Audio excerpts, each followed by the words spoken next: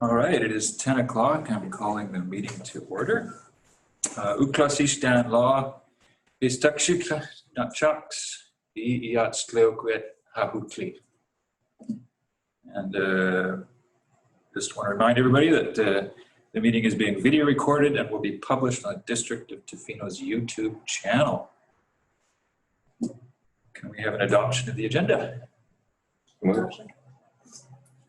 Agenda adopted, and adoption of the minutes. Oh, you have to say all in favor. Oh, all in favor, sorry. There we go. All opposed? Just joking. Only one vote. And okay, adoption of the minutes. We have adoption. Do any errors or omissions? No. All in favor? All opposed? Carried. And the adoption of the minutes of the special council meeting. We have adoption. Second. Any errors or omissions? All in favor? Passed. And the public comment on agenda items. Elise, do we have any public? Well, I've been apprised of 2 members of the public who want to speak. However, they haven't signed up using the Q&A function. So I might just unmute both people who had expressed an interest, and if they have no comments, then maybe they can say that. And so I'll unmute Cathy Thicke for 2 minutes first. She had an interest in speaking to item 8.4. That's the permission to proceed for the Clayoquot Biosphere Trust.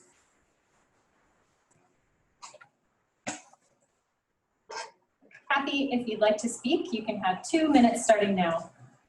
Okay, thank you very much. Good morning, Mayor and Council, and can you all hear me? Yes. Well, yeah. Okay, great. I'd like to speak in favor of the permission to proceed for the CBT application for rezoning to P1 at 301 Olsen Road. As a former councillor and board chair for the CBT, I feel honored to share a few thoughts in this short time frame. The CBT, almost 20 years strong, has been seriously looking for a permanent home for the last 8 years. We have outgrown our rented office space on Main Street. In the past, we tried to purchase the building situated in an ideal location and one that met all the board criteria for a new building. When unsuccessful, we worked for several years toward co-location of the library, the CBT, and the district on the Main Street long-term parking lot. This was also unsuccessful. And even when opportunities from the National Park and Ucluelet were offered, still the criteria for walking, boat, plane access, and the property being in TFM territory were not waived.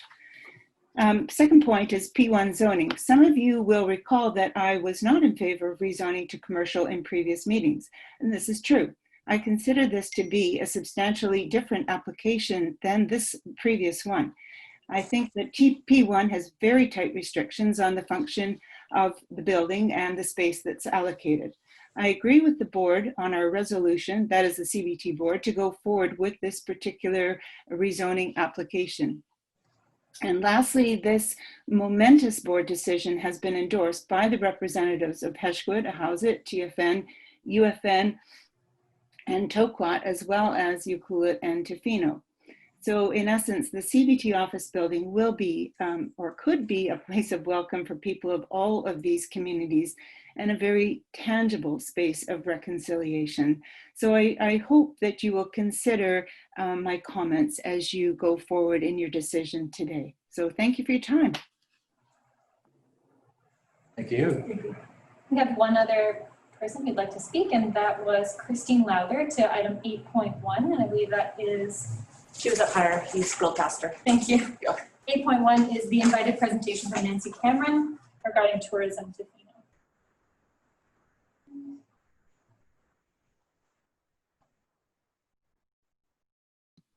Hi, can you hear me? Yes. Yeah. Okay, should I just go? Yeah. Okay, so we've seen how COVID-19 has actually increased tourism to Tofino. Their vision, excuse me, their vision is Tofino will be recognized as one of North America's premier year-round destinations. We're already there. Can we change the vision, turn it around? They want to generate visitor demand aligned with community capacity and resident values, respect and appreciation for environment, people, and animals.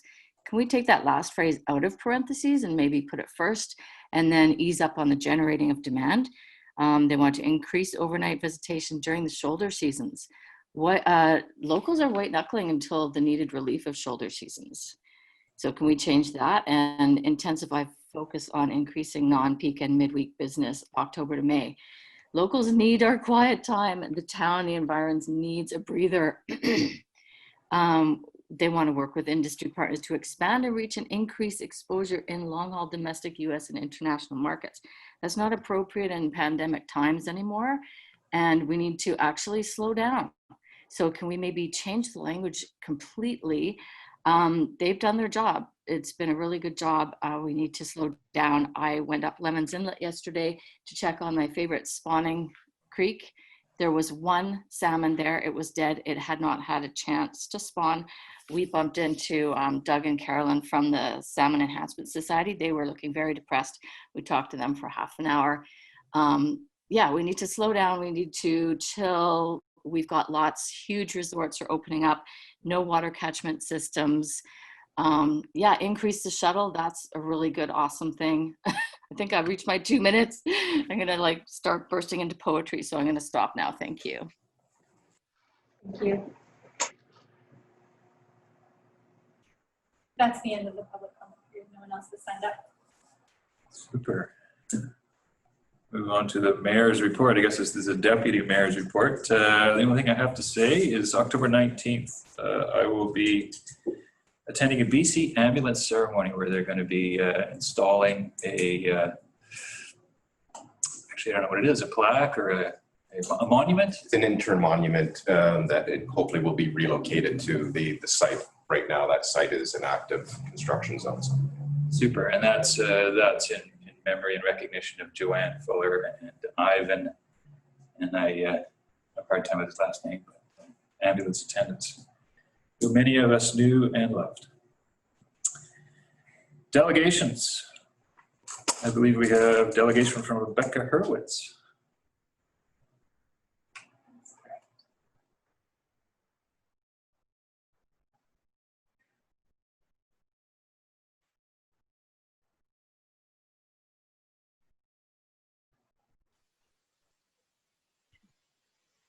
Oh, I'm here. Can folks hear me? Yes, we can. Yes. Yeah. Awesome. Thank you for the opportunity to provide an overview of the proposed Biosphere Center at 301 Olsen Road in Tofino. My name is Rebecca Hurwitz, Executive Director of the Clayoquot Biosphere Trust, calling in from Tla-o-qui-aht territory. I'm joined by our project manager, Bob Prenovo, and project architects, Asher DeGroot and Tracy McTavish.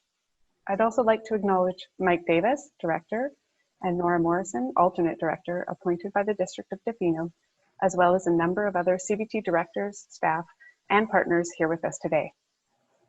You've received the full rezoning application in your package, so today we'll be focusing on our vision, community engagement, and why we feel the proposed change in zoning is an appropriate fit for our property. CBT and our community partners have a shared vision for a vibrant community hub with advanced technology that serves as a center for research, outreach, teaching, and lifelong learning about our unique biosphere region. The new Biosphere Center will provide a place for connecting and sharing ideas through innovative programs and ultimately solutions that benefit all peoples of our region.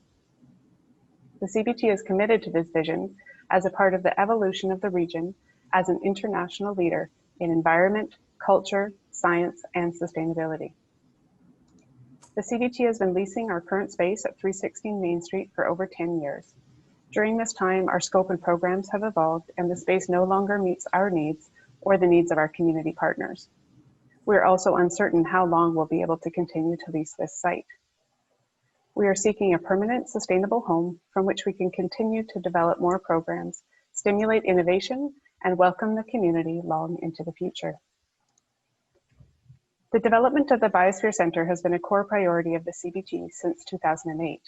In 2014, the board established a vision for the center, and shortly after, Tla-o-qui-aht First Nations invited the CBT to continue to situate the Biosphere Center in their territory in the heart of the Biosphere region. This invitation was witnessed by Chief Ann Mack and Violet Clark, representative of the Hausat Nation.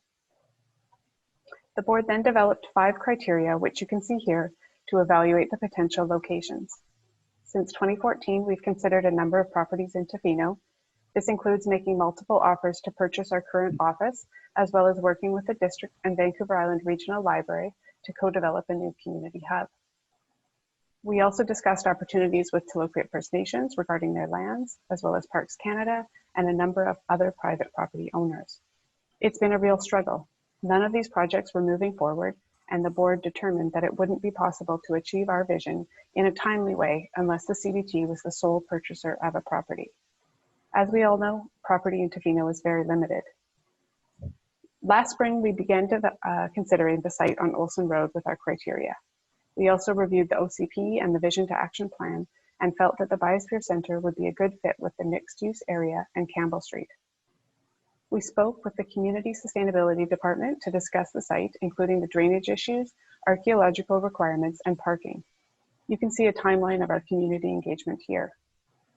We also knew that the Crab Dock residents had been strongly opposed to past development applications, and so we reviewed the public record of those meetings. We felt that our vision, which blends institutional and residential uses, is significantly different than the previous commercial proposals, and it's a good fit for the mixed-use neighborhood that has historically incorporated small businesses, a public dock, and a number of properties that provide visitor accommodation. Knowing that the owner was motivated to sell, we purchased the lot in September 2019 with the understanding that we would go through this rezoning process. The CBT started working with a project development team earlier this year. My first step was to canvass the neighborhood and invite the residents to share their feelings about what makes Olsen Road special and to hear their concerns. We've made every effort to engage the neighbors, and I know that there's still opposition. We've made significant changes to the building design, and our mandate as the owner of the property is nevertheless to develop a biosphere center. Asher? Thanks, Rebecca. I think that, as you can see from this slide, engagement is at the core of who CBT is. It's also something that the district OCP calls out as needing to be part of proposals in the Crab Dock neighborhood. As a result, the team worked hard to meet not only with immediate neighbors, but also with the wider community. In spite of COVID restrictions in March, CBT continued to meet and share the process with the community through online forums. Sustainability is also at the heart of everything CBT does, and this project is no different. CBT's vision for the sustainability of this project are not isolated to environmental sustainability. It includes considering the positive cultural, social, and economic impacts that this project might have in the biosphere communities. This site and this proposal have a unique opportunity to fulfill many of the long-term goals and aspirations of the Vision to Action Plan of the district, much more than many other locations and projects in the district might allow. The site provides a huge opportunity to put aspects of the official community plan on display with the creation of a biosphere center. This site can be a catalyst for significant public realm improvements in this gateway to the downtown, and it can do all of this with no net loss of housing.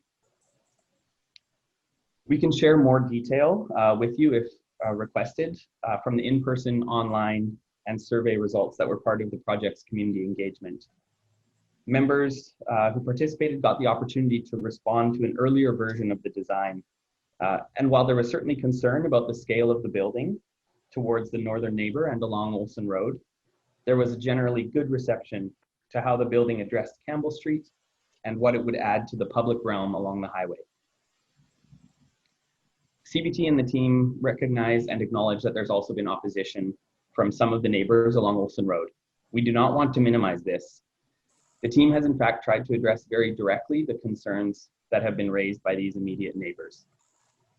We'll take the next few slides to address these concerns directly and display how the proposal submitted for zoning amendment has directly responded to these concerns with significant design changes. Here you see some of the project's statistics and the proposed uses on the left. The design is effectively a two-story building along Campbell Street. As the street slopes down to the Crab Dock, the parking is tucked below the main part of the building. This application is for rezoning to institutional and residential zoning, and it's site-specific. And this means that it does not set precedent for neighboring sites. In fact, it restricts the site for these community-based uses into the future.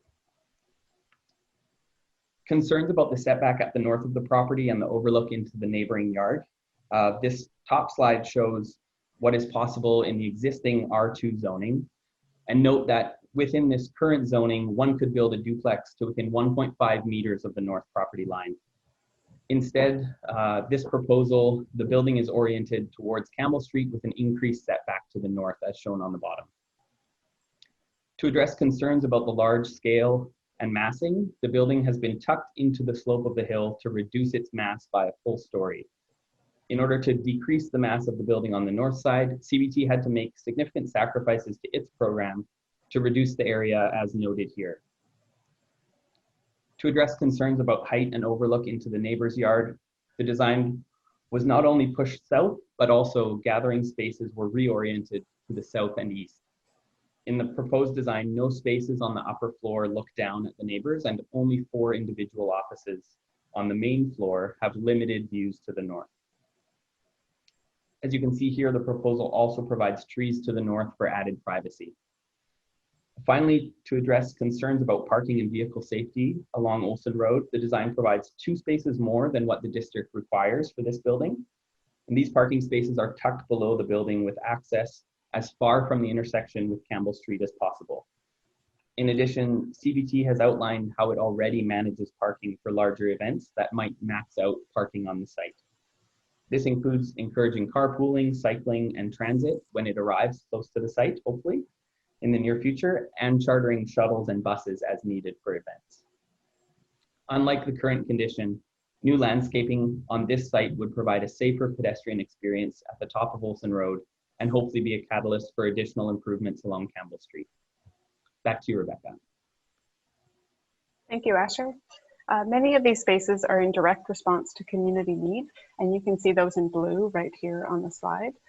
Those include small and large meeting spaces, a teaching kitchen, office space for other nonprofits and networks. These much needed spaces will have long-lasting social and cultural benefits for the community, and we've heard from partners and community members that they're excited to use this space with us. The CBT believes the Biosphere Center proposed zoning is a good fit with the OCP and the Vision to Action plans, helping to achieve long-term community goals and outcomes greater than the existing zoning. I hope you'll join me in recognizing that the Biosphere Center will bring positive benefits to the community long into the future. Thank you. Thank you.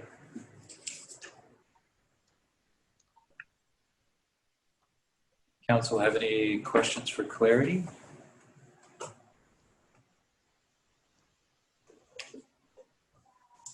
Great, thanks Rebecca and Asher. Move on to. Thank you. Thank you.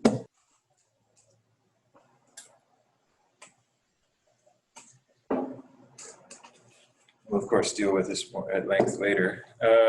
Correspondence. Correspondence from the City of New Westminster regarding universal access to no-cost prescription contraception. How would you like to do this? You want me to look around the room to see if anybody has any comments? Or? I think you should just write a letter of support. I agree. Write a letter of support. Okay.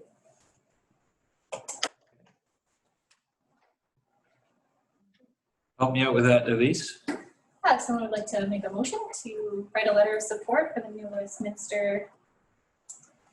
Sorry, who is it writing our letter of support to? Let me just pull up the agenda. Premier. Is it to the Premier? Yeah. It's the Provincial Minister of Finance, the Provincial Minister of Health, and the Premier of BC. All three, like to write to all three regarding the request from the City of New Westminster regarding universal access to no-cost prescription contraception. Right. If someone would like to make that one. I've moved on. And I'll second. Seconded. All in favor? All opposed? Motion carried. 7.2, correspondence from Ian Scott, Interim Executive Director, Tofino Housing Corporation, regarding request for $75,000 advance of MRDT funds. Leave staff. Bob, you have a comment on this? Just very briefly, Your Worship. This is a request that Mr. Scott and our Finance Department have discussed back and forth And the request that's being made is certainly reasonable and something we can accomplish. Excellent. Councillor Chalmers. I do have a question that I would maybe like directed back to the housing court. That I found the letter very lacking in information, and understanding that it's okay with the finance department, but really what are the repercussions of not having it? What are the, like, I felt like, especially it being the THC, that having even more transparency would be really beneficial, maybe more comfortable supporting it. So I'd like that feedback passed on. That's something we can do.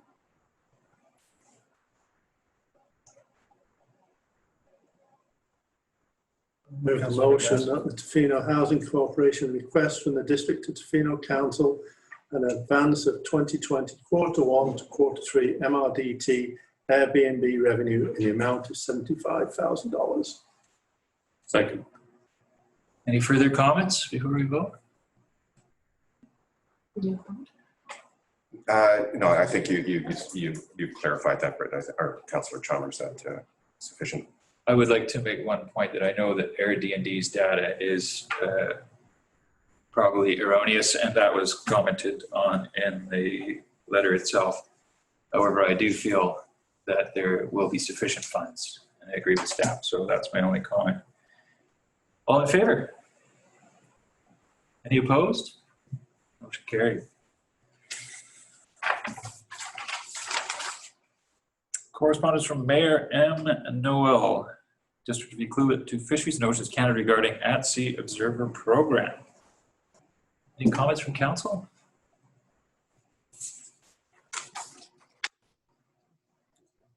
No. All right, moving on. 7.4, correspondence from C. Hevner, Provincial Director of Child Welfare regarding celebrating Foster Family Month.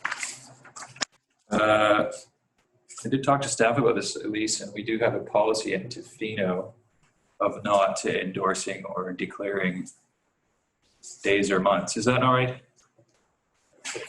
That's correct. There is a policy in place that council will not declare days of municipal recognition, and neither will the mayor. Excellent. And do we have any comments on this?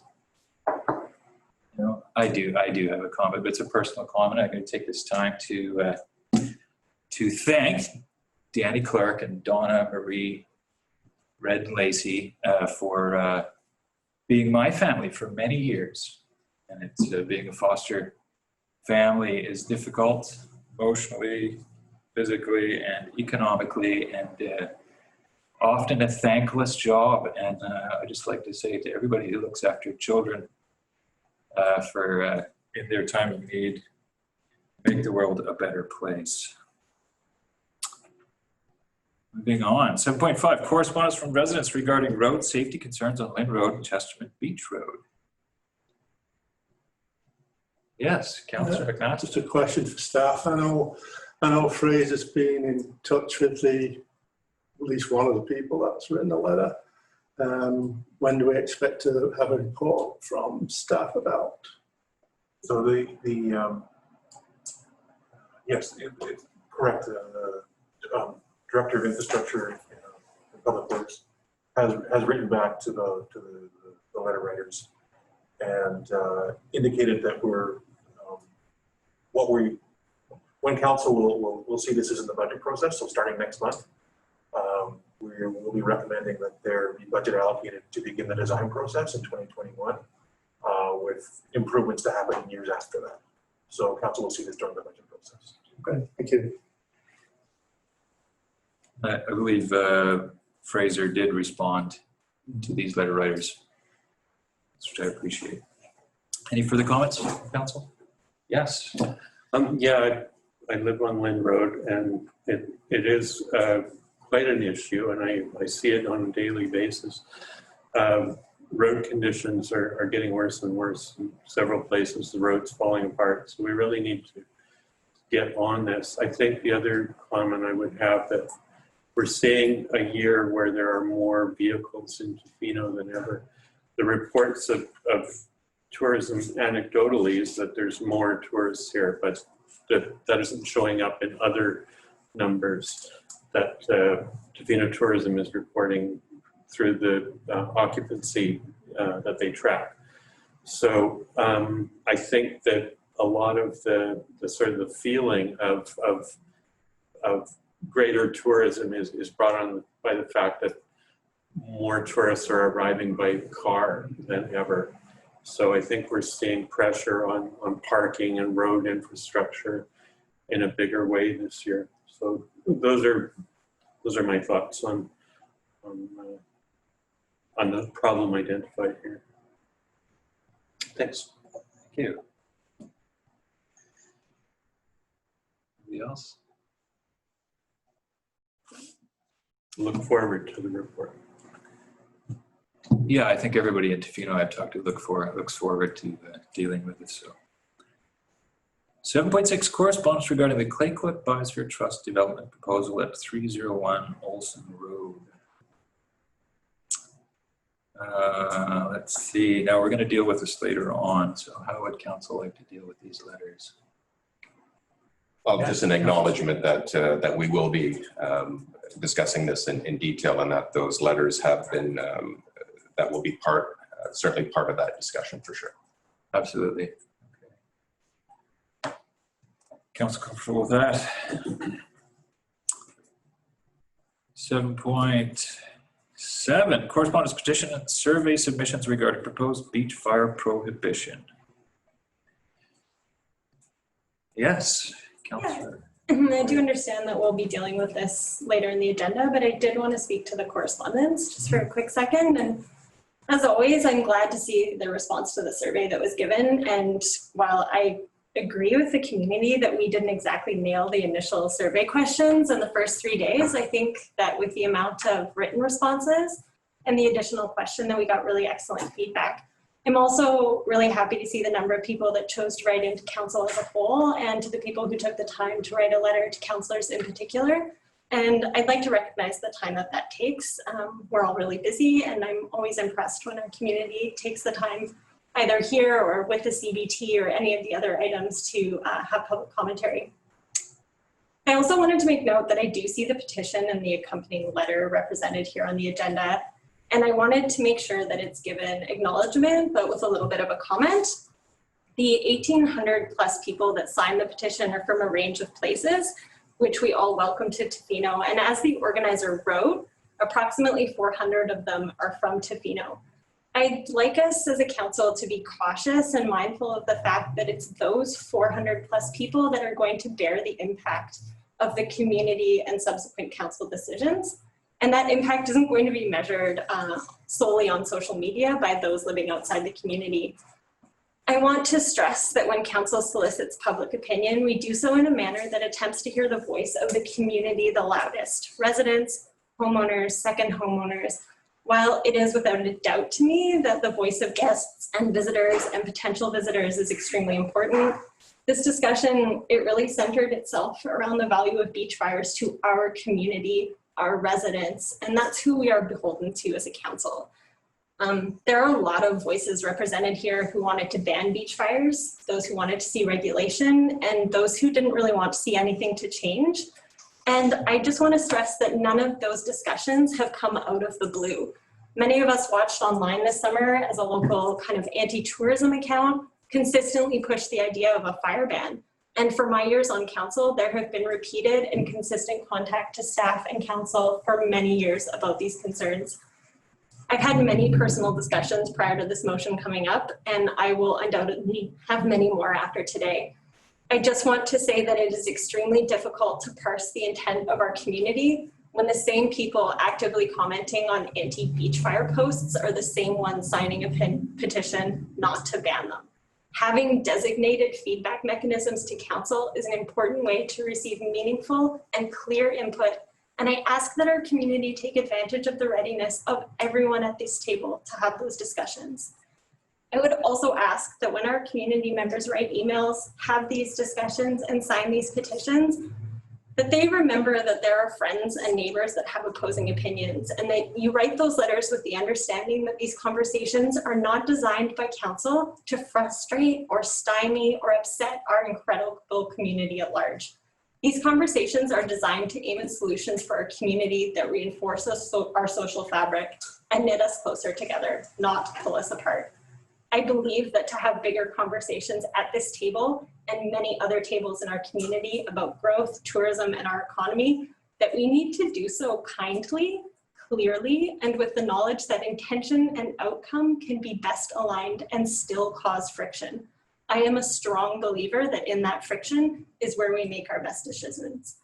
I'm happy to have this conversation on the agenda today, and I look forward to further discussion about our course of action later on, but I felt it would be remiss not to comment on the extraordinary amount of input that we've had from our community.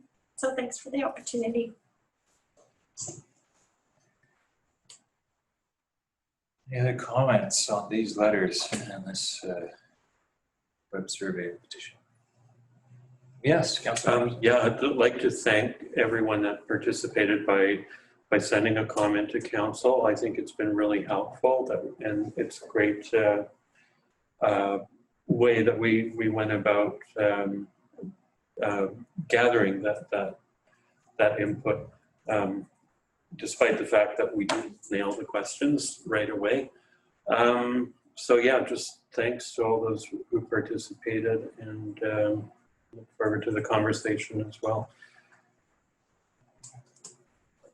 Great. Any other comments on this? I think we're probably going to cover these topics to a greater extent in depth later on under the motion. So let's do that then. Thank you. All right, now we have presentations and reports. 8.1, invited presentation from Nancy Cameron for Tourism Tofino regarding their 2021 tactical plan. Nancy.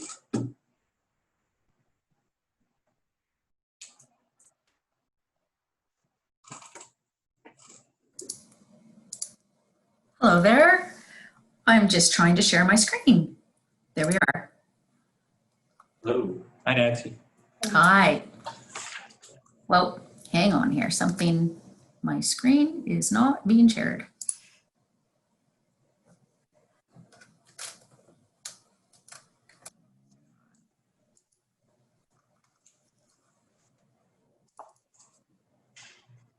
There we go.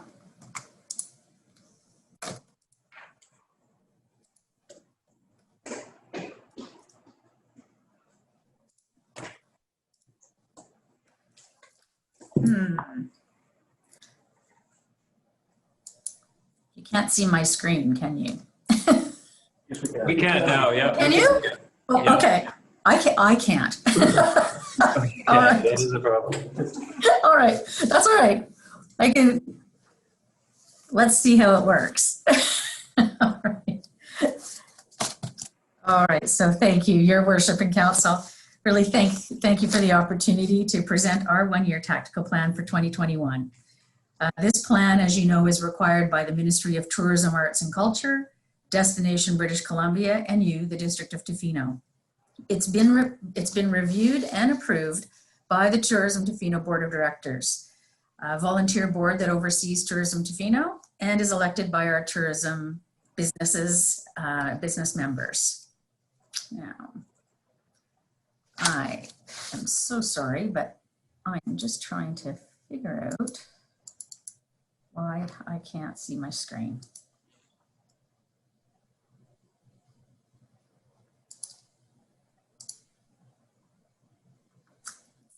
Can you still see this screen? Yes. Yes. Seems to be a common problem. You guys notice that? Not being able to see the screen. It's always the operator. It's true. It's true. Okay, let me, if you don't mind, I'm going to stop sharing and I'm just going to try and restart it and see what happens. Hello. Try this again.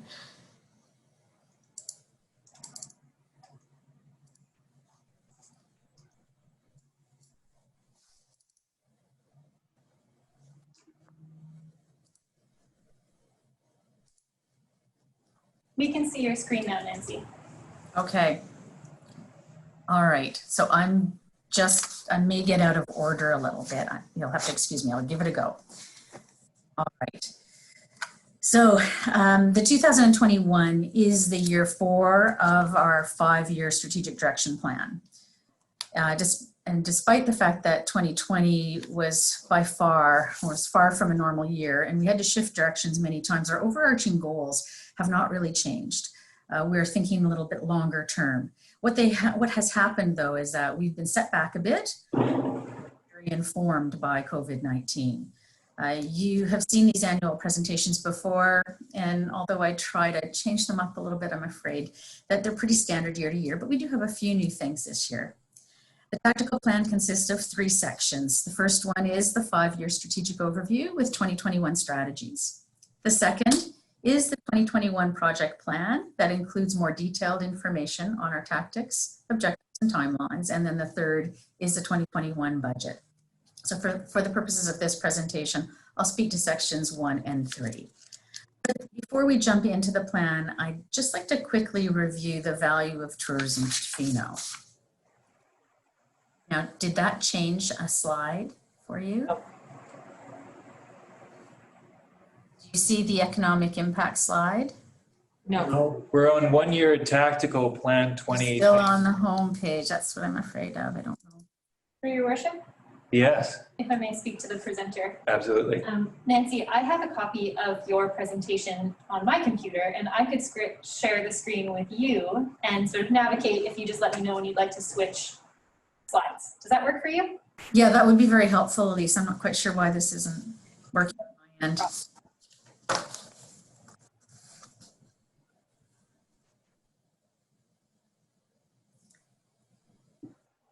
Okay. Ah, perfect. Thank you. All right, so we're all well aware that throughout BC, Canada, and the world, tourism economies have been struggling due to COVID-19. It's really set the tourism world on its ears. Tofino has fared far better than many, as July and August business was much stronger than we first anticipated. But a good July and August does not make up for the 3 prior months of lost visitor revenues. So it's just one point that we'd like to bring forward. And there were companies in town that didn't have as strong a summer as many, just because of the makeup of the visitors, the loss of our international visitation. So some of those wildlife viewing companies, kayaking companies, transportation providers that would shuttle from the airport, they are still feeling the strains. The 600,000 visitors that we host in a normal year inject $295 million into Tofino. Spending covers $60 million in wages for people who work 1,720 full-time direct tourism jobs. Much of the $57 million is in taxes, is generated in taxes, and that generally flows to the province that gets reinvested into provincial infrastructure programs. We receive some of that benefit back through grants and roads and hospitals, education, etc.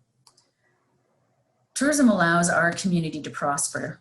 And although so far we've weathered the impacts of COVID-19 better than most, we have learned just how tenuous tourism livelihoods are. The pandemic, we've also learned about the complex relationship and interconnectivity between protecting these livelihoods and protecting lives. The pandemic has certainly challenged our norms and has amplified problems and our vulnerabilities as a destination. But it has also reminded us just how foundational tourism is to our community. It's been a difficult year for everyone, and we know that we'll be better equipped for what comes our way next year. Next slide, please, Elise. Thanks. So on to the plan. It consists of 5 categories of work, starting with governance and corporate responsibility. Next. Our value statement for this category is to operate in a fiscally and operationally responsible manner. We are contracted by you to deliver destination marketing and visitor services. And so in fulfilling these 2 roles, we must ensure that we are financially stable and transparent and adhere to the province of BC's MRDT guidelines. And we have to operate with excellence in everything that we do. And that we also have a very engaged board of directors that represents our members. Next. The strategies include for 2021, continuing to make our society documentation, financial statements, and tactical plans available to everyone on our website, utilizing Canadian accounting standards in our society financial management and conducting annual audits, reporting to our members at our AGM at least and once a year at a minimum, maintaining our member communication through our real-time industry news blog, conducting an annual member survey, and having an organized and productive board. And then new this year for 2021, we will be developing our next 5-year plans. So that includes our 2022 to 2027 strategic plan and our 2022 to 2027 MRDT renewal process and application. And we will implement a community communication plan to share information about Tourism Tofino, our role, and MRDT, as well as generate community engagement and input opportunities that will help inform that strategic plan and renewal process. The next major category is marketing. Next, please. Our value statement is to generate visitor demand aligned with community capacity and resident values. The values that I'm referring to are those we uncovered through our 2018 resident engagement process. And that is the respecting and protecting the environment and living sustainably within it. Our 2 goals are to increase overnight visitation during the spring, fall, and winter at times when businesses and community capacity is available. That's been our priority and continues to be, and it has been for several years. The second goal is to protect current levels of summer business because this is our bread and butter. And we will be paying close attention to the many variables that may impact travel in 2021 and remain nimble. Next.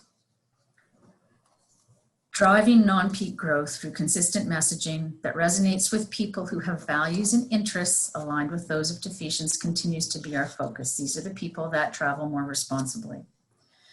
We use an integrated multi-channel promotion strategy to inspire new and return visitors and generate destination advocacy. This includes digital advertising, social media, and the generation of travel articles, blogs, and content. We're very selective with the journalists and influencers that we work with, and we use audience profiling strategies in order to serve our ads to people who have search histories that indicate that they are interested in things like national parks, conservation, arts and culture, and ecotourism destinations. We're not interested in reaching the most eyeballs. We're interested in reaching the right eyeballs.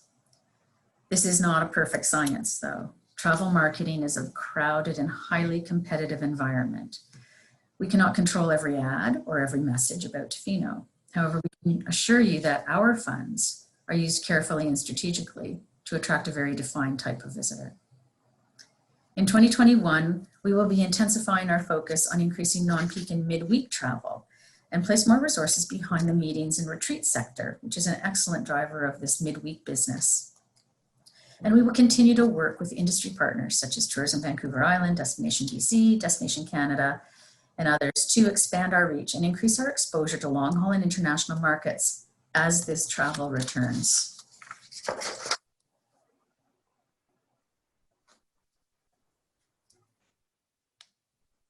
Oops. And the next major category is visitor services. Sorry, go ahead. And the value statement for visitor services is to welcome visitors to our community as we would friends to our home. Our goal is to increase visitor spending, longer stays, and repeat visits. For many thousands of people, the visitor center is a very influential service that contributes to these outcomes. We will continue to improve our visitor center staff retention levels and therefore expertise. Our team must have excellent product knowledge and so undergoes regular training. Our retail program has been successful to date, and particularly popular are our local artist goods. We continue to optimize it as the funds earned at the visitor center through the retail program help pay our operating costs. We'll also activate and program the center in the quieter months as we can due to COVID restrictions and use social media outreach to service inquiries. Next. On to the destination and visitor experience management category. Our value is to is that our visitors will experience positive impressions from our work. So now that the visitor center has been built, we have 3 ongoing goals left in this category outside of continuing to pay for the new visitor center, and that should be paid for within a few years. So the other goals left are to build knowledge with seasonal staff and visitors about local values and expected behaviors, to support experience enhancement and development, and to be an informed tourism community. Next. Our strategies to activate these goals are to continue to sponsor the Chamber's Tofino Ambassador Program. And then the next 2 points pertain to influencing responsible travel through visitor education and seasonal staff education. Visitor education is one of our priorities. And in 2018, we began creating some tools in stages, starting with reframing the way we present Tofino in our advertising. Next, we created a welcome brochure, and 200,000 have been distributed to visitors since 2018. I believe you have been provided with a sample. We've run out of those brochures, so they will be reprinted for 2021, so we can continue with distribution. We also increased our content about rules and regulations on our website and provided this to members to share with their guests. And in 2020, we had plans to build an easy-to-use seasonal staff onboarding video and a visitor education video. We got halfway through these projects before things shut down. We could not complete them because we couldn't film, nor could we pay for them. We've now restarted the video production and will have them available in early 2021 as the next set of tools in our toolkit to influence more responsible and respectful travel. We will continue to support festivals and events marketing as events restart, and also expand the profile of arts and culture in our promotion. We will also resume support and promotion for the shuttle bus service as we hope for its return next year. And new in 2021 will be some investment to support product development in the arts, culture, and heritage area, specifically the Art Walk map and app that's currently under development, and also for Indigenous visitor experiences. And as always, we will conduct regular research to inform our decision-making. Now on to the last major category of collaboration and strategic alliances. Our value is to collaborate, communicate, and coordinate with members, industry, and community partners on common objectives. Of course, our goals are to collaborate and coordinate tourism development and management with the district and our members, support the Tourism Industry Association of British Columbia and the Chamber on industry advocacy issues, and to share and align with Tourism Vancouver Island, Destination BC, and Destination Canada. We will participate in tourism-related initiatives such as the Tourism Master Plan, and we will also engage on issues of importance to the tourism industry and requests for support. We will continue to work with our regional, provincial, and national tourism partners for the greatest positive results. You have the detailed budget in your package, but I've summarized it in a few graphs. This one shows our 2021 operating revenue streams. 85% of our operating revenues will come from the MRDT. 12% from retail sales, co-op advertising, and other, including a one-time marketing grant that we've received from Destination Canada. 3% will come from other federal and provincial grants, such as the Canada Summer Jobs and Destination B's support for the Visitor Centre. Expenses are divided into 4 main buckets: marketing at 49%, visitor services at 26%, and that's the operation of the Visitor Centre and inquiring all travel inquiries. Administration is at 18%, and destination and visitor experience management at 7%. Of the total MRDT in Tofino, collected in Tofino, 32% will be invested in destination marketing, 17% will be used to operate the visitor center, 4% goes into destination and visitor experience management activities, 12% for Tourism Tofino administration and overhead, 22% to pay for the new visitor center, and 13% will be used by the District of Tofino for affordable housing initiatives. And that concludes my presentation of our one-year tactical plan for 2021. There's much more detail behind this plan, but I hope that this has provided you with a bit of a concise overview. Thank you so much.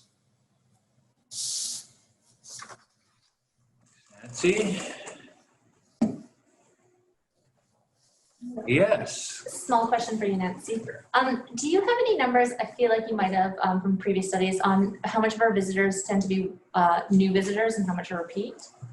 Yes, it does vary by season, but in the summertime, it's 40 to 45% are new visitors and the rest are repeat. I would suspect this year that was very different. Thank you. Yes. We did have some public commentary regarding community capacity and resident values.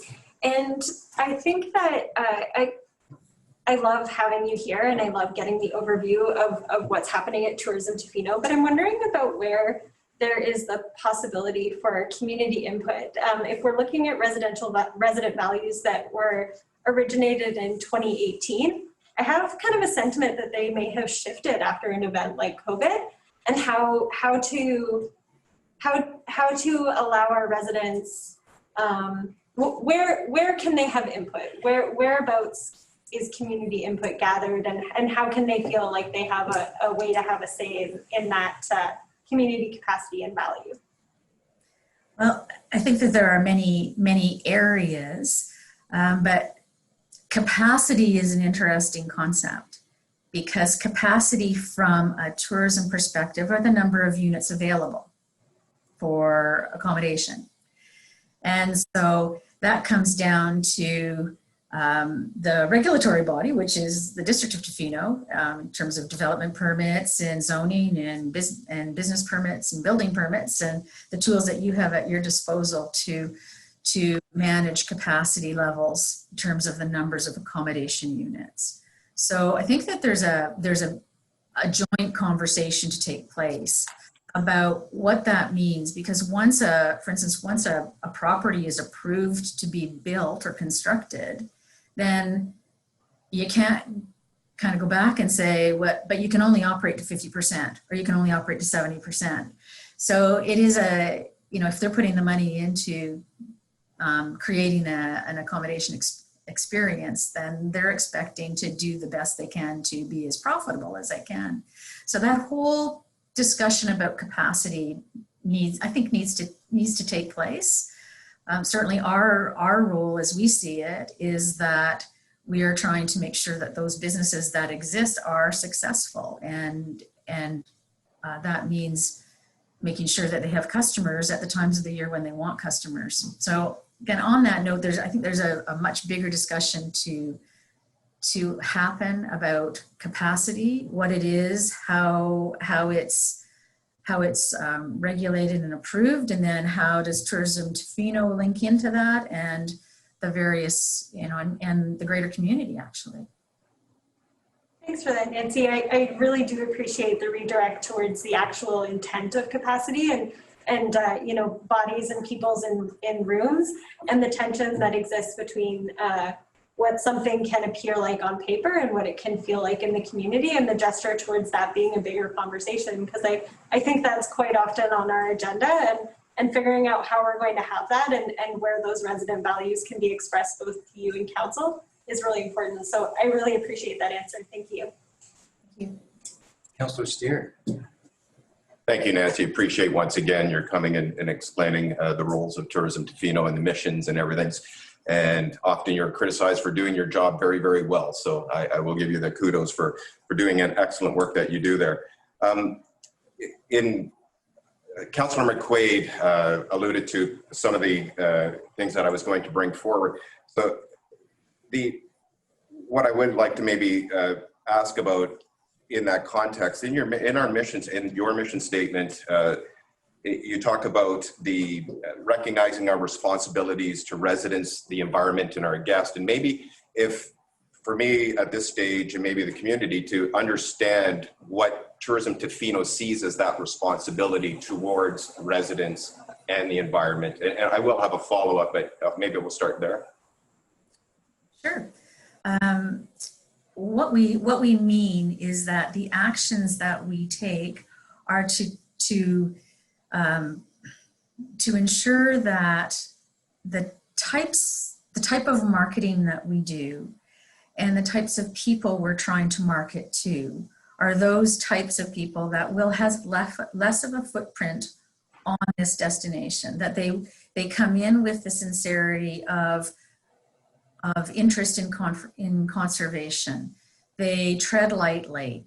They naturally have they naturally seek out those kinds of experiences in their travel preferences. So we're bringing in people who are going to be able to appreciate and respect this area. And that's what we mean when we say with a responsibility to our community, that we understand that that's the value of the community. That's how we all want to live here, is we want to live lightly, respect the environment, all of the peoples and animals that live within it. And so we're trying to attract the same types of people. If we are successful, it's a long game. If we're able to attract the same types of people, then the impact will be less for them. And the tourism balance will be improved, sort of say. So that's when I say with our marketing, that's what we do with our marketing. We are targeting and we are messaging in that way so that we are appealing to people who have those desires and would naturally be very respectful and responsible travelers here. Thank you, Nancy. And it does, you segue nicely into my next question, which was in the major categories of marketing. In the value statement that is put forward is to generate the visitor demand aligned with the community capacity. And you did touch on capacity in the definition that Tourism Tofino sees it as, which is accommodation units and how that may be addressed. But it goes further to say that the community capacity and resident values. And while I appreciate the conversation of how that might align, I also see a role for Tourism Tofino. I think and I can't speak for council, but I'm pretty sure this is going to come forward in a much larger community conversation where Tourism Tofino will be an integral part of that, and maybe looking at capacity in a slightly different framework in terms of not just that pure accommodation unit sector, might be a valuable exercise for Tourism Tofino to incorporate more of that larger issue of what capacity means in the community. And I do understand some of those constraints around capacity being related to accommodation. And I do thank you for addressing it in many of your marketing strategies that you alluded to it. And I think that's the track that is very positive. And so I do want to give you credit for that. And to invite you in Tourism Tofino in that community conversation that will be taking place, I'm absolutely sure. And your voice will be, I believe, a critical component in that conversation. Thank you. Thank you. Welcome that. Yes, Councilor McMaster. Yeah, I hope I'm wrong, Nancy, but I'm fairly confident that 2021 will still be a pandemic year. And I wondered if any thought had been given to directing our marketing to what may be considered non-pandemic hotspots. For instance, should we be encouraging people from the UK or the States to come? I mean, I'm not saying they shouldn't come and we shouldn't tell them not to come, but maybe, should our marketing maybe directed to some safe places? Any thought being given to that? I mean, you talk about responsibility to the community. So I could say, is it being responsible to invite everybody from, Liverpool to come, which is in a dire state? So our all of our marketing has been British Columbia oriented this year, as has, and we take the lead of Destination British Columbia. So they're kind of the organization that we all of the community marketing organizations, all of the destination marketing organizations kind of line up behind, particularly this year, we lined up behind. So this year there was no one in Canada that was marketing outside of Canada. We weren't marketing outside of British Columbia specifically.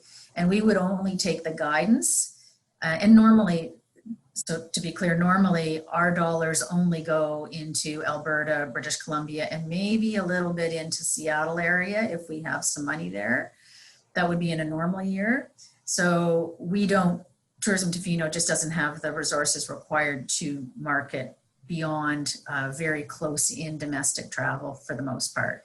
We depend on our partners at Destination British Columbia and Destination Canada to carry the Canada message or the BC message of which we want to be incorporated into as a great destination within British Columbia. So that's the normal front. And then this year, and probably you're right, Councillor, into next year, there will not be much marketing outside of British Columbia again. But if there is, we would follow Destination British Columbia's lead on what they're doing. And then, you know, if it's time to eke out a little bit into Alberta, we would, if it was allowed, but that's pretty much as far as we would go. Okay, I brought this up because in your strategic direction plot, you've got Eastern Canada, US, and international. Yeah, and that is so all of this is reliant on COVID-19. So I think it does qualify it there in the plan. It does. And if the borders open up and if it's safe to do so, and if Destination BC, which means the province of BC, tells us it's safe to do so, then we may ease out into Alberta and Washington State. But it's only if those things take place ahead of it. Does that answer your question? It does, but I won't say it's a satisfactory answer. Councillor, Maybe you can convey the message to Destination BC. That's our kind of governing body as a tourism marketing organization that we have to abide by and follow, and they set out the parameters of the tactical plan as well. So we do know that next year we have to be very nimble and we have to watch what's going on, but we also have to then pay attention to, we cannot do something that Destination BC is not doing or recommending, so. Can I just ask a quick clarification to do with Councillor McMaster's? Nancy, just a quick clarification for following Councillor McMaster's question. Do you have, or what is your role in helping to inform Destination BC's policies or vision for the year?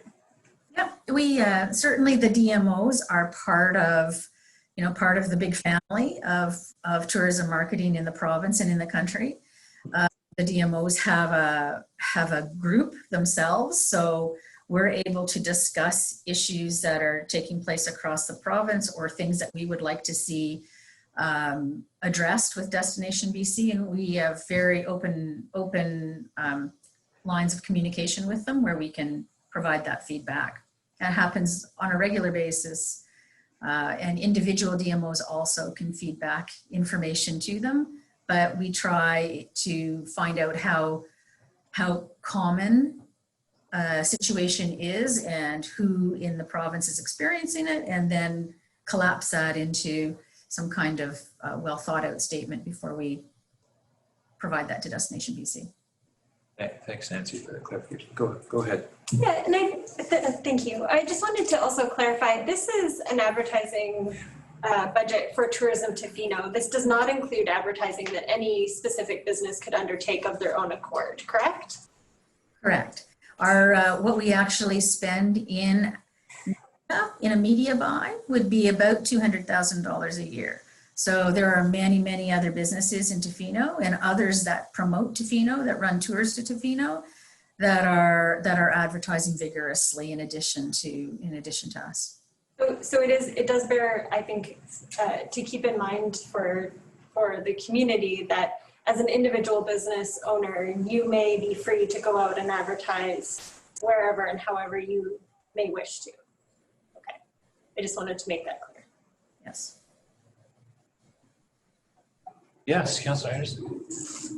Yeah, Nancy, there's a couple of new items in the plan that I'd like you to expand on a little bit, and the product development of arts, culture, and heritage, and product development of Indigenous experiences.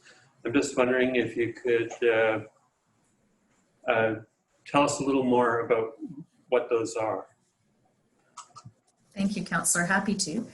The arts and culture, I think one of our roles is to try to facilitate the development of new experiences. And that's for many reasons. One is to let various elements in various sectors become elevated and have more exposure and have more opportunity to access the visitor, as well as building economic capacity, perhaps is the word. So with the arts program, there is an art walk map and app that's currently being developed, and through the Clayoquot Heritage Society and Art Society. And so we have contributed some funding to get them started, to help get them started on that project. So it has begun this year, and we expect that to be a couple of year commitment to assist. So that's them developing a new product and being able to market it and making the arts more visible to our visitors. And that helps all of our artisans and artists in the process.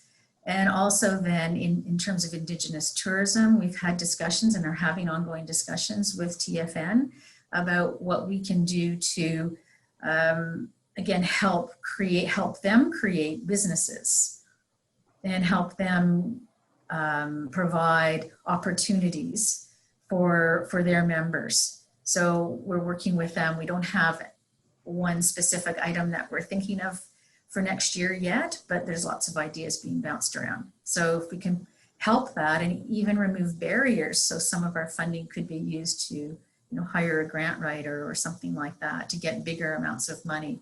That's really our intention, as well as supporting them in connecting them to the bigger Indigenous tourism network that exists in BC and Canada, that it has great product development, mentoring, and marketing resources. So those are a couple of things that we feel that are important and a little underrepresented here in Tofino. I see some tie-ins with some visioning around the Monks property and perhaps the Heritage Museum. And also just to sort of diversify what we're mainly attracting to Tofino. There's a lot of surfing and outdoor experiences, but I don't think we put enough focus on the cultural aspects.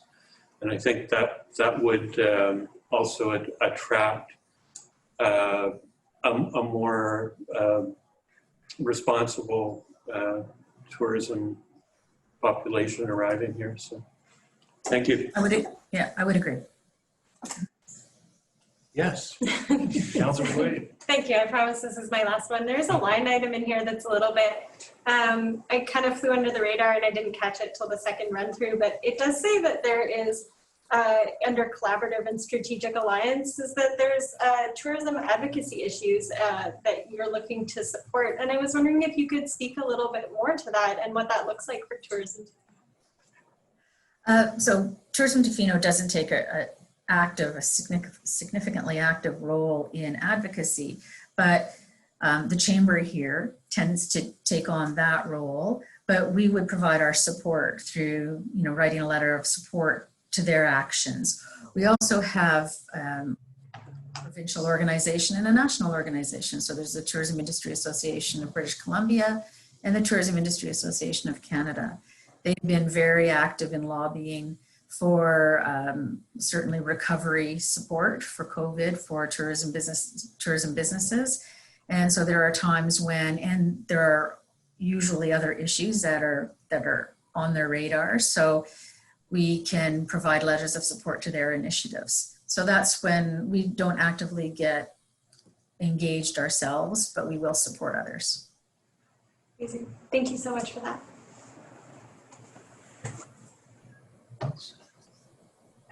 Thank you, Nancy. I just do want to concur with councillors who brought up,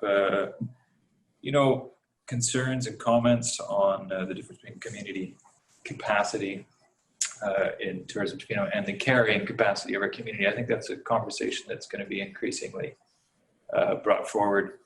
So thank you for responding to that. And resident values also, I just want to concur with people here. A lot of it has to do with what is happening to the community and how tourism relates. And I just have one question.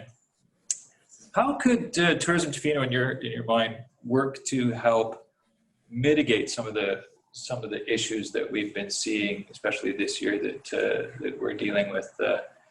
I noticed in your brochure, you talk about how to experience Tofino like a Toffician, and you talk about driftwood and garbage and waste and beach and ocean safety, etc. Is there a way that tourism Tofino, in your mind, could expand that to, or round that out to help, preempt some of the issues that we're dealing with in those areas?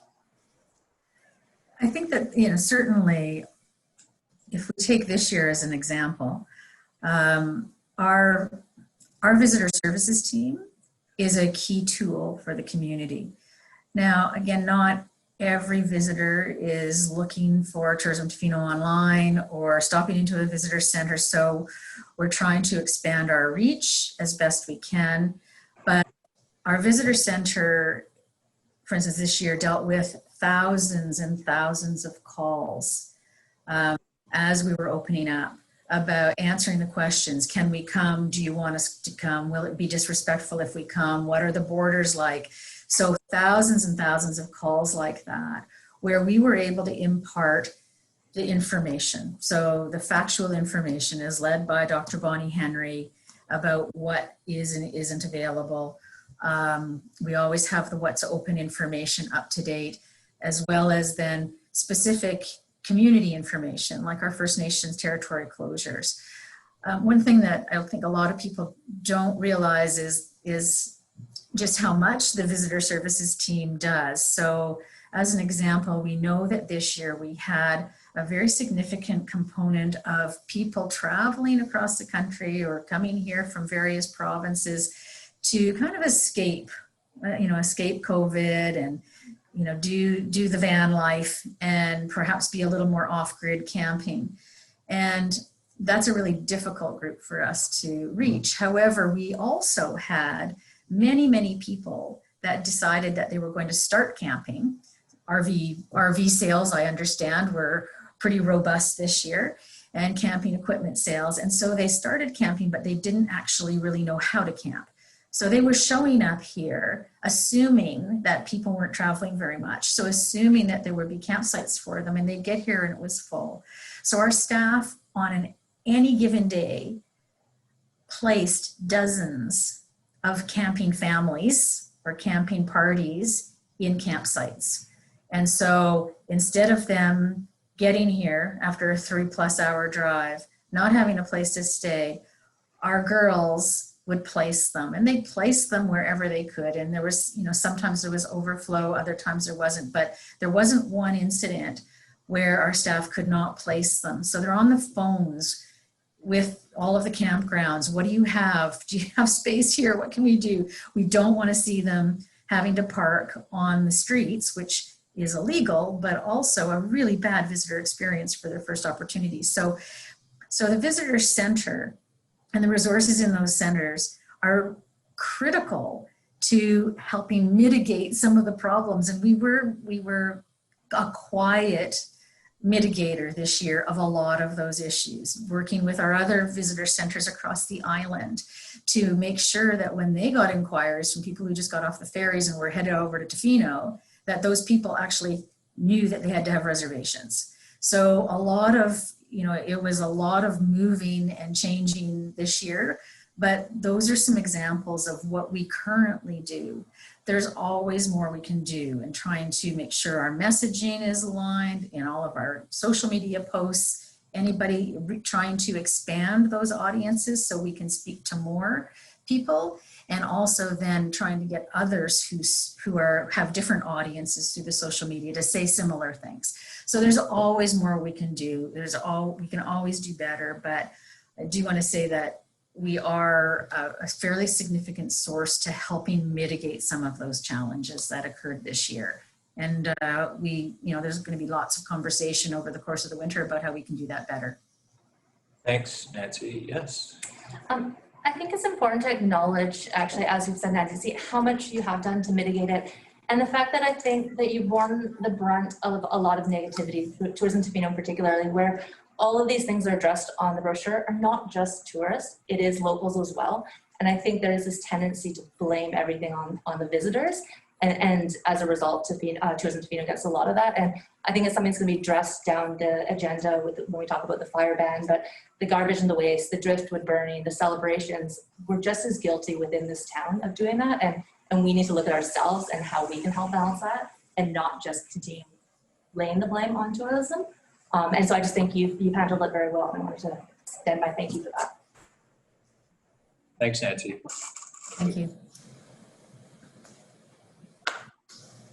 All right. Anything further? Tourism Tofino, Nancy? Yes. Just a question for staff. Does council need to support this plan or anything? No, this is for information. Okay, thanks. Does council want a quick break after that, or you want to keep going and then break in a bit? Keep going and just break for lunch. Yeah. Keep going, break for lunch. Okay, perfect. Thanks, Nancy. Thank you. Thank you very much. 8.2, 2021-2024 tax exemptions, report from financial services. Good morning. Hi, Nyla. No voice. Can you hear me now? Very faintly. Is that better? Very faint still. Hang on.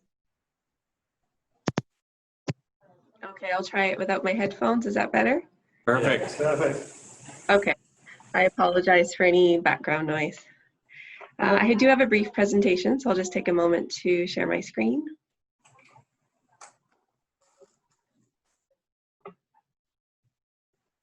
Just let me know when you can see it. We can see it. Okay. So this morning I'm presenting on the permissive tax exemption bylaw that's been introduced to council for the taxation years 2021 to 2024. This is a follow-up report to the presentation in September where the applications were brought forward. So I will go over the properties that are included in the bylaw that's attached as Appendix 1 to the staff report included in today's council agenda package. I will also go over the financial impacts over the next 4 years and then follow up on a couple outstanding issues that I identified at the last council meeting. So these are the properties that are included in the tax exemption bylaw for taxation years 2021 to 2024. The first property there is a property that the district has a statutory right-of-way over for a parking area at the corner of 2nd and Neil. The permissive tax exemption policy that council has adopted and is in place requires that any properties that are owned by the districts or that we have a lease over or a right-of-way like this one will receive 100% exemption first, and if required there would be proportionate reductions if the exemption limit for the year has been reached. For this exemption bylaw, it doesn't appear that over the next 4 years that the maximum annual exemption amount will be reached, so there are no proportionate reductions to any of the other exempted properties, so that's not a concern for this bylaw. The next two properties are the church properties. The actual building and place of worship and land under it is exempted through a statutory exemption. This is a permissive tax exemption for the land surrounding that area. The Clayoquot Sound Community Theatre, we're seeing an exemption for that property for the next 4 years as well, and that's for the lease space in the municipal hall. Tofino Senior Citizens Housing Society is an exemption that was on the last term and is coming forward again. Tofino Bible Fellowship is for a residence on Abraham. That's a new application this year for the next 4 years, and that is allowable under Section 224 of the Charter for permissive tax exemptions as it relates to providing affordable housing, which is an extension of a municipal service.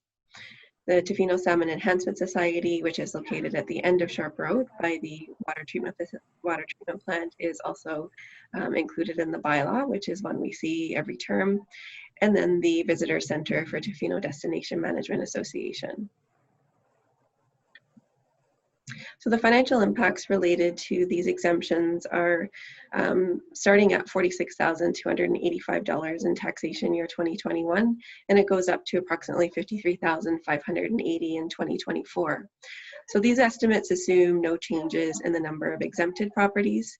And as we do accept midterm applications, that could change from year to year, but council would be the ones making that decision, and an amendment bylaw would be required in that scenario. The estimates were developed using 2020 assessment values, as that is all we have available at this time, and 2020 tax rates, plus a 5% tax increase per year. So all of these estimates that we've included in today's presentation are subject to change. There were two outstanding issues that were identified at the September meeting, and I just wanted to take a moment to provide an update on both of those issues. For the property Royal Canadian Legion, they typically receive a tax exemption. We were not able to accept the application for permissive tax exemption because there was required financial information that was missing. There is a portion of that property that is leased by the Vancouver Island Regional Library, and just like the property where the helipad is located for the hospital, we needed to determine and work with BC Assessment to make sure that that portion of the Legion property would be exempt in the same way as the helipad is for the hospital. So that's through a statutory exemption, and that's under a different section of the charter. So we won't be seeing that property in the permissive tax exemption bylaw because it's not required, but we will see that portion of the property exempt on the tax roll next year through statutory exemption. I have noted to the contact at the Royal Canadian Legion that midterm applications will be accepted, and we will follow up with the organization next year. And if an application is received by August 15th, we will bring that forward to council for discussion. The next outstanding issue was with respect to an application received for DL 114 for the Tofino Housing Corporation. Staff worked extensively with legal counsel as well as BC Assessment, and it was determined that if the properties stay in the hands of the Tofino Housing Corporation, so they are not leased or sold, and that the THC continues to be wholly owned by the District of Tofino, these properties will be exempt through a statutory exemption.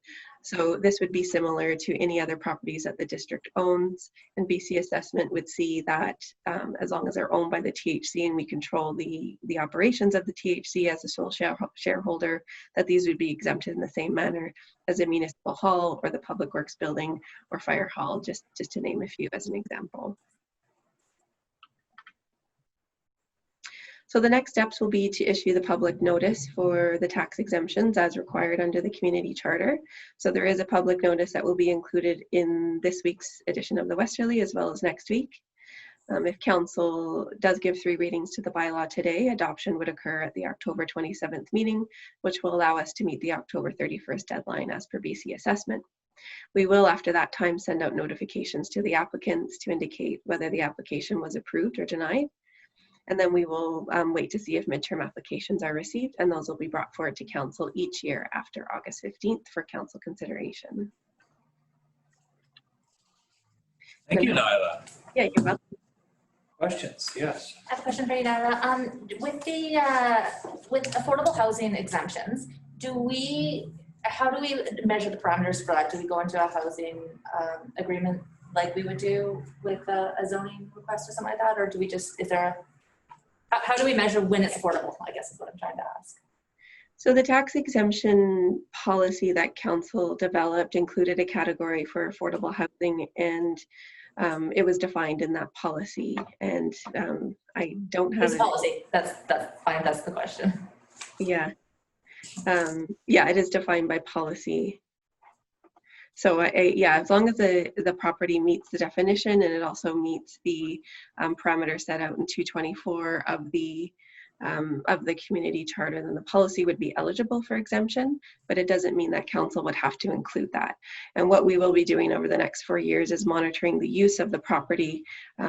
Tax exemptions do come down to the use of the property, and as long as the use is being fulfilled and as indicated in the original application, then the exemption can continue to be offered. If staff has concerns with how the property is being used and it's not as originally intended, then we will bring forward that information to council on an annual basis. Thank you. Yes, Councillor White. Thank you. Does, as long as, I appreciate the answer for Councillor Chalmers. So as long as the intent is that this is affordable housing, given that priorities and granting funds, et cetera, streams can change, is there any risk of retroactively for the THC having to pay this back if it doesn't end up being affordable housing, or does it go by an intent basis year by year?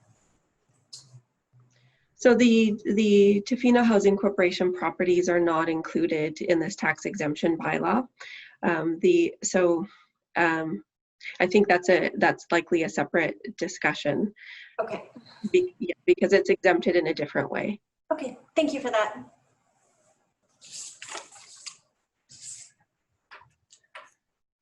Any further questions for Nyla?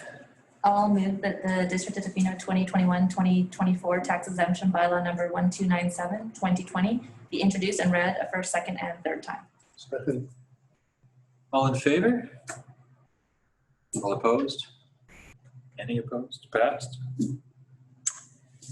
Thank you. ICIP, Rural and Northern Communities Bay Street Water Treatment Upgrades. Report again from you, Nyla. Sorry, I believe Fraser will be speaking to this report. Oh, Fraser, sorry. Good morning, Council. Fraser Work, Director of Infrastructure and Public Works. How can you hear me on this system? Good. Loud and clear. Okay, the report before Council at item 8.3 is essentially permission for staff to proceed with a grant application for remote and rural communities to support the already known and approved project for the treatment upgrades at the Bay Street water treatment facility, which are scheduled, which planning and engineering and design work continues and is scheduled for a report back with more detailed costing and project updates for Council to consider in the coming weeks. This grant has come online in the last month or so and has a due date of about the 22nd, I think, of October, which puts us in a position to apply for this funding as we continue with our project design and planning. This grant will potentially provide up to 100% of project funding to a total of $2 million. And as I mentioned during the third quarter update, the budget that was estimated for the project in 2019 for the 2020 financial plan was in and around $700,000. And I indicated in the Q3 update that our current planning suggested that the project cost would exceed that initial estimate, partly due to the inclusion of the emergency power backup diesel generator, which was originally slated for future years. And I did also indicate that we were doing a value engineering exercise in order to get those costs down. I plan to come before Council within the next few weeks with a more detailed planning and engineering and cost report on this project. And in the meantime, staff are recommending that we move forward with this grant application in hopes to be able to fund the project 100% from this funding line. And that is the consideration and recommendation in front of Council for today's decision. I think that's probably all I need to say on this one, and I'll stop there for questions from Mayor, Acting Mayor and Council. Excellent, thank you, Fraser. Yes, Councillor Steer. Thank you, Fraser, and I appreciate the 100%. We're always very keen on 100%. It's not quite related to the grant, but I just had a question. The conversion from the chlorine gas to the liquid and the addition of the UV treatment to meet those provincial requirements is the basis of this. But I was wondering, and I've meant to ask this before, does that give us any increase in our capacity, in our physical ability to treat more water, or is this strictly the capacity to remain the same? I think the short answer is the latter, Council. The ability for us to treat with UV and provide a second level of treatment falls more closely in line with the legislated standards for water treatment, but will not increase our throughput of the site. If anything, it constrains us a little bit because the water has to essentially sit under the UV lights for a certain amount of time so that the disinfecting can occur. I would also remind council that the filtration that we can currently achieve at the osmosis plant is still something that we cannot achieve at the Bay Street facility, even when we've completed the UV secondary treatment, and we would still require a deferral from the health authority for treatment until such a plan can be made for future upgrades. So this isn't a solution set. The current project plan is not a solution set to meet all treatment and filtration requirements.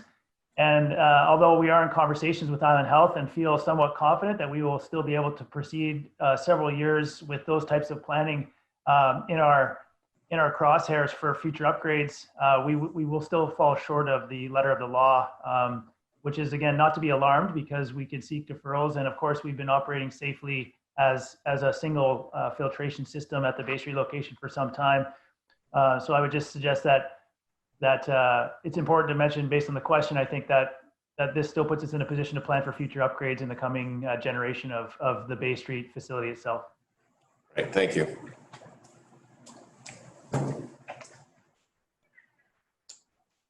Excellent. Anybody else? I'm happy to move. Excellent. I'll move that the District of Tofino staff be authorized to submit an application to the Investing in Canada Infrastructure Program Rural and Northern Communities Grant Program for the project titled Bay Street Water Treatment Upgrade Phase 2, and that the District of Tofino supports the project and commits to paying for any cost overruns from the Water Capital Bylaw Reserve Fund. Moved and seconded. Any further comments? All in favor? All opposed? Any opposed? Excellent. Thank you, Fraser. I have to take a break. Do you want me to take a break now? Introduce the next one? 2-minute break. 2-minute break.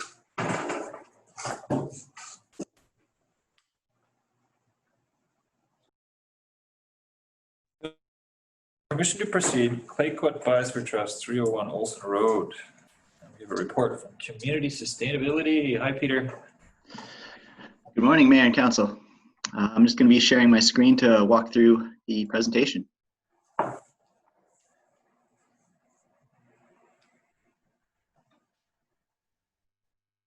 right, so hopefully everybody is able to see the opening slide for the presentation at this moment.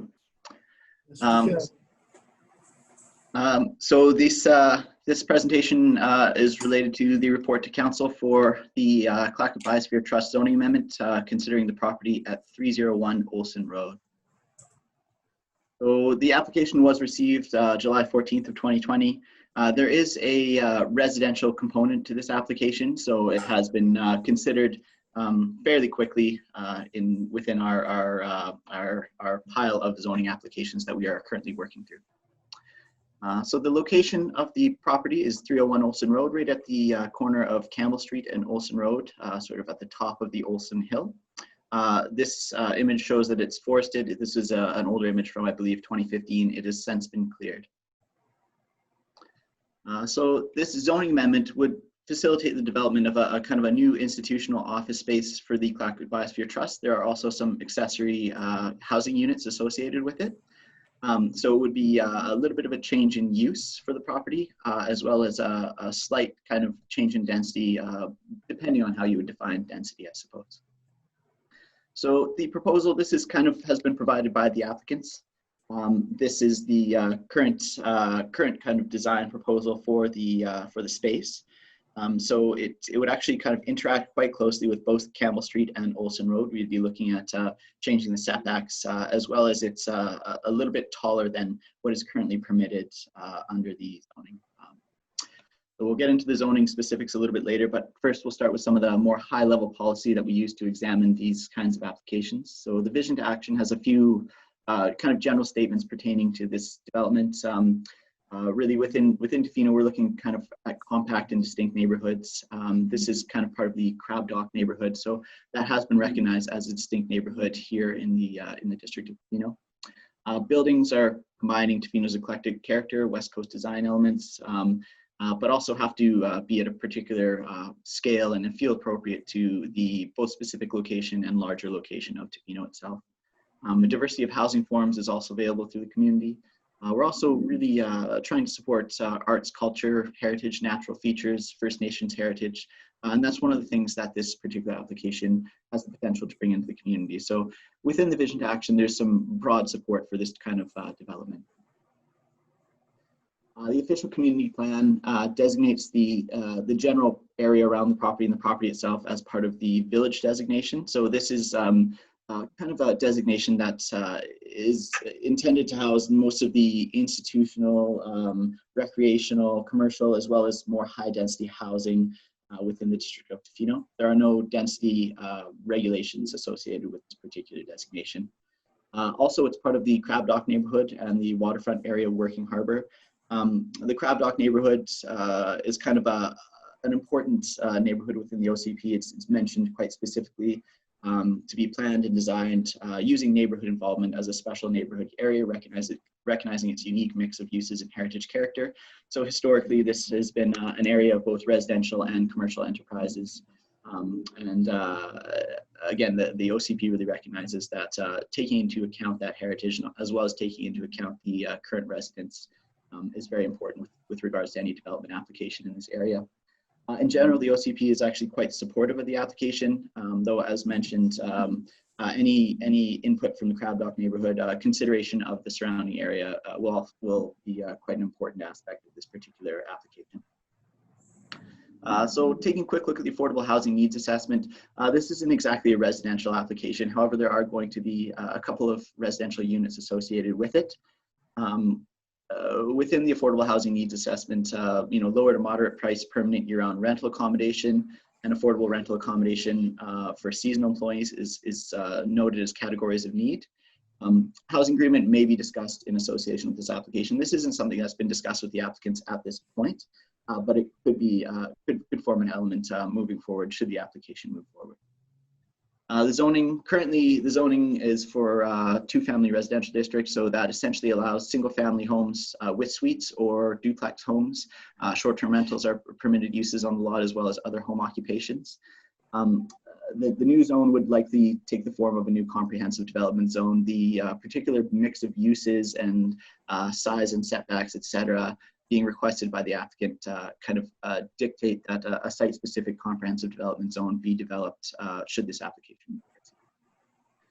So a quick look at some of the initial changes. Again, we're just at permission to proceed stage. There's potential for things to be changed in the future. But currently, based on the application that's been provided, there will be some changes to the height, definitely an increase in height proposed for the structure. Setbacks will mostly be reduced. The actual structure will be probably very close to both Campbell Street as well as Olsen Road, so it'll be kind of brought up forward to form an important part of the street wall.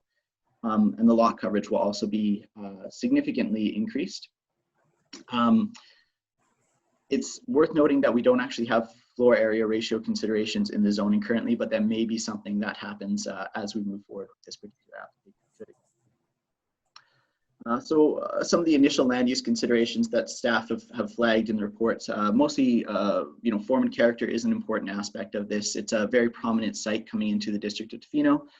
It's actually outside of the Gateway Development Permit Area, so there are no form and character development permit area requirements associated with this property. So at rezoning stage is kind of the appropriate time to consider the development program, as well as consider the actual design of the development. If there's some comments the council would like to make during the rezoning process, would be the time to do that. Housing as well. Currently, we are trying to avoid losing any housing units. So this is currently a residential lot. Often when you rezone a residential lot to a commercial or an institutional use, you have the potential to lose housing units. The applicants have included two smaller and different housing units than what the property is currently zoned for, but there would be no overall net loss of housing for this property.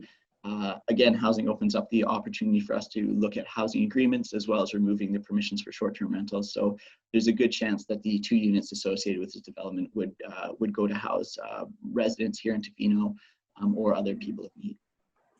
Traffic, access, and parking. It's a pretty high traffic corner. Also a little bit of a tricky corner there. We're at the intersection between Campbell Street and Olsen Road. So there's going to be some considerations regarding the impact of the development on the traffic flow through that area. Access will be off of Olsen Road. It's much too difficult to access the property directly off of Campbell. And parking, currently the proposal calls for, I believe, 9 parking spots, which is actually in excess of what the district would typically require for a property that was pre-zoned for this kind of a development. However, as this is going to be a comprehensive development zone, parking requirements can be varied to suit the requirements of the neighborhood as well as to suit the requirements of the development itself. I believe a lot of these things are actually addressed within the package that the applicant sent in more detail. They have some other kind of plans and considerations regarding that. So there's, I think, some more information, particularly regarding special events and things like that, that the CBT has considered with regards to parking. Olsen Road, as well as being kind of an important access point for the rest of Clayoquot Sound. There are kind of ongoing parking shortage issues there related to people using the crab dock, as well as other areas in that, other parts of Clayoquot Sound, and accessing it by a boat. Some emergency considerations. It's actually outside of the flooding and tsunami areas, according to our most recent data, that particular property. So one of the things that staff have kind of been toying with the idea of is as we go through these rezoning development applications, any properties that are kind of outside of the flooding and tsunami area may provide an opportunity for temporary shelter for people who live within the area, but are actually within the tsunami area. So that may be a consideration moving forward, should the application move forward, to talk with the applicant about the opportunity to, in an emergency situation, provide some temporary shelter for neighboring residents. Servicing is an ongoing issue here in the District of Tofino, particularly regarding sewer, water, drainage, fire flows, all those kinds of things. So there's a good chance that we will be needing a servicing brief to help us understand the impact of this particular rezoning on the infrastructure that exists within the District of Tofino. So that'll be required prior to second reading. There's also some ongoing issues with drainage on the property that will have to be resolved should the application move forward. The multimodal transportation plan, is more of a district-wide plan. However, there are elements of this particular development that are related to some of the parts of the MMTP. This is proposed to be a bit of a neighborhood and district as well as area hub. The particular location of the site is near an access to the water, which would help access the rest of Clayoquot Sound, as well as it's quite easy to access from within Tofino, and is along Campbell Street, so it provides easy access for other people that would be coming to visit the area. So there's the potential for it to host many events, but also be located in an area where driving may not be a necessity to come and visit the area. So understanding that parking is an ongoing consideration, the location actually is fairly well suited to some of the goals within the MMTP. And an amenity contribution, this has not really been discussed with the applicant at this point, but things like a housing agreement may form part of this, as well as other amenities as per the guidelines that have been adopted by council. This will be an ongoing conversation with the applicant, and staff will hopefully bring something back by second reading should the application progress. So the options that we're looking at today: grant permission to proceed with the application, reject, refuse the application, defer, otherwise deal with the application. Based on examination of existing policy and future OCP direction, staff are recommending that we proceed with the application and look into drafting a bylaw. So the next steps would be further research and information as needed, drafting the bylaw, bringing that bylaw back for first reading, and then moving into the referrals process for the application. And if there's any questions or comments, I'm happy to speak. Thank you very much, Peter. Over to council. Yes, Councillor Anderson. Thanks for your report, Peter. I was curious about the form and character. You said that there was no guidelines that apply to this property, and it falls outside of the gateway form and character guidelines. I'm just wondering if the gateway form and character guidelines were sort of applied to this building. What would that mean? Would it mean it was reduced in massing, or not as tall, or I'm just wondering, because I'm kind of thinking along the lines that it should at least meet the gateway form and character guidelines. Yeah, certainly. So because it's outside of the development permit area, typically these kinds of applications, and especially at the rezoning stage, are not assessed with regards to those guidelines too strictly. If a property is within a development permit area and they look to, typically the trigger is a building permit, and they look to apply for a building permit, usually they will also require a development permit for the relevant development permit area. So for example, the gateway development permit area. And at that point, it would go to the, typically they would go first to the design review panel, and then I believe gateway development permit areas are at the discretion of council, so that we would prepare a report and then bring that to council for council's further discussion and consideration. Because this property is outside of the gateway development permit area, we don't necessarily have the same process in place for governing design, form, and character considerations. So that's why it's kind of important to consider them at rezoning stage. So at this point, at the permission to proceed stage, with the initial design, staff haven't really applied the guidelines that are written out in the gateway development permit area to this particular design. However, if the application proceeds, that's something we'd be happy to do and kind of bring back at first reading. Okay. Another question, if I may, around the parking requirements. Are there specific requirements in our parking bylaw about institutional buildings? I'm thinking of some of the buildings we have, like the hospital or the schools. I don't know if what we apply to, for instance, meeting rooms that can seat a certain number of people, or classrooms, etc. I understand that the elementary school has fallen short, or they feel like they need more parking. I don't know about the hospital. I'm just wondering how our parking regulations apply to institutional buildings that have these meeting spaces. Yeah, certainly. So our parking regulations, as outlined in the zoning bylaw with regards to institutional designated properties, don't apply per seat. They actually apply according to floor area. So that's how we would take the overall floor area of the proposed building and then use that to determine the amount of parking that is deemed required. As this will be a comprehensive development zone, there isn't a specific way to kind of address parking. Sometimes in comprehensive development zones, for example, if this was right downtown, we may want to reduce parking requirements in order to provide more housing and allow people to potentially walk more places and try to move towards, even though this isn't an existing reality to Tofino, but move towards people not owning cars as much. Or the other way around, if it was a particular use that we would require potentially more parking for, they're hosting larger events, then we may require more parking. So within the comprehensive development zone framework, we actually have a significant amount of leeway to require or not require parking. The parking estimate that staff provided, and I believe was provided by the applicant as well, was kind of based off the typical approach that we would take. So if a property was zoned for institutional use and they pulled a building permit for a particular size of structure, they would have to provide parking on that property based on the size of the structure. Because we're not at that stage yet, we're just kind of considering rezoning, we can actually vary those parking requirements according to this specific zone, should it be deemed appropriate. Okay, thanks. That's all I have for now. That's Councillor Steer. Yes, thank you.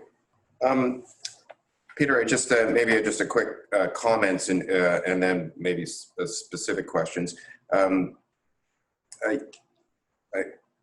support the idea of the use of this land in terms of a science and education community gathering space, and appreciate the vision that the CBT brings forward. They've been a very supportive community organization, and the contributions they brought to our community and region, we're all quite aware of.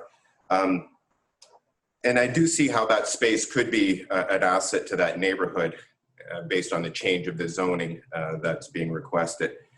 However, as I'm sure you've noted, there were a number of letters in opposition to the development as proposed. And to somewhat summarize those from my own understanding, a lot of the concerns revolved around the size and massing of that building itself, related to the size of the lot, for example, and related to that, kind of the change in the character of that neighborhood based on just that sheer size of the building.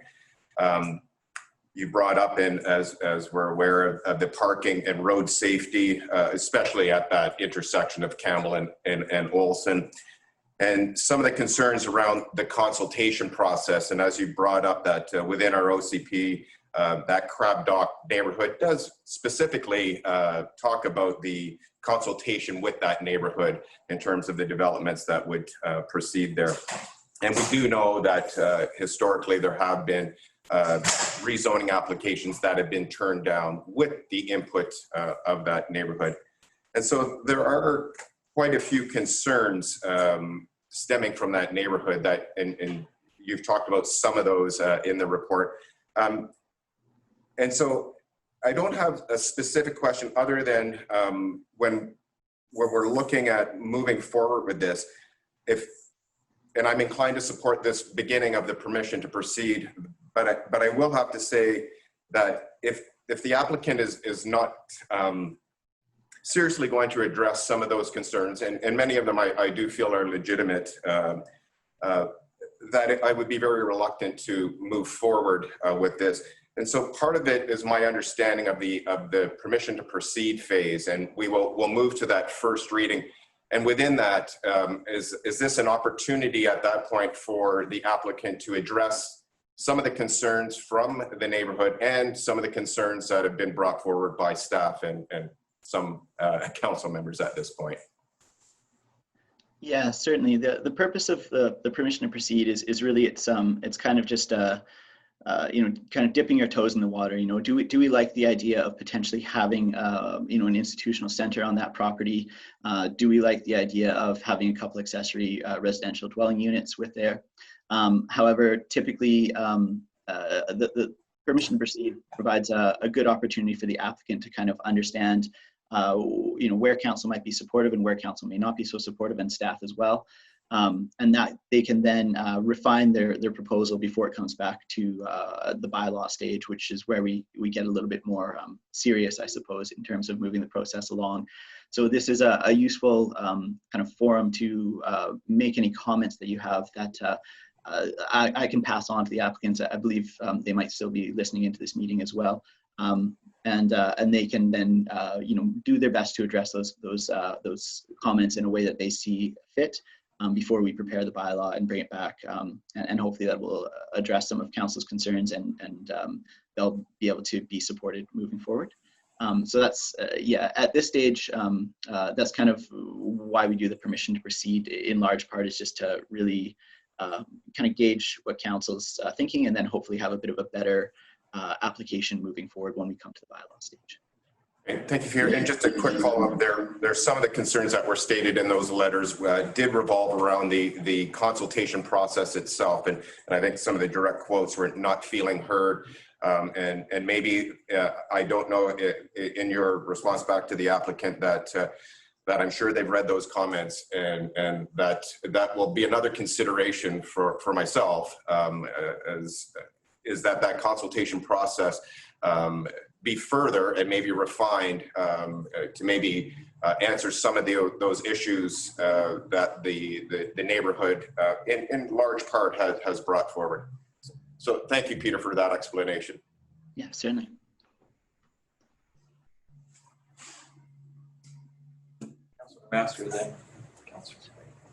Yeah, I'll echo Councillor Steer's concerns, because I always get concerned when we start to change height restrictions and setbacks, and those things were put in place for a reason. So I think there's got to be a good reason to change them.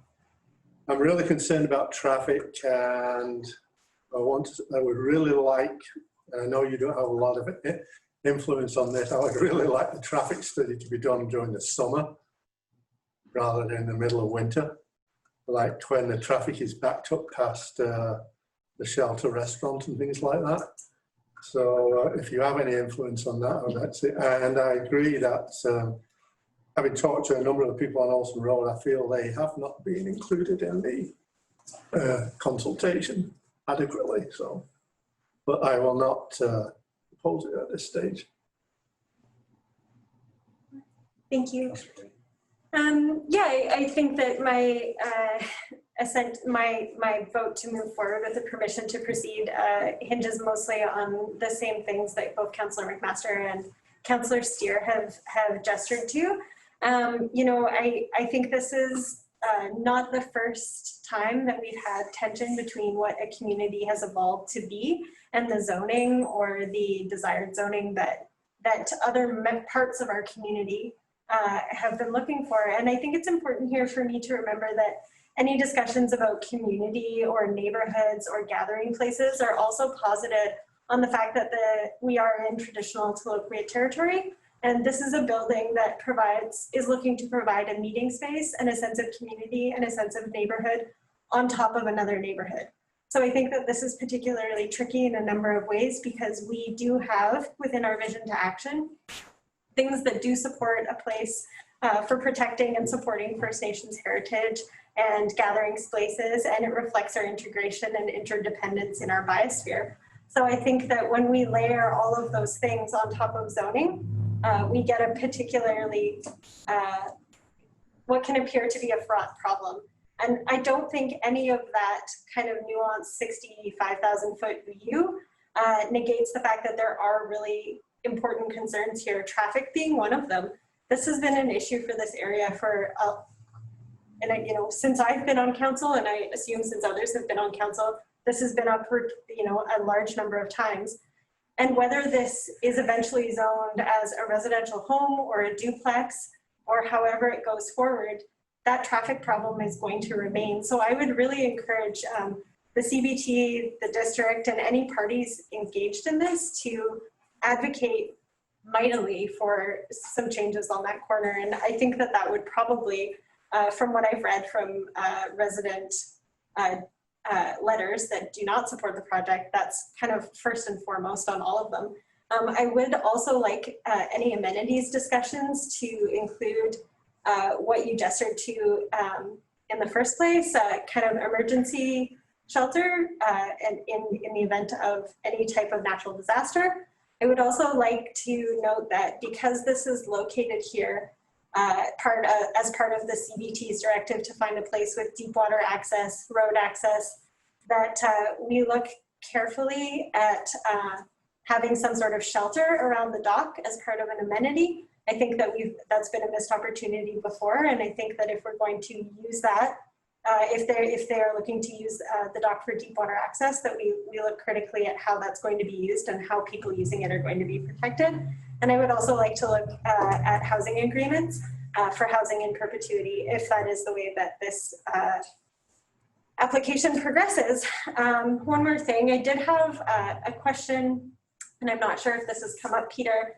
I realize that the compliance on the residential component of the zoning and wanting to retain and not negate any housing supply has meant that this application has 2 housing units. I am wondering if at any point the proponents of this application have looked critically at removing those in regards to the privacy concerns of the neighborhood, in regards to the massing and the height of the building itself, and that it might address some of the concerns that the neighborhood had. I do understand that that takes it out of the Housing First application stream, but it was something that I feel like it would be remiss to not ask about. Thank you. Yeah, I can speak kind of briefly to that. During our very initial meetings with members of the CBT and their design team, that was something that staff kind of mentioned, that you know, housing is an ongoing issue here in Tofino, and that if there's the possibility to include housing units within the design, it may be beneficial to the community and would also allow them to potentially have their application considered a little bit earlier. So I think they have essentially based their design in large part on that conversation, but I would also note that I think that they actually have a vested interest in providing accommodation, as they have many staff of their own that may need accommodation, as well as visiting researchers, visiting teachers, all those kinds of things. So having accommodation, I think, is probably useful not just for the District of Tofino, but for the applicant as well. I believe in one of our meetings, they kind of had a couple questions about the potential for that, for removing the housing units. And I think originally there was going to be, in one of the early iterations of the design, there was actually going to be 3 housing units. One of those was removed in order to kind of address some of the concerns of the community regarding overall size. As far as removing the other 2, that would, we would still be considering the application in a very similar light. And it may provide an opportunity, as you've mentioned, to reduce the overall size, which could help to address some of the concerns of the community too. Thank you. Yeah, so something I'm happy to discuss further with the applicants. Yes. Most of my comments have been said through council so far, but I did want to reiterate the traffic study with regards specifically to the viewpoint with it, the setbacks and how hard it is to turn left there. And then again, the emergency shelter I think is a great idea. And the other thing is one of the conversations I did have with the applicant was regarding during the larger meetings and the use of a shuttle to help mitigate the traffic, but also maybe some information on what that shuttle arrival and drop off would look like in that can it turn around? Is there a drop off? So just kind of including that in, whether it's the traffic study or part of it. Something would be interesting to hear more about. And that's it. And I'd be supportive of the permission to proceed at this stage. I'll move the recommendation. Oh, I just got a question here. I'm just looking around here. We'll wait to move until everybody's had their say. Yeah, Councilor. Yeah, I just wanted to, I was sort of waiting until we discussed the motion to do this, but it seems like we're having the discussion ahead of it. So my concerns specifically around the development are the buffering between the neighboring residential lot. So the fencing and vegetation, I think, should provide some sound barrier as well as sight barrier. And I don't know if enough attention has been paid to that at this point. Of course, the parking I brought up, the scale and the massing of the building, so its form and character.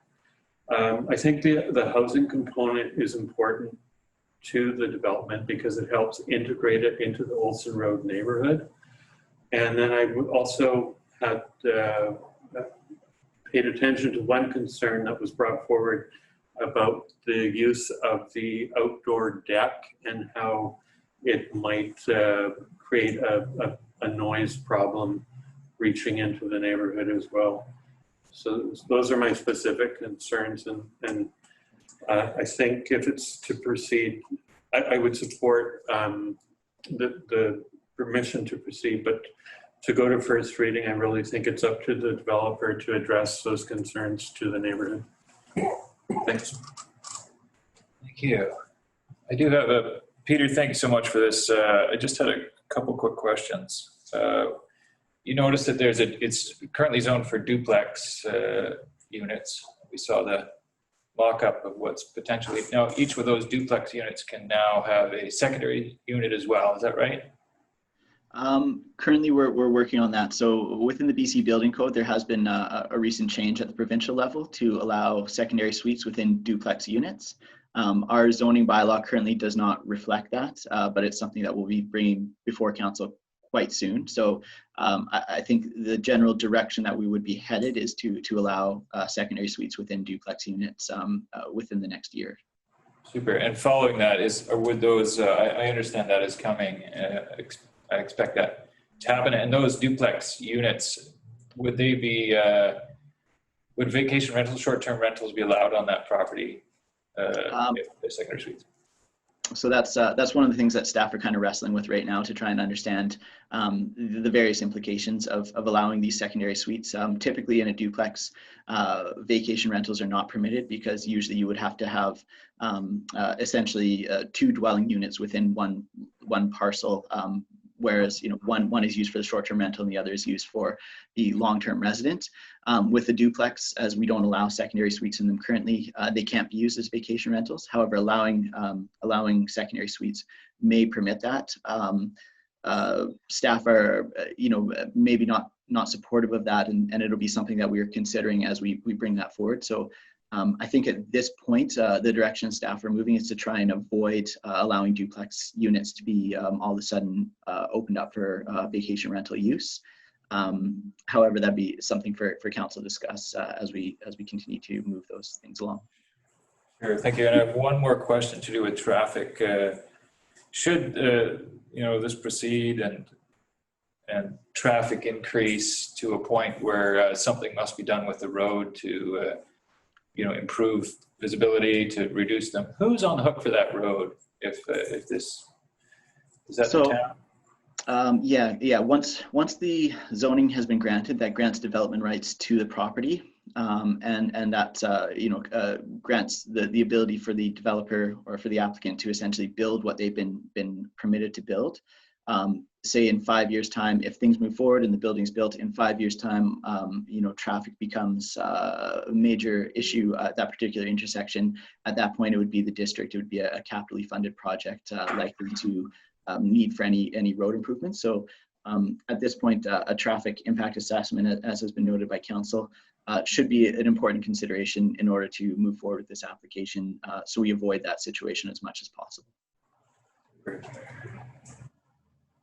So I think we're getting down to the motion. I just want to reiterate what everybody has brought up. I think everybody is basically on board with permission to proceed with caution to the applicant based on mass, sizing, traffic, working with the residents. And I believe that the general consensus is housing is probably a good thing to include, just to clarify that for Peter. That, I know that Councillor McQuaid brought up issues of not wanting those housing or the possibility of excluding the housing to bring down mass, but just want to give Peter sort of a clear idea where we're going with that one. I'm not sure that's unanimous.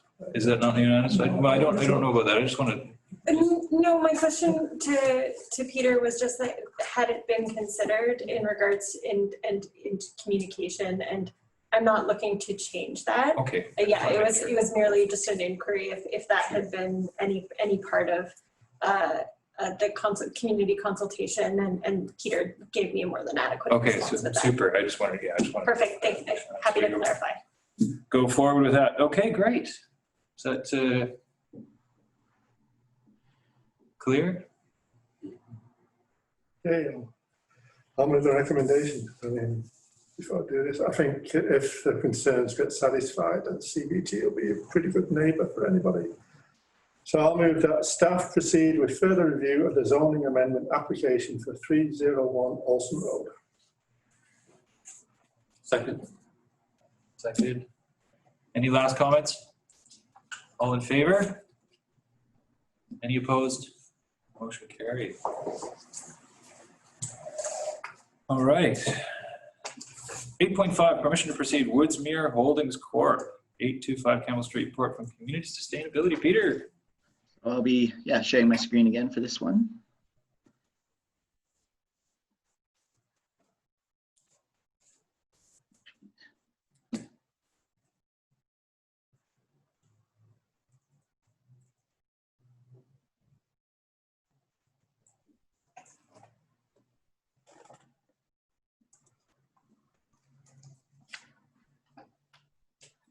All right, so we have another permission to proceed zoning amendment application here. This is for 825 Campbell Street, and the applicant is Woodsmere Holdings. So a bit of background on this particular application. It was received on November 7th of 2019. Permission to proceed was granted actually on February 25th. Changes have been made to the proposal by the applicant, and so in light of this, we brought it back to the permission to proceed stage. Essentially, they've actually scaled back their development proposal fairly significantly, and now they're looking to proceed with just the first stage of what was originally introduced, rather than trying to rezone the entire property all at once. So the location is it's accessed kind of off of Campbell Street as well as off of Ehlers Road, and generally known as the area behind the Co-op Gas Bar and stretching, pardon me, all the way over to the mobile home park. So this zoning amendment would facilitate the creation of basically a new residential neighborhood on the subject property. So a fairly significant consideration that would provide a lot of housing, but would also significantly increase the density within the area. As noted, this proposal that we're currently considering is a scaled back version of the original plan that was brought forward to council earlier this year. So this is what we're looking at currently. There's essentially two areas, one in the northeastern corner. And this would be the area for a multifamily building currently proposed to be about 50 units. My understanding is that the applicant is currently kind of playing with the design and maybe between 50 and 54 units of multifamily sort of apartment style building in that particular area. And then there would be towards the southeast corner of the property, 24 single family units or single family lots, pardon me, would be there. The idea would be that these would also have the permission for secondary suites within them. So as noted, 24 single family lots and 1 multi-family lot are proposed. The single family lots would permit suites. And then this may be changed slightly. There's potential for a couple more units in the apartment building prior to first reading. There's also a typo, I believe, in the actual staff reports in one of the tables that's presented there that for some reason a finger must have slipped, and it says that they're currently proposing to be a total of 90 units. 24 single family units with suites, as well as the 50 units of apartment housing would actually equal 98. There's the potential for that to be increased slightly, perhaps to about 102 units of total housing under this particular proposal. So a quick look at some of the high level policy. Again, the Vision to Action promotes and supports a variety of healthy and affordable housing forms and types. We're looking to continue to expand the pedestrian network, include quality public spaces in all future developments. These are things like complete neighborhoods, so that if somebody wants to go and walk their dog or go visit some place or go buy a jug of milk, they don't necessarily have to get in their car every single time they want to leave their house. And parks, natural green spaces, and greenways are abundant and interconnected and well used. So because we're considering a fairly large, dense development in an area that's close to town, we want to make sure that this particular neighborhood is well planned and well connected to the neighboring areas. The official community plan designates the area as Clayoquot View Estates. Essentially, this indicates the area is intended for residential development with some accessory commercial development as well. The proposed density is a bit of an issue. The OCP kind of proposes a density for the area of about 8 units per acre. Considering the single family lots as well as secondary suites as well as the 50 units of apartment housing, we're significantly over that. So the proposed density is for this particular development is a bit higher than what it would be permitted within the OCP. One of the things to keep in mind, though, is that we are in the process of revising and reviewing our OCP, and the new OCP will likely not have these same density restrictions. It's not uncommon for municipalities to consider and even grant perhaps first and second reading to a zoning bylaw that's not in 100% agreement with the OCP in anticipation of a new OCP being adopted, which will have more robust support for the application. So at this point, staff are not concerned if there's support from council for this application, as we will be looking to hold off adoption of this bylaw until after the OCP is adopted, which hopefully should be much sooner than this particular application is ready for adoption. And the other aspects of the development are generally in line with OCP goals and the larger needs of the community. So the affordable housing needs assessment always comes up with housing things. There's a few gaps that this particular zoning amendment could address. Lower to moderate price permanent year-round rental accommodation, affordable rental accommodation for seasonal employees, and then one of the other things that this particular development may address, which does not come up too often here in Tofino, is home ownership units at the low end of the market. So these, particularly the smaller single-family dwelling lots, would be designed to be more affordable than many of the existing options on the market currently. So the property is currently zoned rural district, intended for large residential holdings. So minimum lot size of about 4.9 acres, I believe. This new comprehensive development zone that we're considering would allow the the lot to be developed as proposed by the plan. So there would be a significant increase in density, but there would be a reduction in some other permitted uses. So we would probably be removing short-term rentals from the zoning permissions, as well as agricultural uses, caretakers cottages, et cetera, those kinds of things. There'd be some changes in setbacks as well, likely. So some of the initial land use considerations, use and density are kind of the main things that we talk about through zoning, particularly in these early stages. In general, residential use is supported by both the Vision to Action and the official community plan. Density, as has been noted, is a bit of a concern. However, staff feel that the proposed direction for the new OCP will not have these density restrictions. And so provided that the new OCP is adopted before we get close to considering adoption of this particular bylaw, that should not be an issue. And again, this is assuming that the application will proceed as it is currently proposed. Servicing is a major consideration, as has been outlined in the reports. Water, sewer, drainage, all these things really will need to be addressed. And so we'll be looking for a fairly comprehensive servicing brief to be prepared by the applicant for review by the Director of Public Works and anybody else involved, just to ensure that we actually do have the adequate infrastructure to service this proposed amendment. Traffic access connectivity, the access for the single family dwellings is proposed to be off of Campbell Street. So again, this is, it's not a particularly steep or a sharp corner or anything like that where this access is. However, it is a fairly heavily used road, particularly during the summer. So there may be some considerations for upgrades to the road infrastructure in order to accommodate left-hand turning up that area. Connectivity as well has been noted a little bit earlier in this presentation, but connection to all the areas around there. If we're going to be creating a new neighborhood, we want to make sure that it has adequate amenities within the neighborhood as well as adequate access so that people could quite conceivably, ride a bike or walk to their jobs or into town or to many of the places that they need to be. Again, this particular proposal may be kind of working in conjunction with a proposal to the neighboring lot just to the north. That may or may not line up, but it is certainly an ongoing consideration with regards to this application. Emergency considerations, again, as was noted in the previous report and presentation, this particular application, or pardon me, this particular property is outside of the tsunami danger area and isn't subject to flooding concerns. However, through community amenity contributions or through neighborhood design, there may be the potential for a portion of the property to be designated as a tsunami shelter, tsunami evacuation area, which could, also be converted to other community uses when it's not being used for that purpose.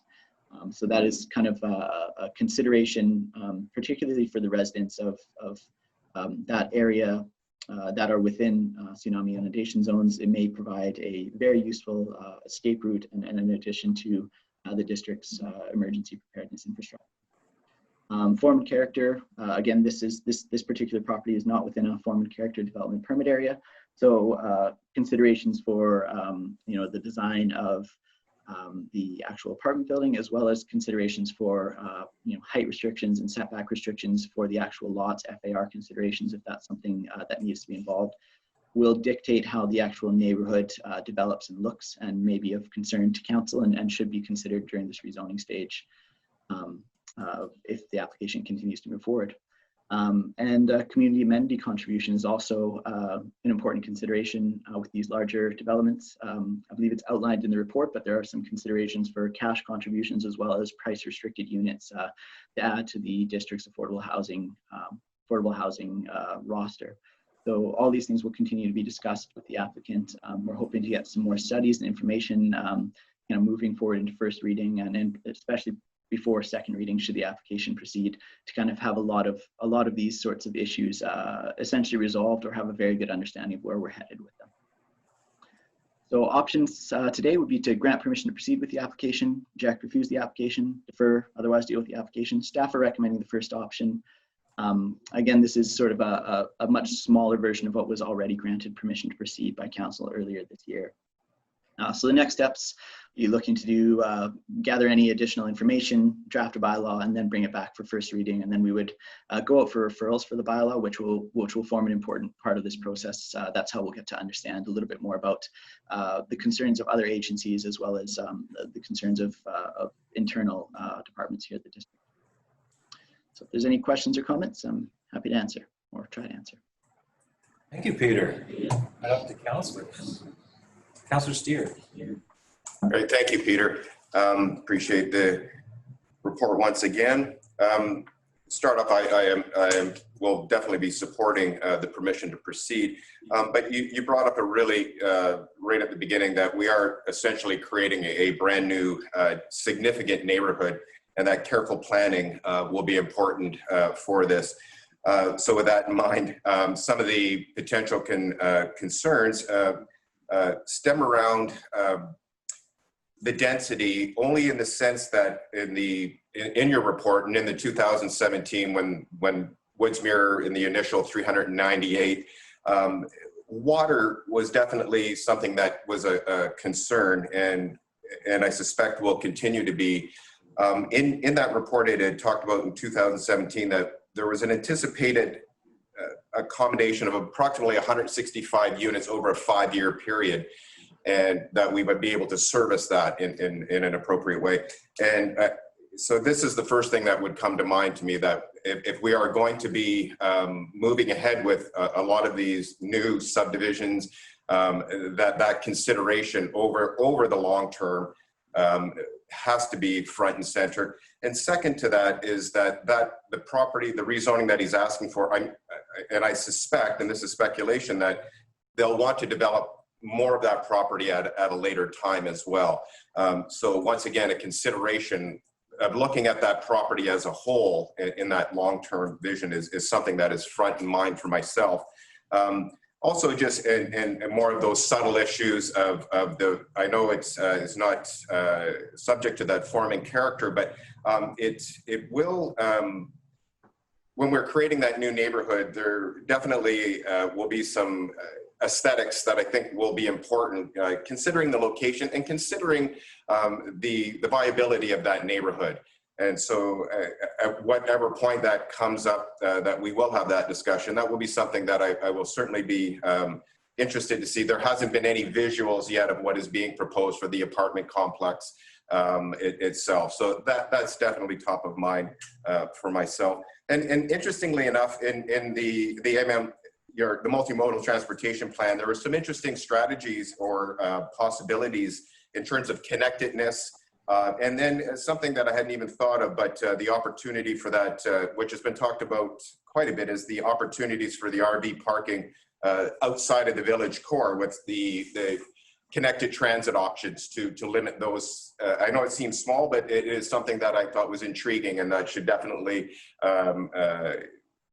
brought my attention to that to be discussed with the applicant as well in there. I think that'll be it for now. Just to reiterate that I am in support of moving forward with this, with those concerns that I just alliterated to.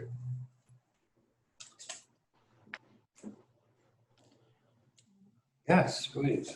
I'll again reiterate, Councillor Steer, I think I'll be in support of moving forward. I think you've identified a lot of the issues that I have issues with that staff's already looking at.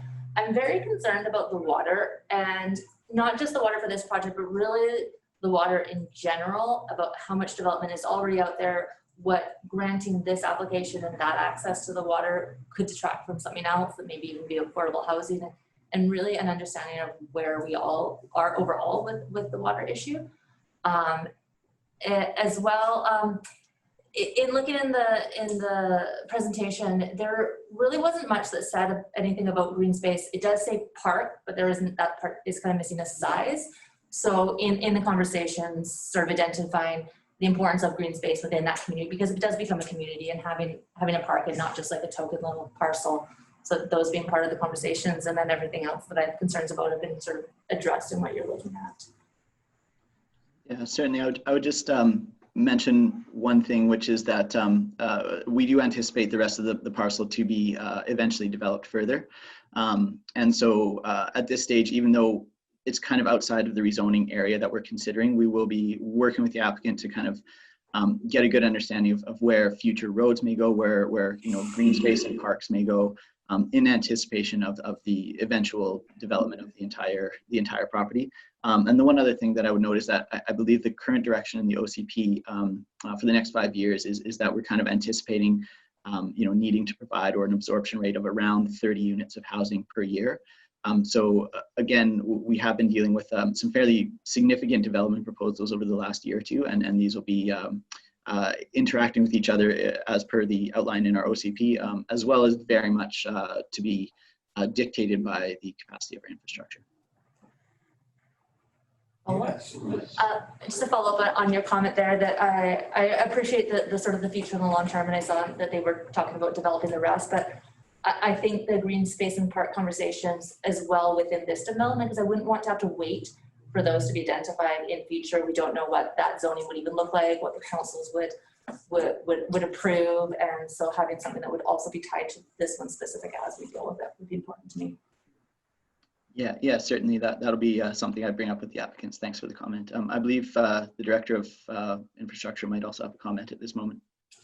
That's Bob, and then I know Mr. Work wants to comment on water, which may come up again. Fraser. Thanks, Acting Mayor and Council. Just a comment about the water system. I think the essential question that we need to answer as a municipality is, are we at, near, or beyond our capacity to provide safe drinking water and firefighting flows within the community? That question resonates strongly with me, of course, in this position. And it's also the source of some proposed budget items that will be before council in the coming weeks for consideration for the 2021 and beyond financial plan. The way that we're sort of framing this one at the moment is the master plan for water, which would include some scenarios and projections for future growth and development, and be able to provide a set of options with risks and benefits for us to invest in our systems, including our infrastructure, but also our management systems and our systems and how we take decisions with respect to land development. I see Aaron's there too, and I'm sure he would like to speak a little bit to the issue, but to inform us with all of the intel and the insights that we need to make wise decisions moving forward based on water is of top of mind and right in front of us as we move through our budget planning for next year, which will be, I think, topics even maybe as soon as this week during strategic planning. So I'll stop there unless council has any comments. Actually, Do you have a comment? Yeah, it's specific to Fraser, if that's okay. Go ahead. It's just in terms of your the data that you have available, and I know back in 2014 when there, for example, the low flow analysis that were there, I would deem it very unreliable. There was margin of error between 30 and 50% in those analysis. And is the need for more comprehensive data contingent, and will that be in that budget sort of discussion that you just referred to? Yeah, I think that's a great consideration, is of course how robust is the data that we have right now, which would lead to a very robust set of recommendations or decisions. We've been doing low flow analysis for about 7 years in the district, and I'm just learning about a lot of the history here, which most of council and the public will know a lot more than I do. So I'll ask for patience when it comes to getting up to speed, but working with the consultants that have been involved with some of these projects over years and years, and potentially some consultants even decades, we need to sort of synthesize all of that and define what information we have and clearly define the uncertainty, and then develop a bit of a roadmap or an action plan of how we're going to close those gaps. I think we have some pretty good data to answer Councillor Steer's question directly. I think there will always be a need for more ongoing data programs and monitoring, which can be helped with new technology offerings and sensors, that kind of thing. But as I think the feeling, I think, with the consulting groups that have been closest to this problem for many years is that we have more information now than we've ever had. And we can actually synthesize that in a way that tells a renewed and compelling story in 2020 and 2021 about where we're at and what we have to consider very, very carefully as we move through the future. This is the thing that I think Aaron and I talk about the most, and some of the things that I talk about the most with the consulting groups is is how close to limits are we, and how will that then inform our decision making going forward? So hopefully that answers the question, that question in particular, and I'll stand by for more. I think this to do with water. Yeah, Freda, my concern is how long is it going to take us to get this study done? These developments are coming at us fast and furious, and I think we need to have an answer sooner rather than later. Yeah, through the mayor, I understand the stakes here. I think I have a pretty good idea of that we're on borrowed time with answering that question of how close to limits we are, and how much room does that make for making wise decisions as even in the interim. We've talked about it as a decision-making tool set that could help us even in the interim make wise decisions and make sound, rational decisions with the best information that we have to hand. I've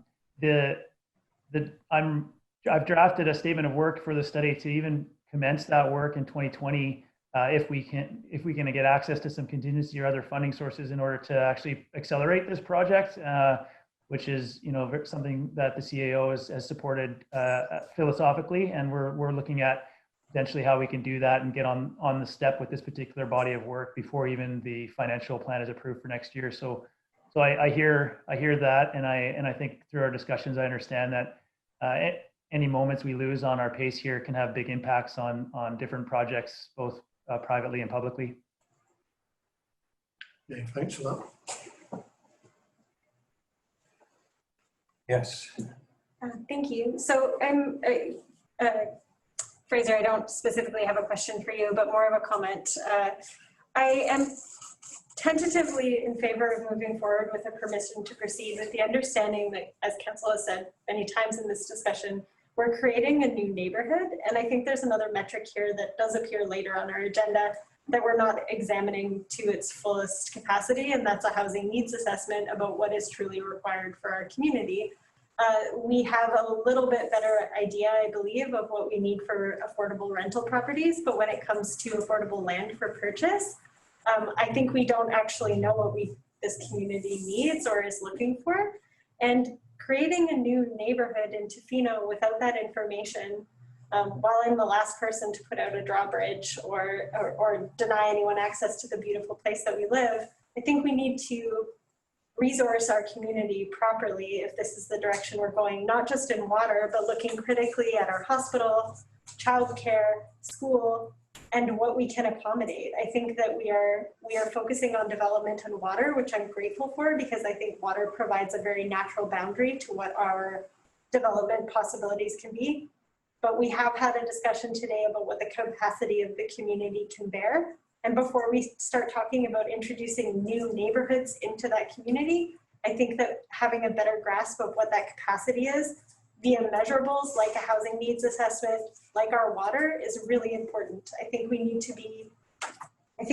to look critically through our strategic planning and through these conversations about what measurables and metrics we can truly look at to ensure that we're making these best decisions. So while I will tentatively go forward, because I think this is another way to understanding some of our limits, I am cautiously voting in favor of permission to proceed. So that's my position.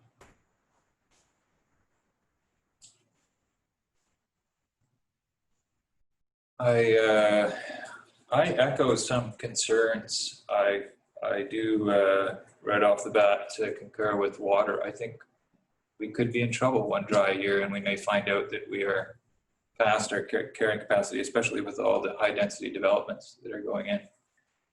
This proposal being potentially. I also really do feel the lack of the housing needs assessment. So I know that we're going to talk about that, and I feel like I need more information and critical information, and I think these large developments are pushing the envelope for me. And I really do echo Councillor McQuaid's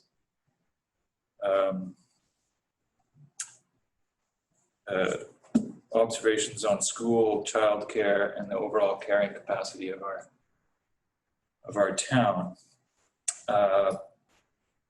sorry, this isn't really a question for you, Fraser, but you're up there on the screen. But I see that.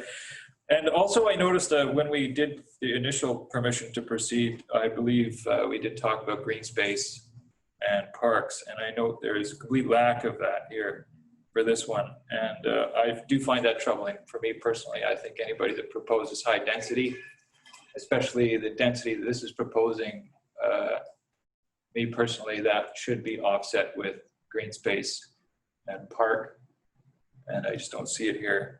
I do feel the need in the community, and I think it's been articulated well for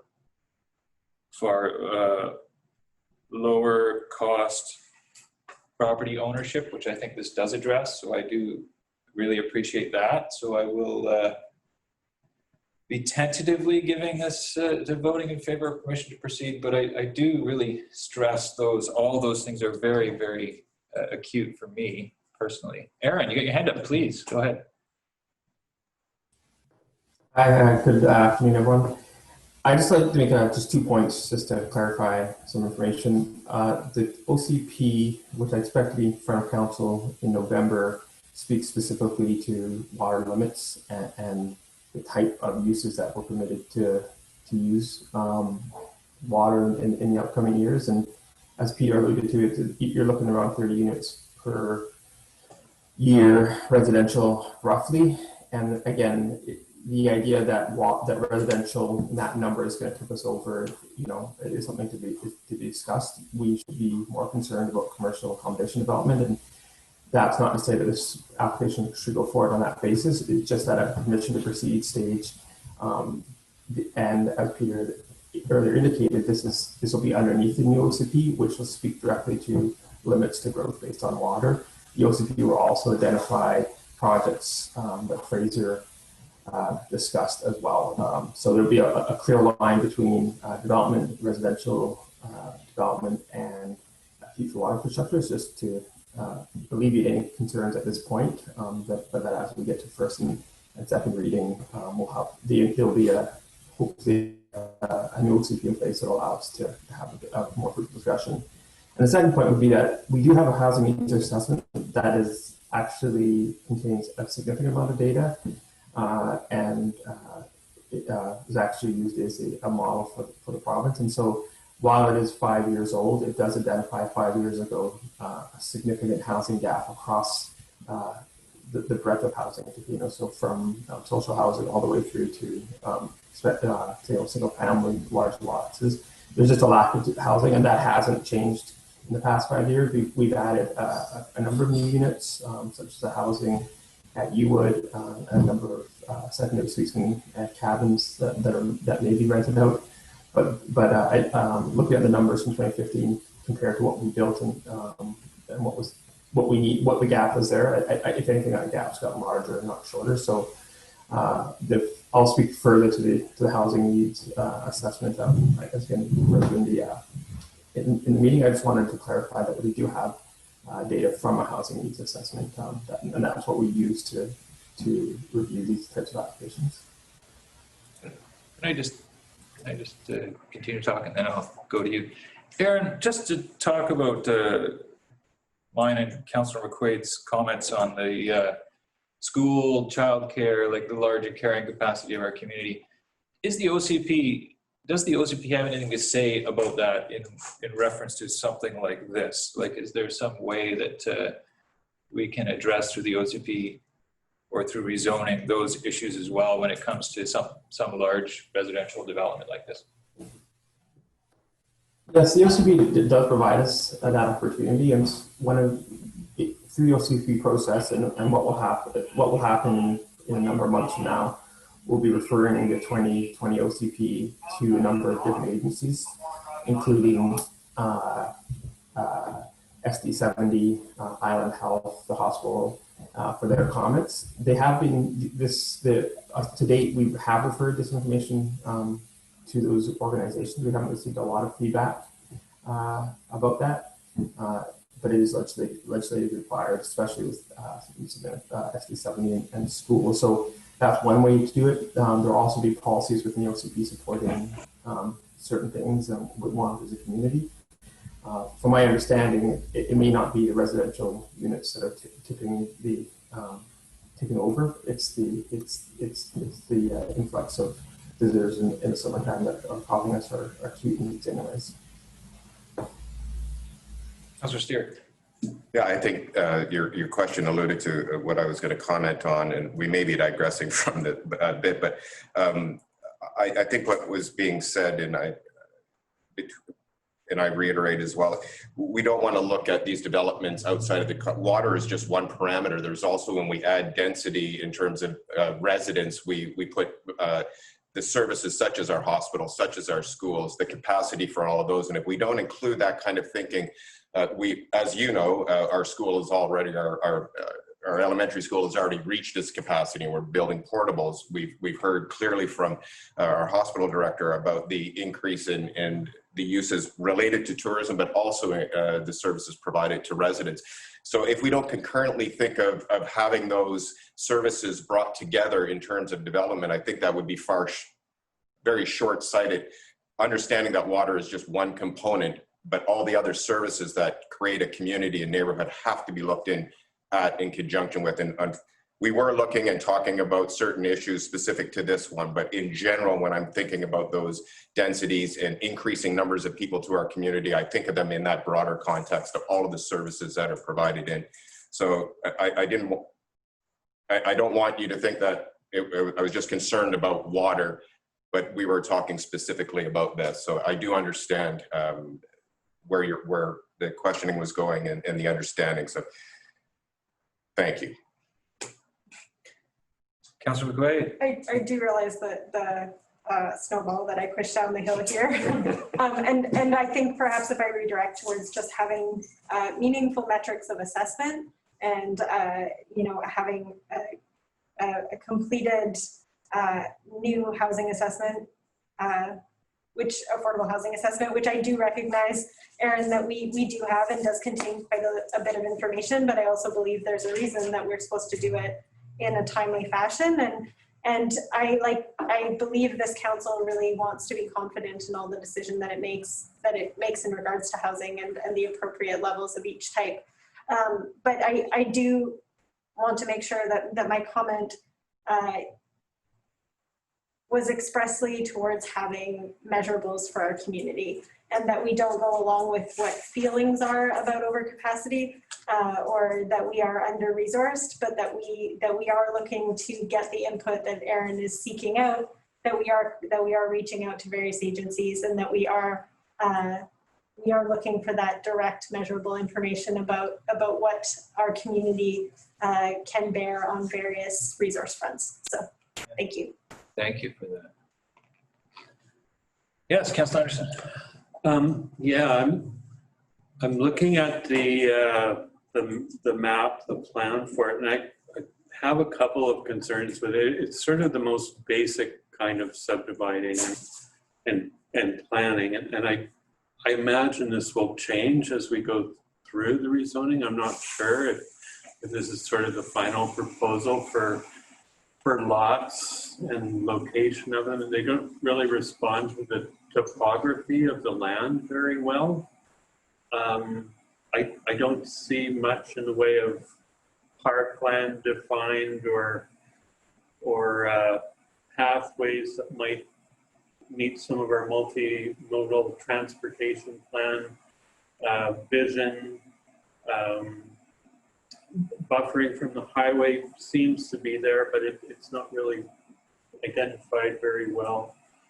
And I'm wondering also if we want all single family dwellings. I'm thinking if there were some duplexes or maybe fourplex lots, that the clustering of some of the houses might provide for more green space and provide for a better response to the land and the topography, and albeit that the land's been cleared, I think going forward there could be maybe some improvements in terms of environmental and climate change goals that could be met with a different sort of approach to the subdivision, and rather than just imposing a very rectangular kind of grid onto a bit of a rolling landscape.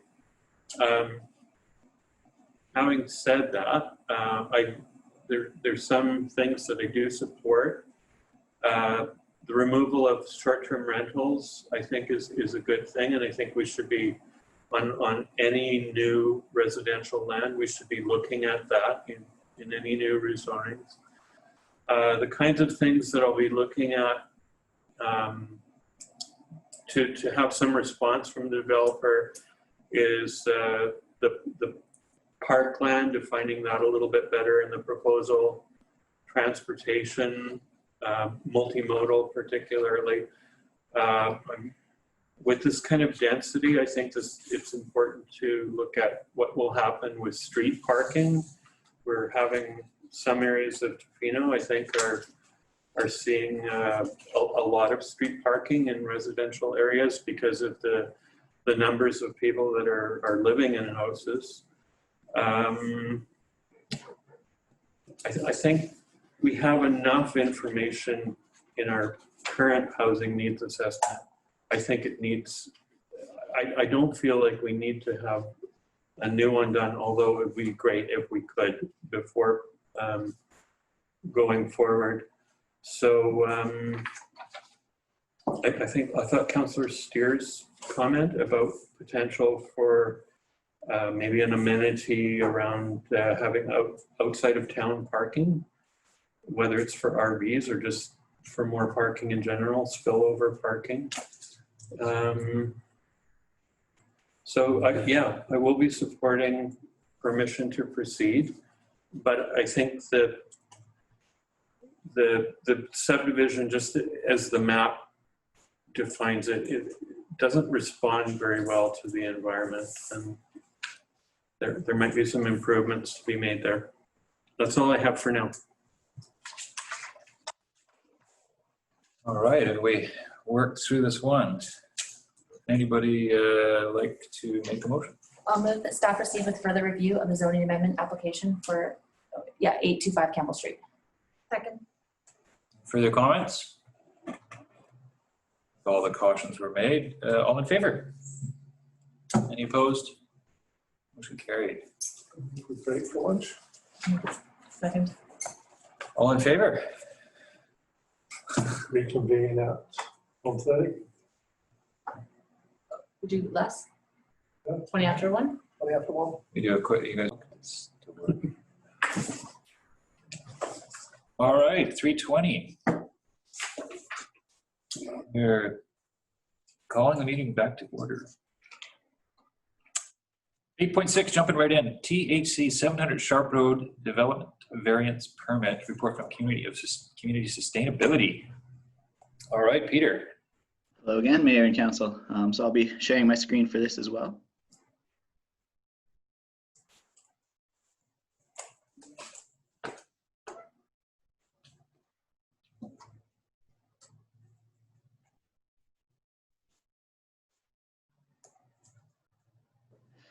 All right, so moving into the development variance permit application for 700 Sharp Road. This is an application from the Tofino Housing Corporation. So this development variance permit has been considered by council before, I believe on August 11th, 2020. It was deferred so that staff could gather more information. The Director of Public Works has done some more background kind of research and has spoken with BC Hydro at length regarding the actual application and the variance proposed. And so I have a little bit more information to add to the original presentation. This development variance permit would vary the District of Tofino subdivision and development control bylaw, essentially allowing service to the property via overhead power. Typically with new developments, we look to have underground power provided or power provided via underground ducting, I believe is the correct terminology. So the location for the property is the 700 Sharp Road, recent subject of rezoning and development permit applications regarding a affordable housing development. This is kind of a sketch of what the variance would essentially allow. Towards the bottom of the sketch, there's kind of the layout of the proposed townhouse dwelling units. And then towards the top there, there's the Sharp Road right-of-way, and the area that's been outlined in the red actually shows approximately where the driveway is and indicates the overhead power coming in over that driveway area.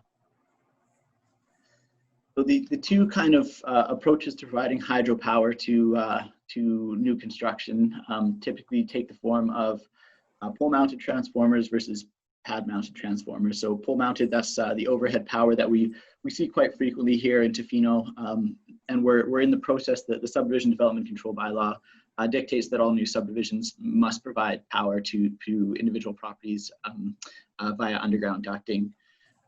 So we're looking to move developments essentially away from overhead power and more into underground power. So a quick brief kind of compare and contrast. The pole-mounted power for this particular area does align with the existing configuration of power. There are other power lines existing along Sharp Road and within the area. There'll be a lower cost for the developer, and over the life cycle of the infrastructure, it's actually a lower cost for the power provider, which would be BC Hydro. And in general, there'll be some reduced ecological impact. The one kind of caveat with that is overhead power often can get tangled up with trees, as that there are many of along Sharp Road, branches in particular. So there may have to be ongoing maintenance and pruning, those kinds of things to maintain that pole-mounted transformer and overhead power to the property. Pad-mounted transformers provides underground power to this site only, so it would reduce visual impacts in the immediate area, but it wouldn't address the larger kind of visual impacts kind of upstream and downstream of the development. The higher cost for the developer to install, around $30,000 is the estimate we received from BC Hydro. And over the life cycle of the infrastructure, it's actually a higher cost for the provider of power as well. There may need to be some changes to the site layout to accommodate the pad-mounted transformer. So this may result in the applicants coming back to council looking for a variance permit or some other agreement to allow that to exist in a particular area.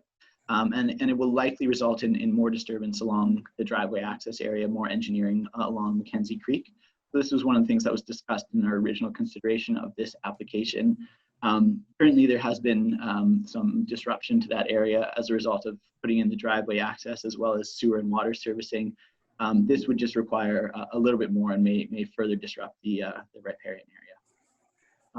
It's kind of interesting to note the information that was gathered by the Director of Public Works kind of indicated that both pad-mounted and pole-mounted transformers, so both methods of moving power to the site, really kind of rely on both upstream and downstream connections as well as the reliability of the unit itself.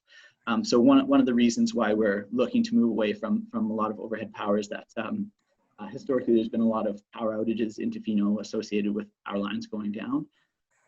However, we still have the majority of power in the town is provided by overhead wires, and so it's not that this one particular unit will change that issue to a drastic amount. So the consensus from BC Hydro was the idea is that underground power not only reduces visual impact, but may provide a more secure power source. However, it does very much depend on what's upstream and downstream of that individual structure as well. Taking a quick look at some of the criteria we use to evaluate these development variance permits. Regarding the form and character of the street area and neighborhood, there's not a significant change anticipated. Power poles and wires are already present along Sharp Road. There will be some additional infrastructure that's added as a result of this, though, of course. Regarding ecological functioning, natural features, those kinds of things, I touched on this already, but the underground power will create further disturbance to this area. However, overhead power may also conflict with natural vegetation, such as tree branches, so there's a bit of a trade-off there. However, there will be significantly less engineering and actual works impacts to the riparian area as a result of allowing overhead power. Solar exposure, not really applicable. Neither is privacy necessarily from this particular variance application.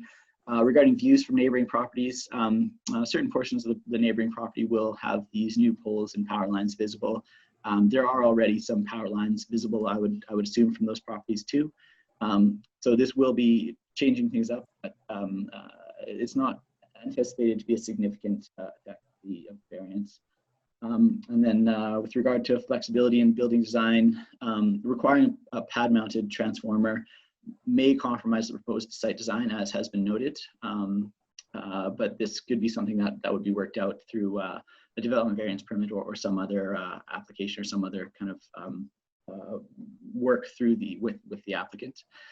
Further comments from nearby property owners have also been solicited in order to kind of better understand additional impacts to the design of the property. So we did actually notify on July 31st. This application was then deferred by council. We're bringing it back now. Since that time, we haven't received any responses by staff. Any responses have been received by staff. Staff are recommending approval of the variance to allow overhead power. Other options would be to refuse the application or further defer the application for more information. If there's any questions or comments, I'm happy to try and do my best to speak to them.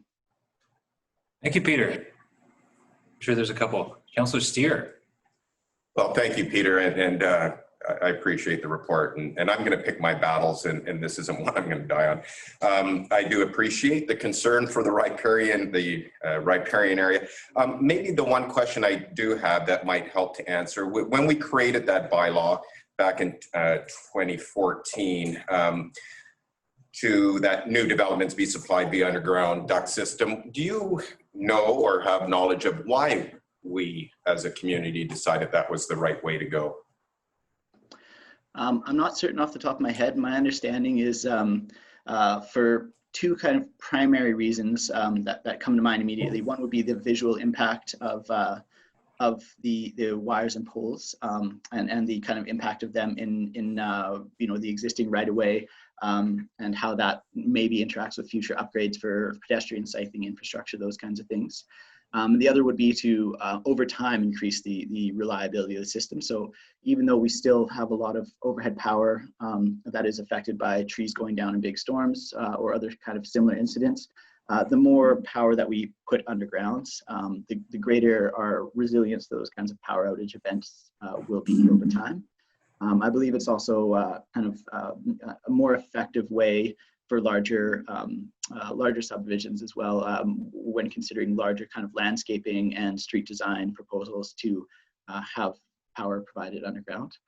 So that's kind of my initial understanding, but again, I would note that I was not around during the development of that bylaw, and so I don't know specifics. Understood. Thank you, Peter. Any comments around the table? I think I will probably support this, but I do caution the developers that I personally do not like variances of this nature. I think those guidelines were put in place for a reason, and I think we should stick to them for the most part. So although I think I will support this, I am a little disappointed. Provide some one bit of historical information that at one time all of the downtown was sort of, and some of the buildings indeed do have underground wiring. The district at one time just thought that hydro poles were unsightly and was moving towards, at least in the downtown area, having all underground wiring. We've since moved away from that policy. So I can't say for sure, but Sharp Road may have been caught up in that time and that thinking. So interesting. I'm happy to move. Please do. The council approve development variance permit number 0620 to vary district of the District of Tofino subdivision and development control bylaw number 1201 for lot 1, district lot 132, Clayoquot District, plan 33516 as follows. Vary part 1.1 of the District of Tofino subdivision and development control bylaw number 1201 2014 to permit a power service to the subject property via overhead power lines. Seconded. Any last comments? All in favor? Any opposed? Motion carried. Okay, 8.7, THC 700 Sharp Road Housing Agreement Report from Community Sustainability.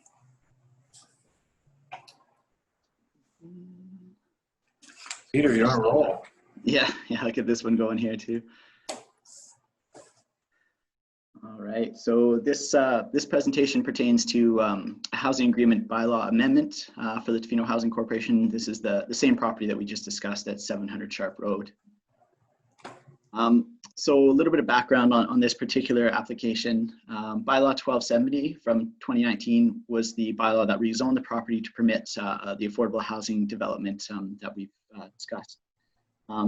Housing bylaw was designed to be a requirement of the zoning amendments, and housing bylaw has been adopted in relation to the project.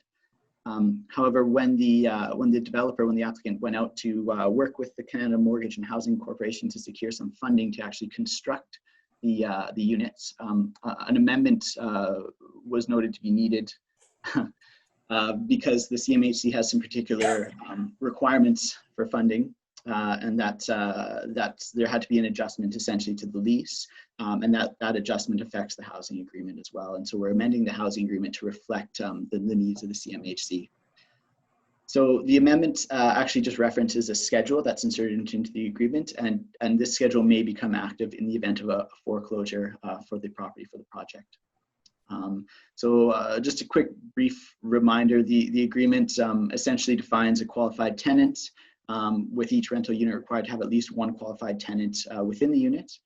Maximum monthly rates of yearly increase for rental fees are identified, and a selection process is outlined for qualified tenants in order to actually access and reside within the units. There's an initial lottery system with a waiting list maintained. So this has been already adopted by council. There's no changes here. The only change is essentially amending one particular portion of the housing agreement. So we need a new housing agreement bylaw to do that.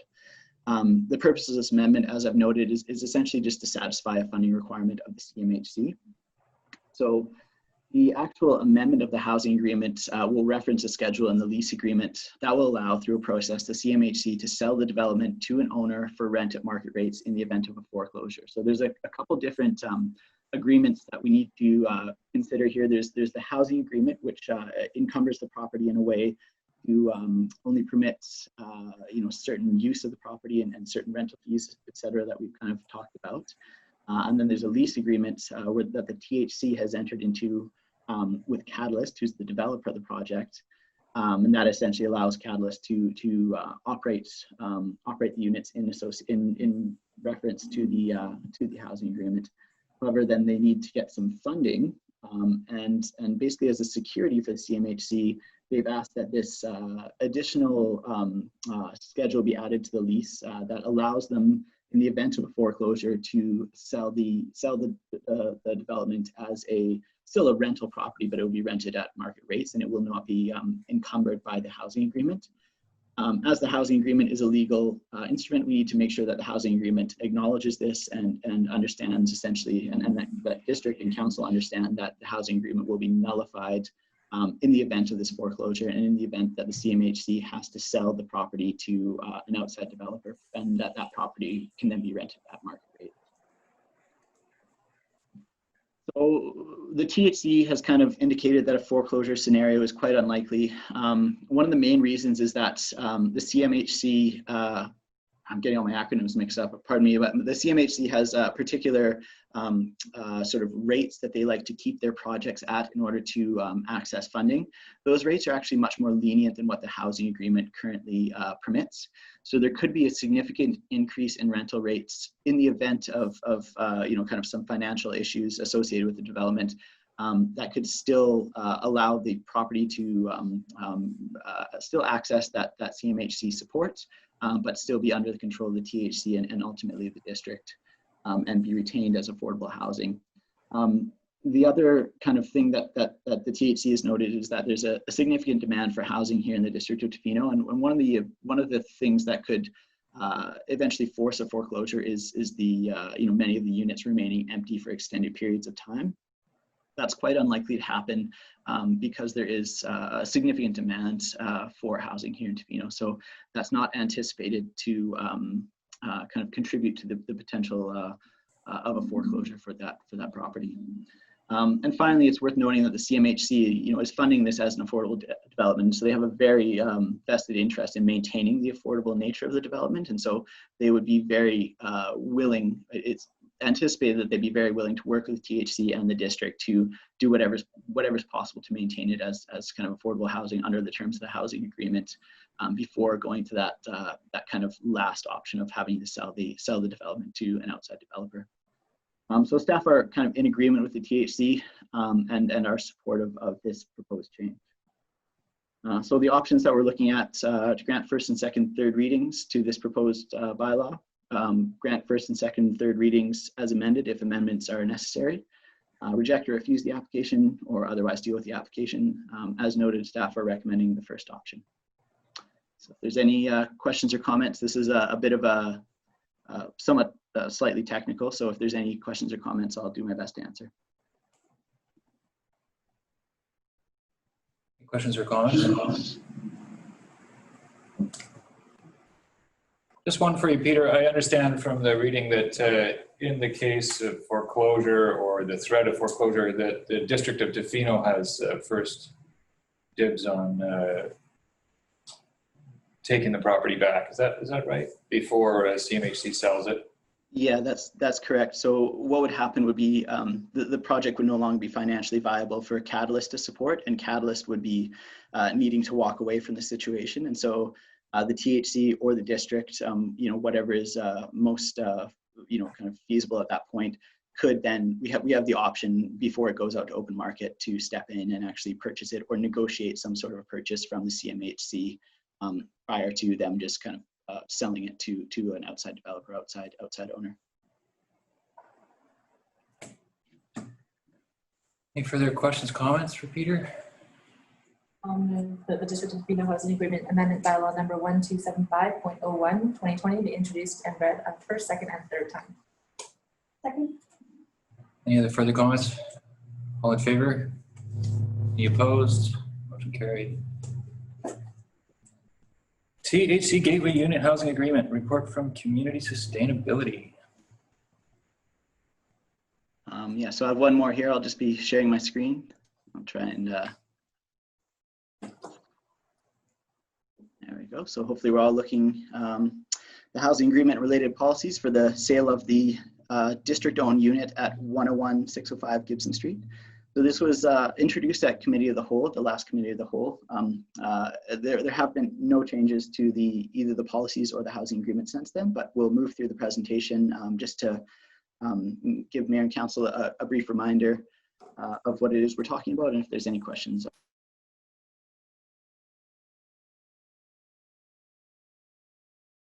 Yeah, there should be some transparency around it. So all we wanted to do was identify options for council and their options. Not table it.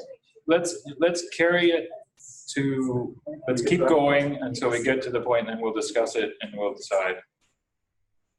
Things may come back, power may come back on. Maybe everybody's still watching that was watching. Dan, just the terminology tabling. Tabling? I didn't say tabling. Or like, yeah, say tabling? Oh, you did say tabling. Isn't tabling hard to bring back up again? Don't you? Tabling is just to later in the meeting. Oh, okay. As long as you say it. It's to determine that. Yeah.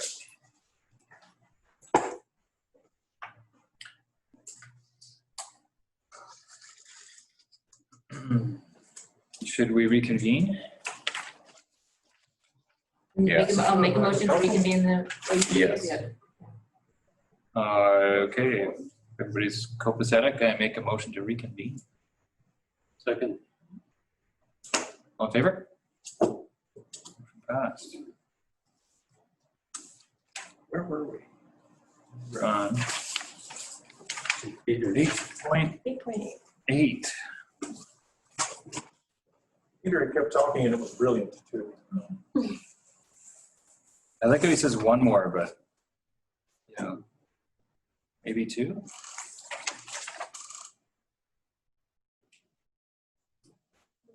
Go, Peter, go.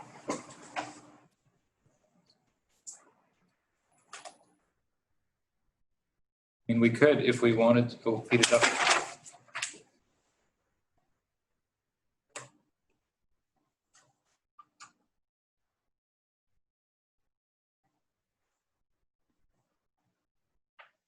Continue hearing from Mr. Thicke, is that the? Yes. Peter, are you going to carry on, Peter? Sorry.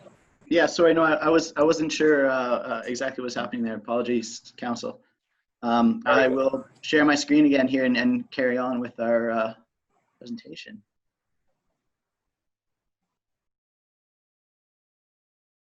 So as I was mentioning before, we were cut off by the power. This particular housing agreement and the related policies were reviewed by Council at the last Committee of the Whole, and they pertain to the sale of the district-owned unit at 101-605 Gibson Street. The unit was received by the district in conjunction with the development.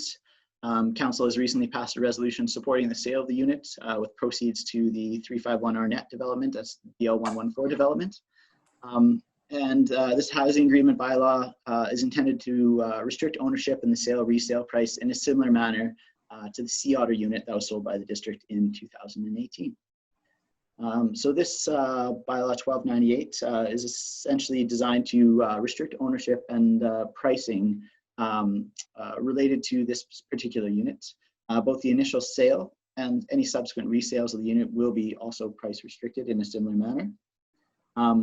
And only an applicant that meets all requirements, this is the idea of the qualified person that lives in most of our housing agreements, may purchase the unit, and only that person must reside in the unit outside of other people living with the qualified person in relationship of some sort.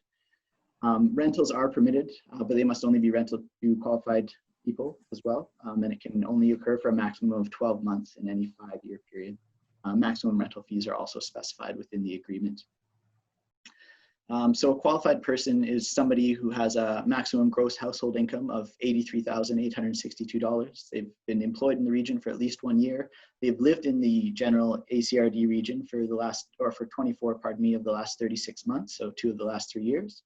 They don't own any other real property anywhere in the world.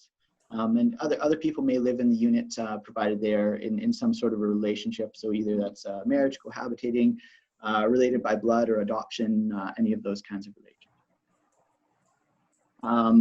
So the purchase policy that's associated with the housing agreement basically outlines the method for disposition of the unit. So what's going to happen is, should council move forward with this policy, a 30-day application window with at least 1 open house will occur, and that'll be the intake period for qualified applicants, qualified persons to submit their applications for purchase of the unit. There will also be additional application numbers for repeat applicants. So this means that if one of the applicants for this particular unit also applied for the unit at the Sea Otter developments, they'll also receive essentially another number and another opportunity to have their particular application selected for the opportunity to purchase this unit. After that, a random draw will be conducted. The first number drawn of all the applicants will be offered the unit for purchase. I believe at that point they have 3 business days to draw up a contract for purchase. And if no contract is finalized within that time, the opportunity will go to the next number drawn and so forth down the line.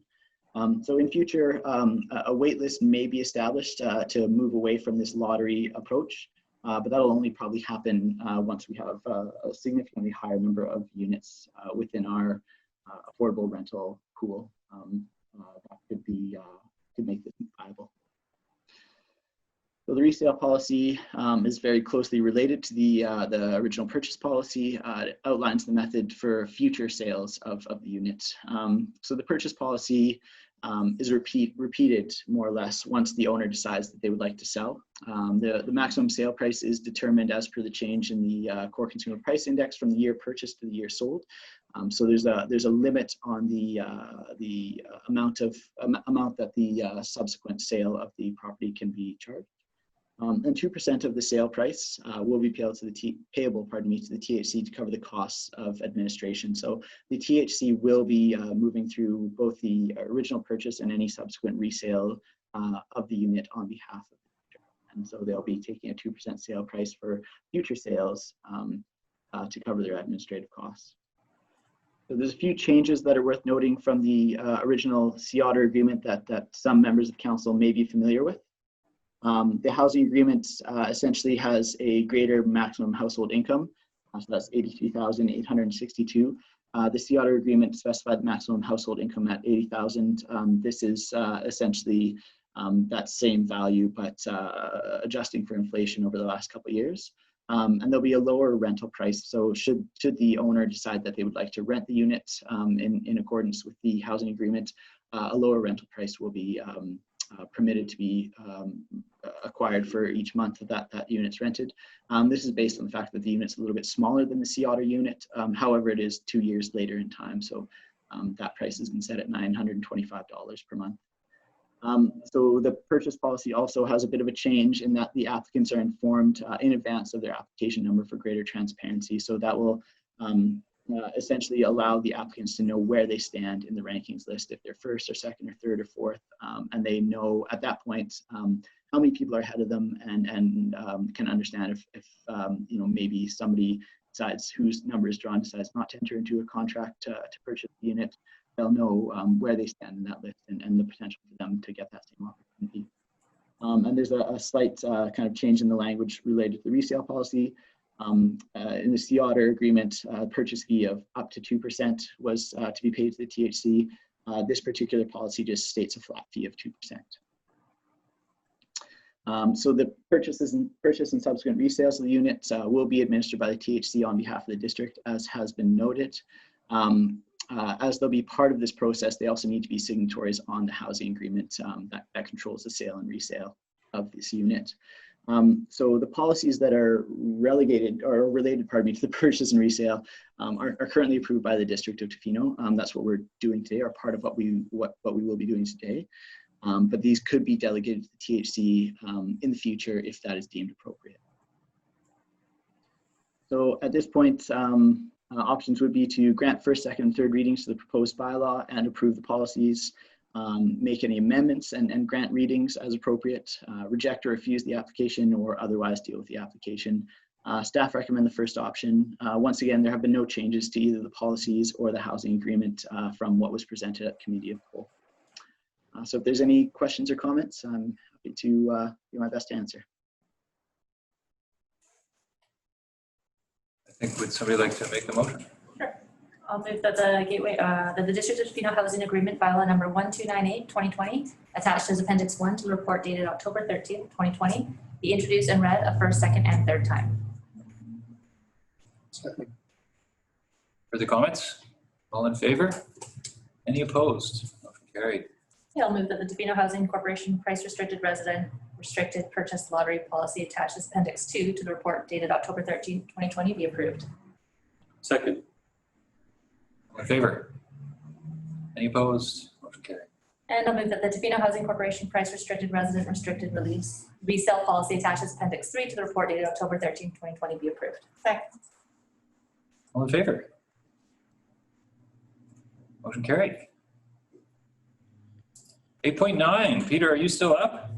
No, thank you, Mayor and Council, for your time. I think I'll pass it over to Mr. Rogers at this point. Okay, thanks a lot, Peter.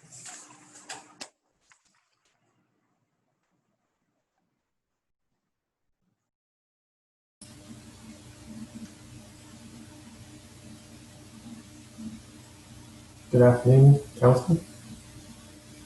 I'm assuming you can hear me? Yeah, I gotta say, Aaron, the last time you were on, you were cutting out a little bit, so I'm not sure if that's if you can. How's that? Good.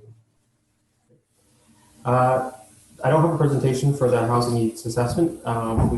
Staff have submitted an application, I think about 2 weeks ago now. We'll be following up with UBCM with letters of support and hopefully a council resolution supporting our application to UBCM for the housing needs assessment. It's going to be a joint project between Tofino, Clayoquot, and ACRD, Area C specifically, and we'll sort of address the housing market as a whole for the region rather than individually as a community. So we'll meet the needs of our community. It'll probably be a 3-phase or 3-chaptered report so that we each have what we need legislatively, and but also give a pretty good regional overview. This is a requirement of legislation. Community has to complete one housing assessment every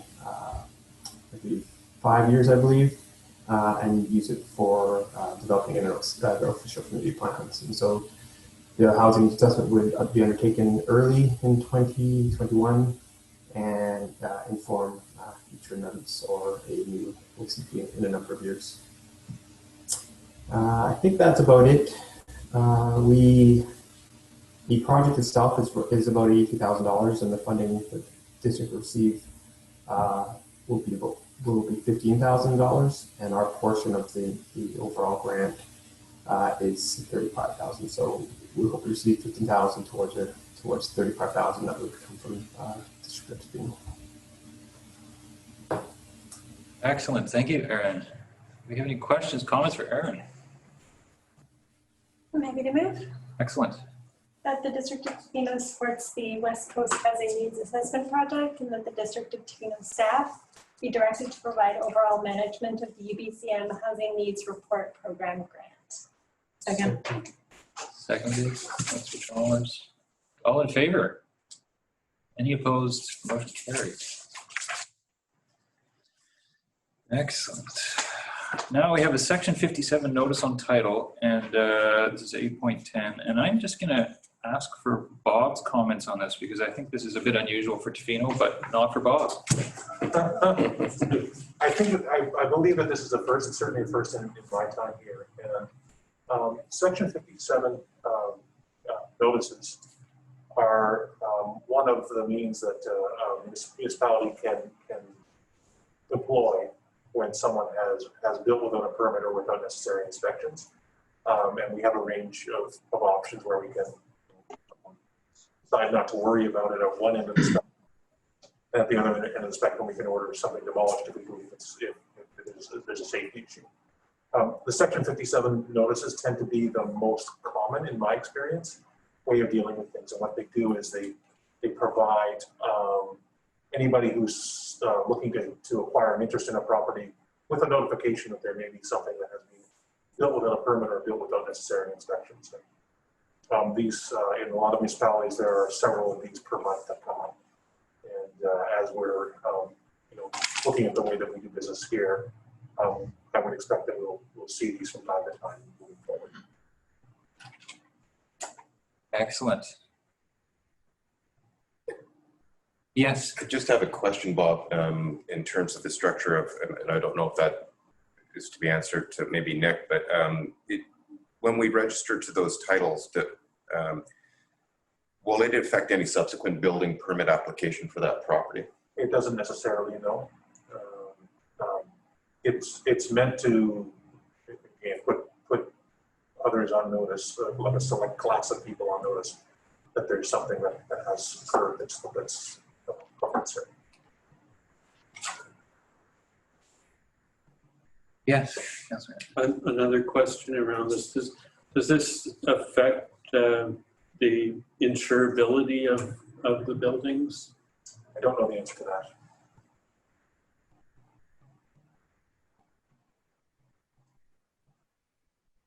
Okay.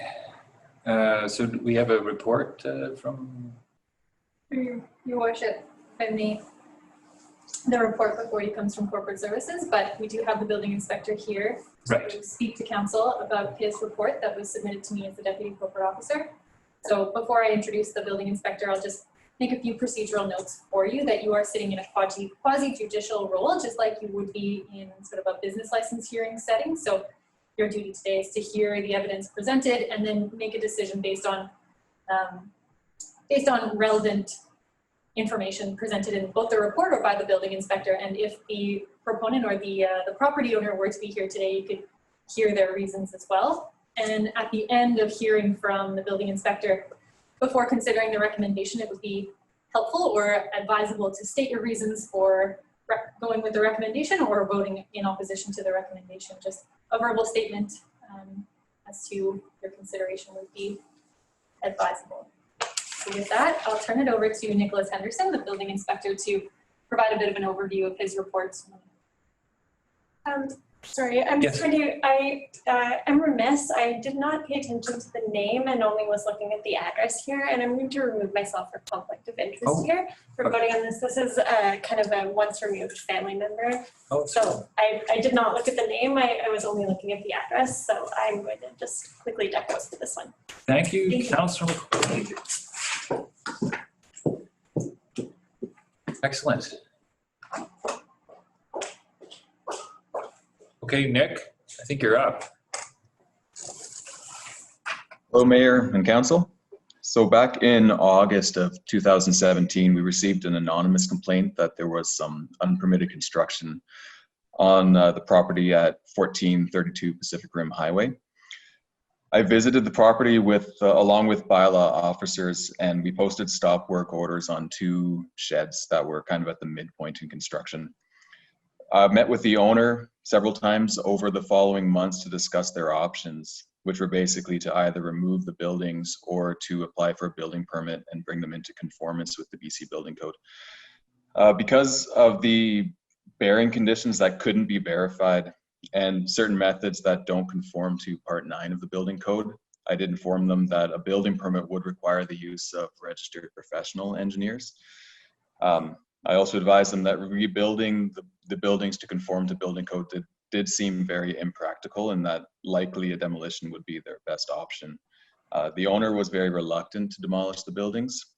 She decided to engage a geotechnical engineer to assess the bearing conditions of the buildings and the structural engineer to assess the framing. Both engineers declined to provide the necessary assurances that we would have needed to issue a building permit. However, both engineers were of the opinion that for the intended use of storage, the buildings did seem adequate.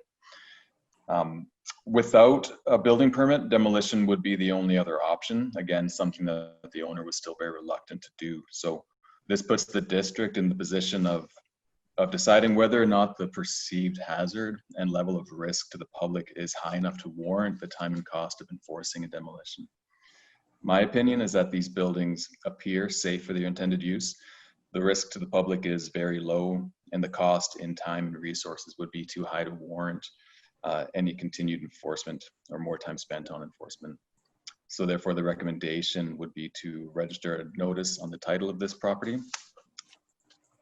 In this case, the notice wouldn't necessarily be to assist in enforcement action, but rather it would serve as a way to notify the public of the status of these buildings, that they're not approved by the District of Tofino, that they don't conform to the building bylaw or the BC Building Code. At this time, I'm happy to answer any questions. Councillor Steer. Yeah, thank you, Nick. I appreciate it. And I just had a quick question, and maybe I didn't understand.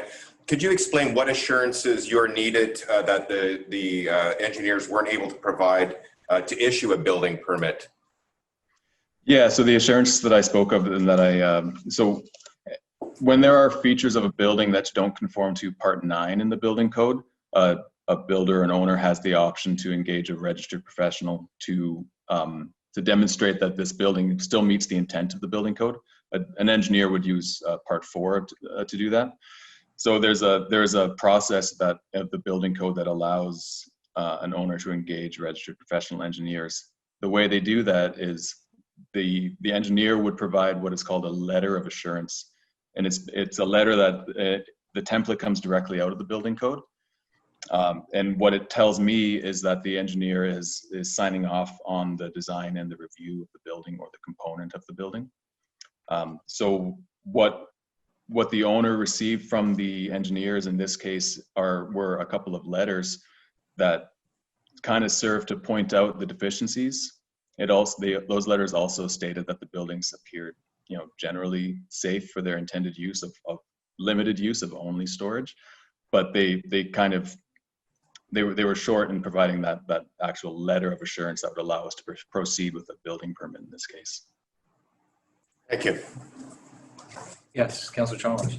I'm not sure who to direct this question at, but if something were to happen to the building and somebody was injured, would we be liable would we be able to be held liable anyway? No. Without a fuller fact pattern, I'm sorry, I can't answer. Okay, that's okay. Oh, yes, Councilor Master. The initial complaint, was it purely to do with illegal building, or were these buildings obstructing a neighbour's view or something like that? No, they weren't. I'm not sure what the nature of the complaint was, except that they notified us that there was some unpermitted building happening on the property, and just kind of a visual inspection of the building, of the property itself. That these buildings they're not in view of any other property. I think that they're kind of covered by trees and dense bush. It's a very large property. I don't believe that there were concerns about view from the complainant. So I'm not really sure what the nature of their complaint was. Thank you.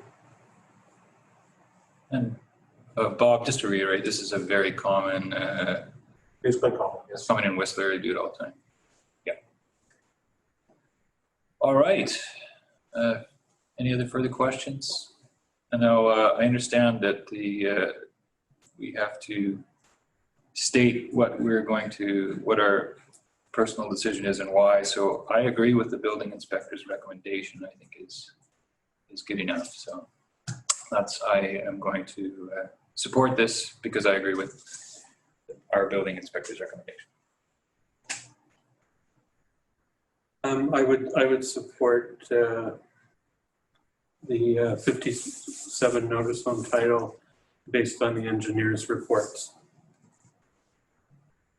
I would support the recommendation as well, based on the report, as well as not wanting to spend resources unnecessarily. More important things to do. Yeah, I'll support the recommendation from the building inspector, but with a caveat that it's hard for me to understand when everyone else agrees that structurally and everything that these are okay. We just a bureaucracy of not getting that assured letter that we have to move in this route, but I will support the recommendation. I'll support the recommendation based on the engineer's report that these buildings are going to be used for storage only. Very good. Okay, we have somebody move.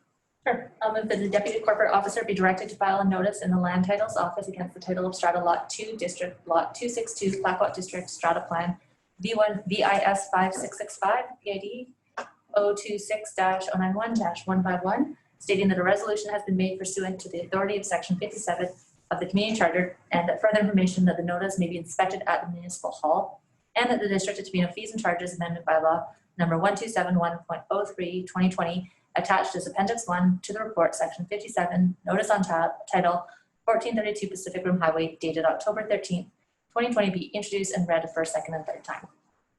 Second. Moved and seconded. All in favor? None opposed. Motion carried. Extensions of temporary.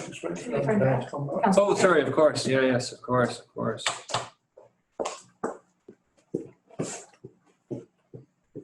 Yes. Good catch. 811, extensions of temporary expanded service area authorizations. And we have a report from Protective Services for this. Good afternoon, Mayor and Council. How are you today? Someone can hear me? We can hear you, yeah. Okay, fantastic. So I don't have a presentation for this one. I'm hoping that it's fairly straightforward, but I will just summarize really quickly what we're looking at. On May 27th of 2020, the Liquor Cannabis Regulation Branch released a Policy Directive 2013. This was to make it possible for businesses that had a current food primary, liquor primary, or manufacturer's license to temporarily expand their service areas with a streamlined process. On June 9th at council meeting, that directive was supported by council adopting bylaw 947.01, which allows for a streamlined process for applicants to expand the service areas to October 31st of 2020. As our situation with COVID has continued, the LCRB has released Policy Directive 2026 now, which maintains all the same provisions as previous, but extends this process until October 31st of 2021. So they're looking for one additional year. So the District of Tofino liquor control licensing application procedure amendment bylaw of 947.02 would support this extension of the expanded service areas for that additional 1-year period. So that just brings us up to speed as to where we're at. So currently, of the businesses in town that have taken advantage of the extended service areas from Directive 2013, there was 4 businesses. I think with the change in weather, some of that has been scaled back and maybe only 2 are still actually using their extended service area. But making the assumption that we might sort of continue on under the same health orders and that through next summer, I think it's fair to say that we'll have some of the same want to reopen their patios, or possibly a few others get involved in that as well too. So that brings us to where we are today and looking at whether we want to allow for that process to be extended. Super, thanks, Brent. You're welcome. Questions, comments for Brent? I actually do have one question Yes, or comment. So because, as I understand it, any business in with a liquor, food, or production primary can take advantage of this, there is no kind of regulation that we have around it. As I've been in other communities that have taken advantage, there are some instances where the use of sidewalks and patios has kind of limited accessibility routes for people. And I just want to remain mindful that if we grant, like if we are allowing this to be taken advantage of, which I wholeheartedly support, that I want to be thoughtful about how we maintain those accessibility routes for people that are traveling on the district sidewalks. And I was just wondering if you could make any comments about that. Yeah, definitely. Thanks. So when we had this come up previously, back in June when we talked about it, we only made this allowance to expand patios onto private property. And if we look at the examples that we have currently, the businesses have expanded into their own parking lot, or in the instance of a building that has multiple businesses, they've perhaps occupied 1 or 2 parking spaces of their area. At the same time, we had I believe Aaron Rogers was up to speak about in support of this and not allowing it to affect their parking requirements and things like that, and giving the allowance for that. But we're not having anything expanded onto the district property at this time. Great, thank you for that. Any other questions? Everybody's probably in favor. Can we have somebody move? Okay. Want me to take a turn? There's a fight over it. I'll move that the District of Tofino Liquor Control Licensing Application Procedure Amendment Bylaw number 947.02/2020, attached as Appendix 1 to the report dated October 13th, 2020, be introduced and read a first, second, and third time. Second. Any further discussion? All in favor? None opposed, or I should say, any opposed? None. Motion carried. Thank you. Excellent. Thank you, Brent. You're welcome. Thank you. Single-use item bylaw adoption. Corporate services.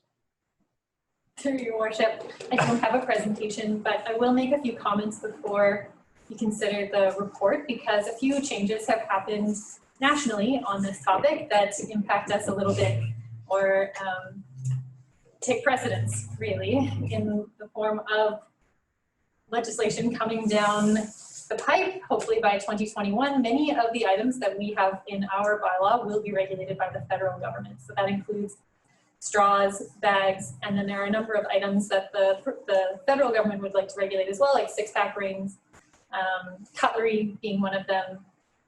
I think there are about 7 items that are included in the list of proposed regulated items. That means banned items throughout the country. However, our bylaw does address one item that is not included on that first list, and that would be polystyrene foam containers for takeout food. So I would advise you to continue with the bylaw as it is, and then we'll work out what that means for us when federal regulations come along. But just to note that Tofino is going a step further than what the federal government is proposing in terms of polystyrene foam, and that's the new addition that we put in this version that was approved by the province. the province has its own plastics action plan, so there are definitely layers of jurisdiction being put on plastics right now. But I wouldn't be, I'm still in support of the recommendation in front of you, regardless of what has happened at the federal level. No action has been taken as of yet, so we'd like to sort of continue with Tofino's ban in the interim and see what that looks like long term. There is a recommendation to consider regulation of bioplastic cutlery, and that is not maybe necessarily as applicable anymore, as we know that that will be regulated by the federal government. It's not something currently included in our bylaw, but what we planned to do was to engage with the community and business owners on the best means to regulate those items, but it may be out of our hands by the time we finish that consultation. So that may be a consideration for you in considering that, that recommendation. But it may not be as useful to move our own resources in consultation for a regulation that may come from a higher level of government. So just to be clear here, at least maintain the first three recommendations, but the last recommendation that staff bring back options for the regulation of single-use plastic, bioplastic cutlery be removed. Yeah, that's certainly up to you, the timing of how you'd like that to roll out. So we can move forward with the consultation and potentially have a ban in place before the federal government. And that's council's, that's up to council if you'd like to sort of push the timing on that so that we implement such a regulation before the federal government, but it's unclear at this point without having done the consultation how long that will take. So yeah, there are sort of a number of questions to be answered about plastic cutlery for staff. We have actually, Corporate Officer answered my question with your final comment that I was going to ask how much staff time it might take. So as being a leading town versus not wasting resources, that we have a lot of things we'd like to focus on. But if you don't know, then. Councillor Statement. Well, and just to speak to that, I've heard a lot of promises from the federal government in the past and presently, and sometimes they're fulfilled and sometimes they're not. So I would be comfortable with moving forward with those options being brought forward. That makes sense. Yes, Councillor McQuaid. Yeah, I do just want to note that there's an allowance here for public submissions to those who believe they are affected, and we did go through a power outage, and I was wondering if this was the appropriate time, considering we've lost a large number of our attendees and participants in the meeting, if council may want to discuss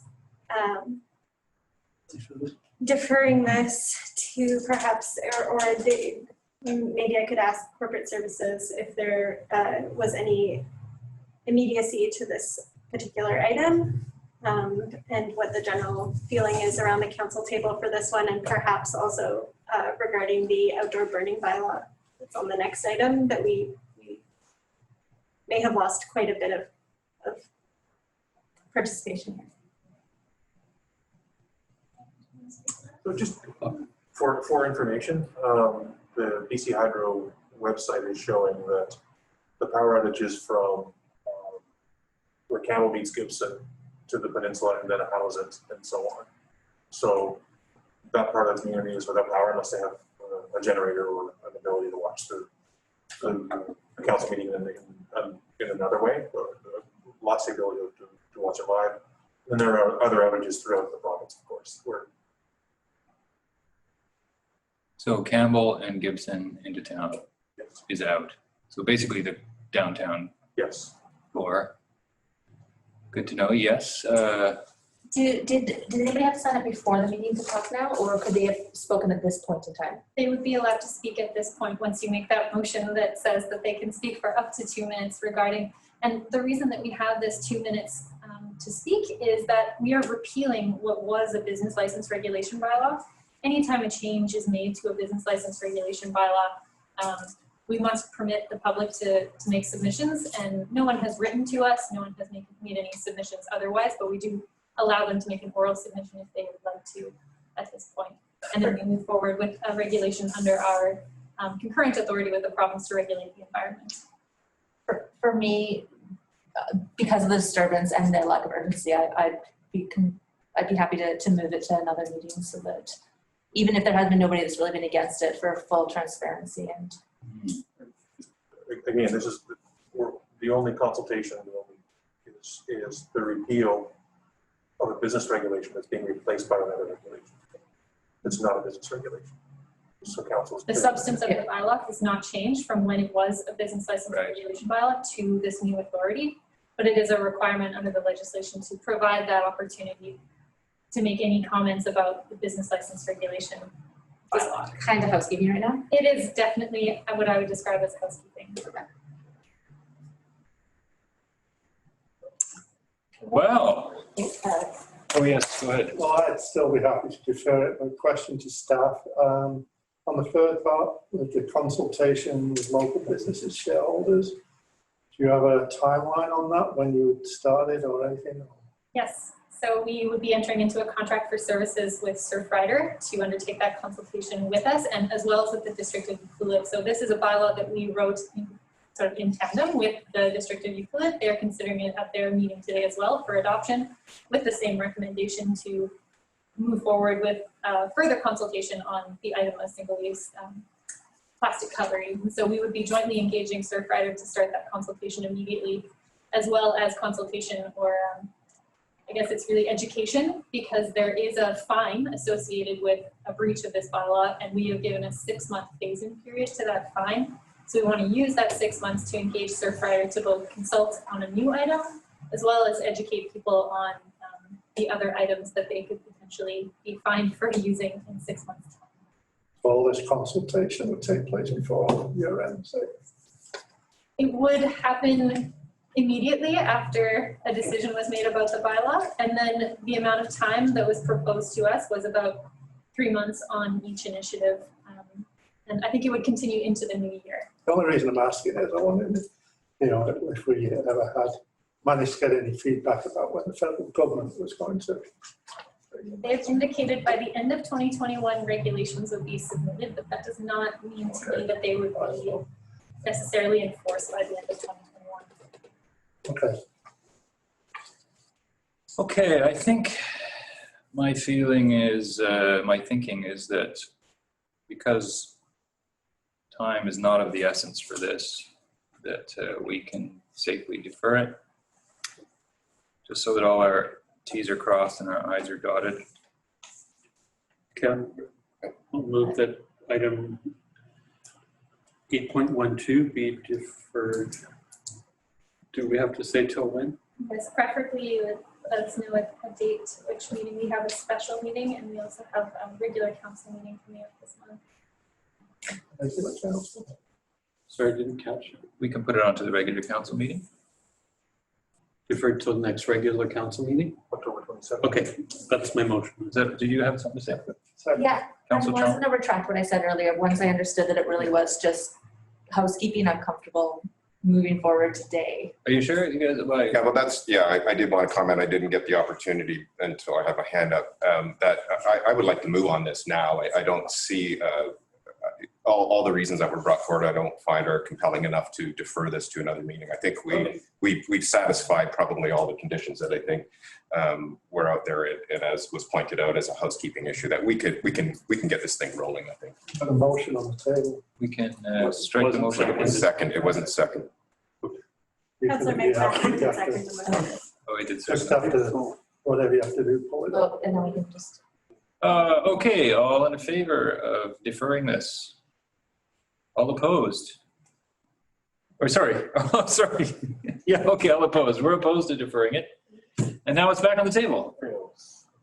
I will Okay. move that the person who consider they are affected by District of Tofino single-use item regulation bylaw number 1277/2020 be permitted to make representation to council for up to 2 minutes each. All right. 8.12, the first recommendation. Second? I'll second that. All in favor? All opposed? Any opposed? Motion carried. Yeah, I move that the District of Tofino single-use item regulation bylaw number 1277/2020 be adopted. Second. All in favor? Any opposed? Motion carried. I'll move that the District of Tofino MTI and bylaw notice amendment bylaw number 1107.13/2020 be adopted. Second. All in favor? Motion carried. And then I will move that staff bring back options for the regulation of single-use plastic, bioplastic cutlery in consultation with local businesses and stakeholders. Second. All in favor? Thank you for this.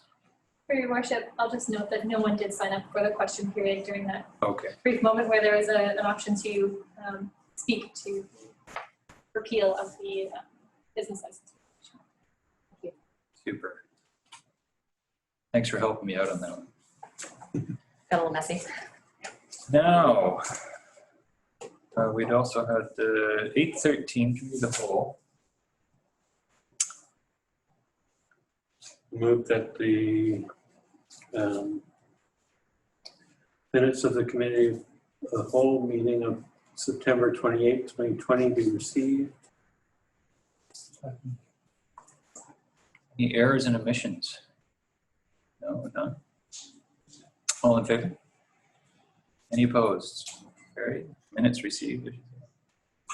Move that staff be directed to conclude the immediate recovery phase of the COVID-19 action plan, including the Community Recovery Task Force, and that the feedback of the Community Recovery Task Force as summarised in Appendix 2 to the report titled COVID-19 Immediate Recovery Phase dated September 28, 2020 be received for information and discussion. A second. Any comments, questions? Nothing? All in favor? Any opposed? Motion carried. Now, Councillor McQuaid has motioned or mentioned the next one would prefer to defer. I would just like to open it up to discussion and to see how council felt. I have the same reasons as previously stated about, I do understand that there is no availability for public input here, but Acting Mayor Law did gesture towards being open and transparent with our discussions around this burning bylaw and the amount of attention it's received from the community. So I just wanted to open that up for discussion. Agreed. Maybe we'll go around the table and let's hear everybody. I've already stated my position, I think. Perhaps to anybody that wasn't online previous, we should just set the stage. The power did go out and we are aware that a portion of the community has lost power. We are also aware that this was an issue that had brought up a lot of questions and concerns from the community. While there's no availability here for any input from anyone watching, we just wanted to discuss whether we would like to have this discussion openly, transparently at another time where anyone could be watching. Is that the general sentiment? I think that's my sentiment, Councillor Chalmers.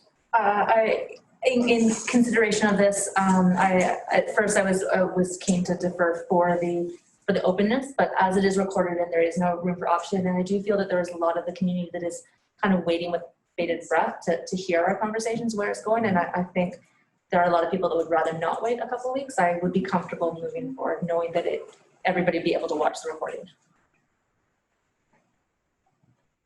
I'd be comfortable with as Councillor Chalmers pointed out, I won't reiterate all the points, but I would be comfortable moving forward at this time. I'm happy to move forward as it's being recorded and people can look at it later. Yeah. So. I prefer to defer it, actually, with the will of council. That's 3 and 3. We're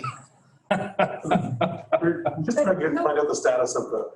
Let's find out the status. Sorry, I'm not in favor of deferring. I was just. Oh, you're not? No. No, I'm in favor of going forward at this time. I think that there is transparency and visibility online. This can be seen later. I do agree that our community is waiting for kind of a decision and a discussion around this, but I do want to make this like a transparent discussion that we have thought about this. Okay.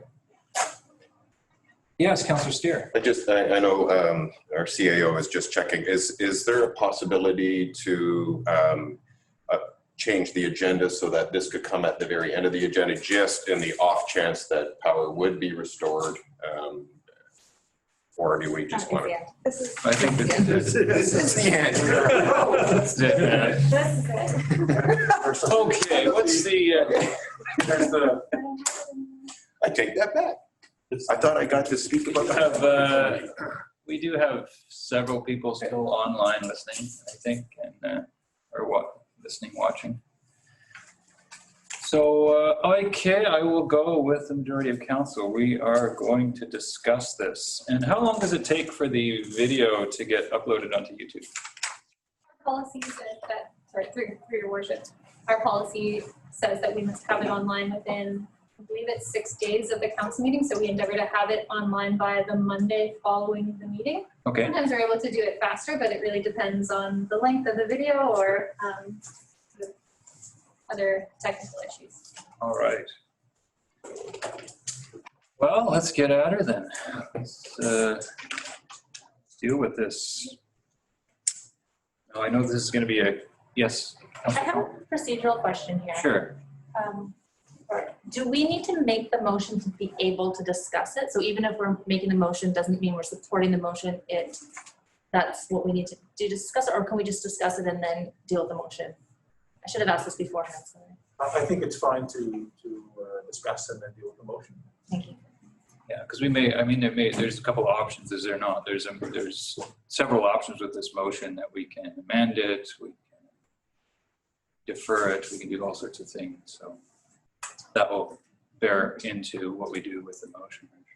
Is the fire chief talking on this at all, or is there is nothing further coming from staff. We're certainly here to support council's discussion.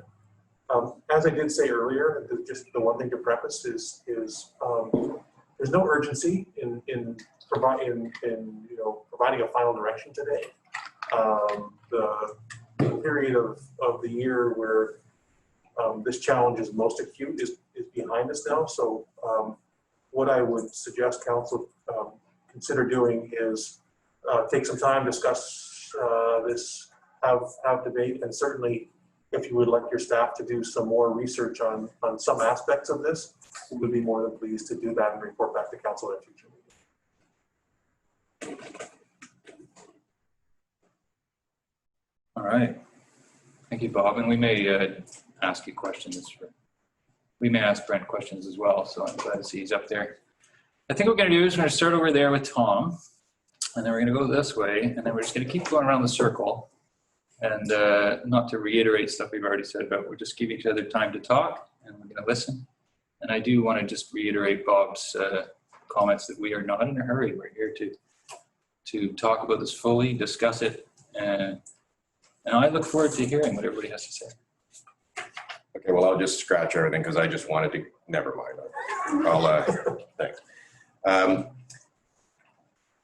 I didn't realize this was a controversial issue, but I'm glad this got brought up and so that we can have a chance to discuss it.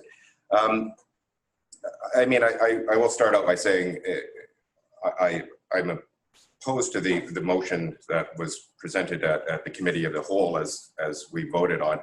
But that being said, I mean, I'm willing to listen today and to all aspects of this issue. But I will start out by saying I do share the sentiments that many of the letter writers wrote on both sides of the issue, especially around, for me, was the beach experience that we have as people that live here and reside here, as well as the visitors to a certain extent. And often that beach experience does include having a fire, although it is one small part of the overall experience.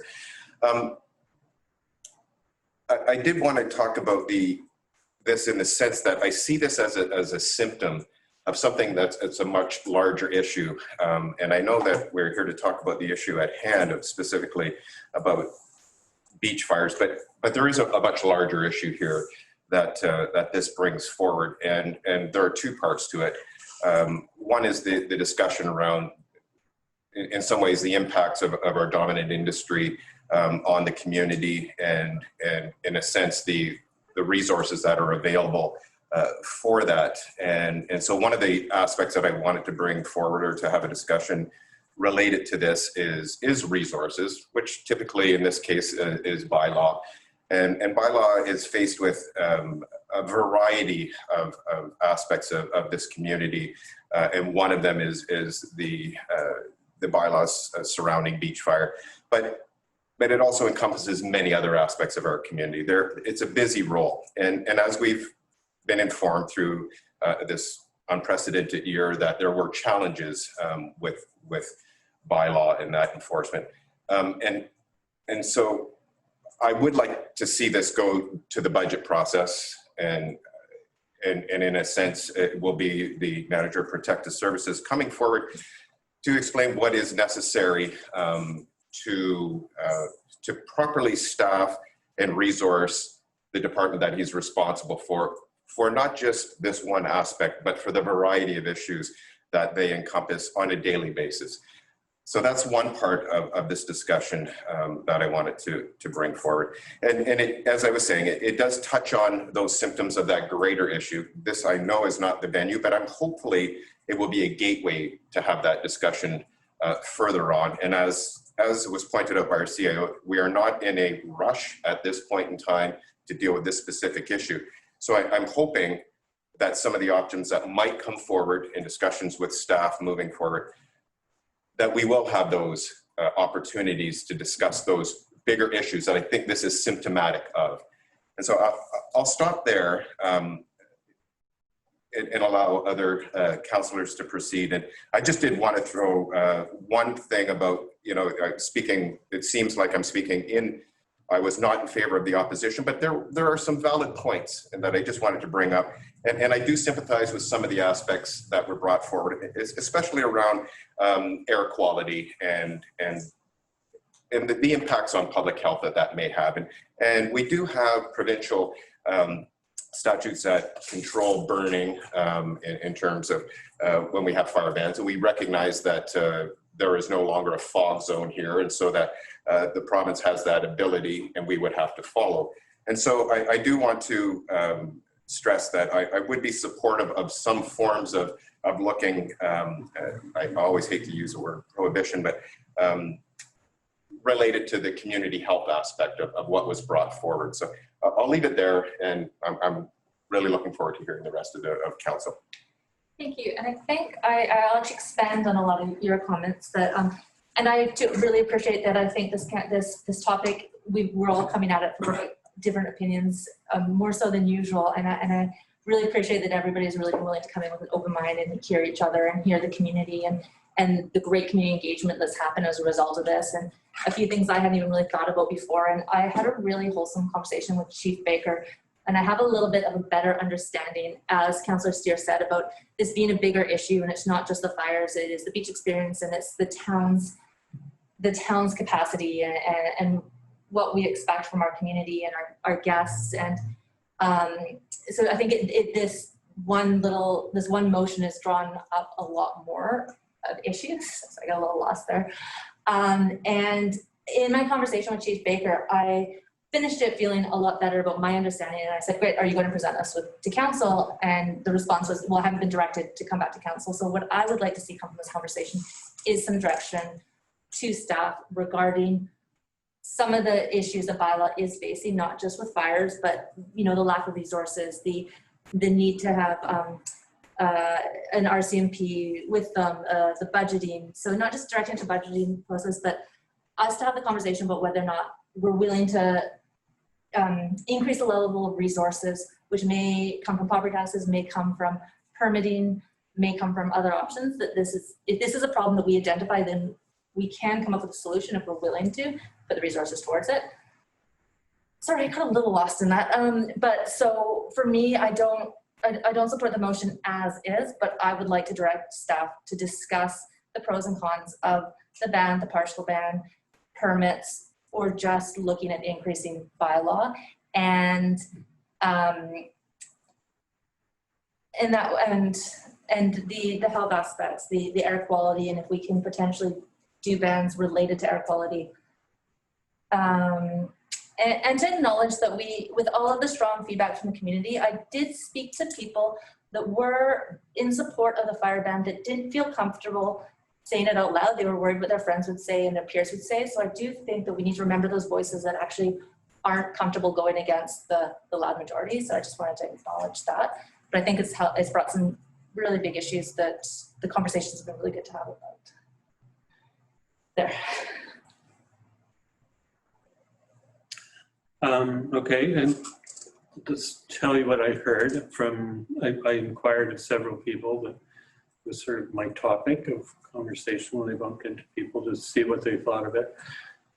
Most of the people I spoke to were not in favor of an outright ban, but many saw the need for some form of management of it. And there was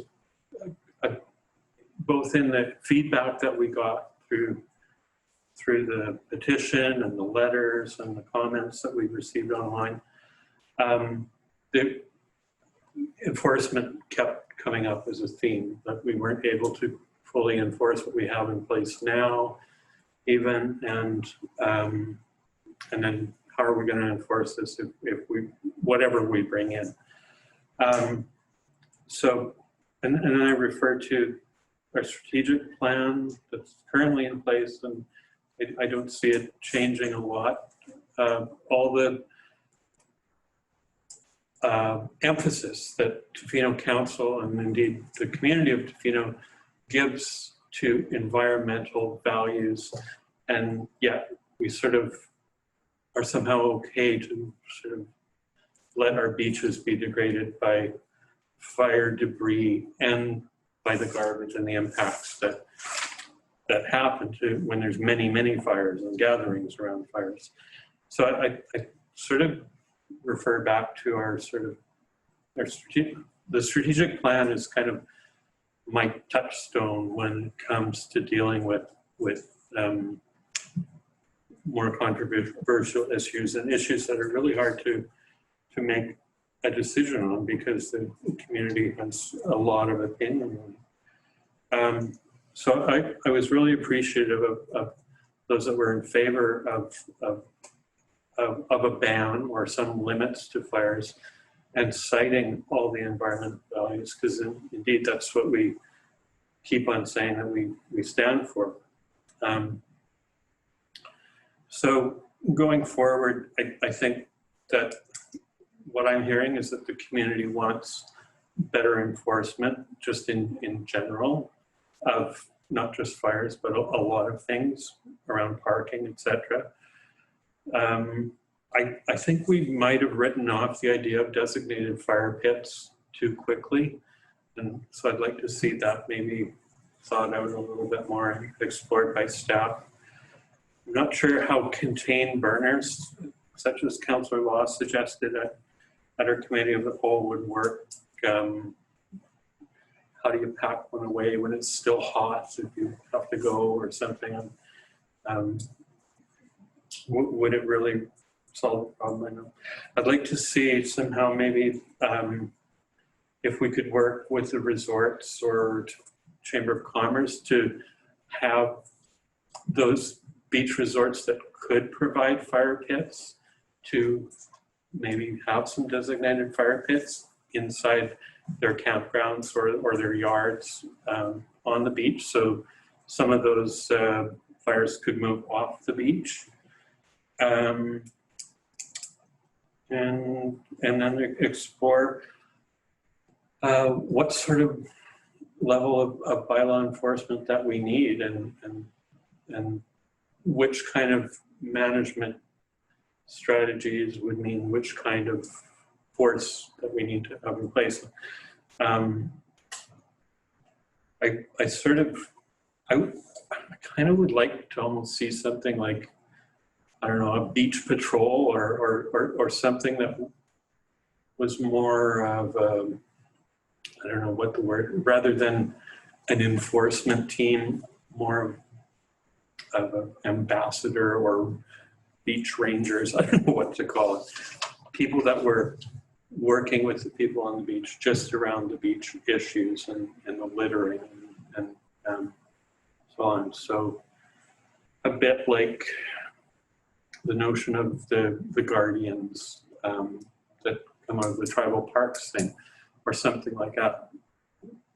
that might be a better kind of approach than enforcement in the sort of police sense of everything. So that's another thing that I wouldn't mind exploring a little. So those are my thoughts. Yeah.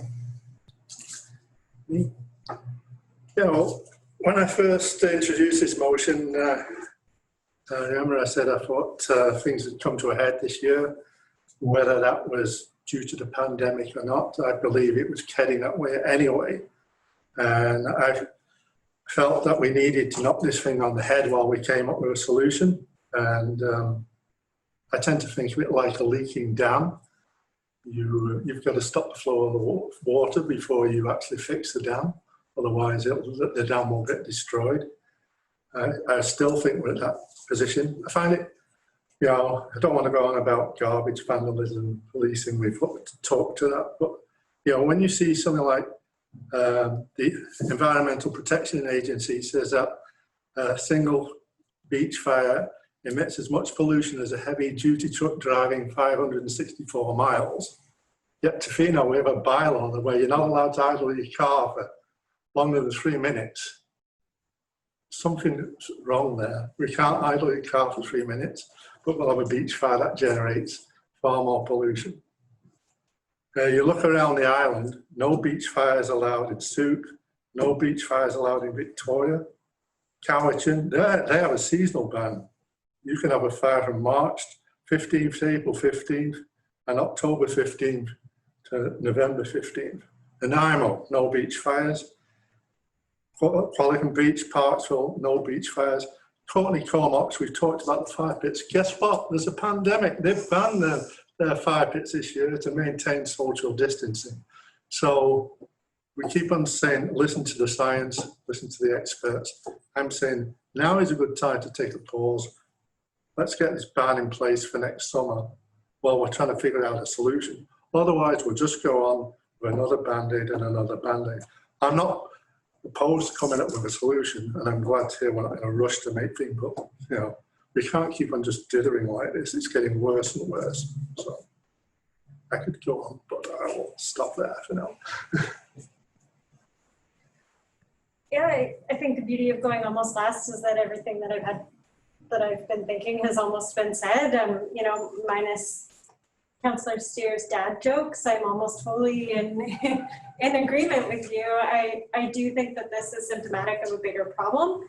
And I think that whatever solution that we propose today, not immediate, but going forward, is again, attending to a small wound when we have a some larger issues at hand. So while I'm definitely in favor of proceeding as Councillor Chalmers has suggested by directing staff to provide best options, whether those are permits, fire rings, and to bring those back to council, I'm also interested in understanding how we can gauge the success of those bylaws or the systems proposed. I don't particularly want to go forward with one of our options, have community feedback, have council feedback, and have it not work and not know why. Again, I know I'm hitting this, I am mentioning this on more than one occasion today, but having metrics of success and understanding of how these things work is important in informing better decisions in the future. I'm also in favor of this discussion informing a bylaw budget and our budgetary process that's beginning soon. I do believe that this is a sign from our community that we need to better resource a department that can help us reinforce a community that struggled this summer. And as Councillor McMaster said, not just this summer, but others before. While I do understand that COVID was a particularly intense summer, I think that it merely ushered in an experience that we can probably expect to have in the future. I don't believe that it was a one-off event. And if it was, then we are left with a better system of managing our community and better resourcing departments that need to do so. So to that, I would like this, you know, a better resourced bylaw department to be looking at parking, illegal camping, short-term licensing, rental licensing, everything that we are looking at that puts pressure on our community in social, environmental, and fiscal ways. I do believe that our capacity to address these issues as a district has to be better resourced. and that this conversation about beach fires really demonstrated the community appetite towards that proper resourcing. So I'm grateful that these discussions, like Councillor Anderson has said, there was a multitude of opinions on either side, but many of them did recognize the necessity for some sort of regulation. And I believe that Councillor McMaster has made some very salient points, that if we are going to do this in the name of the environment, then we need to look at what does a permitting system look like? How many fires are we going to allow to have per day? You know, what is the repercussions if you leave a dirty fire pit anyways? We've heard time and time again that we can make as many fireworks bylaws as we want, but once the firework goes off, you do have to pay someone to pick up the debris. You can't charge the people who are long gone after the fireworks. These are complications that I do fully believe that our bylaw department has an ability to bring to council and we can discuss. But I think those options do need to be brought forward. If we do not have the urgency of being in the middle of fire season, I think we can best approximate a solution that gets us into the next summer with a resourced bylaw department and a more thoughtful approach that will perhaps balance our community experience of the summer season and our visitor experience. You know, the guests that we welcome into this community come here not just for the environment, but I do believe for the sense of community that we have here. And I think that supporting that through proper bylaws is an excellent way to kind of fix that fabric. So I'm in favor of moving forward with directing staff to provide best options, accompanying budgets, to return them to council. And I would also like some metric by which we can measure the success at which those possibilities would have. Thank you. Thank you, Councilor McQuaid. Well, thank you all. I continue to be opposed to a prohibition. Sorry. Oh, I thought you just said it's getting ready to be. But I do hear the concern. I share actually the majority concerns. I think we need to look at this closely. And I did talk with staff at length about some of the issues. And for clarity, I understand that a lot of issues have been brought up all at once. And I think those issues need to be delineated. I would like to see them delineated. We've got garbage, we've got pollution, we've got environmental considerations, we've got alcohol. Alcohol came up. It seems that it was a common thread with issues with fires on the beach, and we didn't talk about that yet. But those things, I think, if we direct staff to look at those specific issues, that when they come back to us, if this is what we're going to do, then we can. The options that we get back from staff will be directed at those specific issues. I think that would help a little bit. Metrics. I do want to bring up, and I talked about this with people on the side, but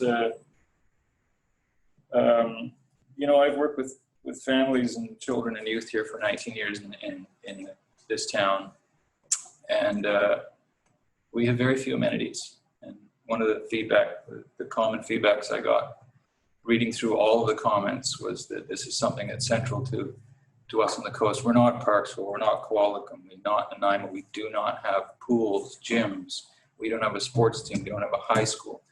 We don't have a lot of stuff here. And this is something that the community, and in this case, I would say the loud majority has spoken very clear that it's important. It's one of the amenities that we hold core. So going forward, I hear lots of good things. I agree with much of what's been said.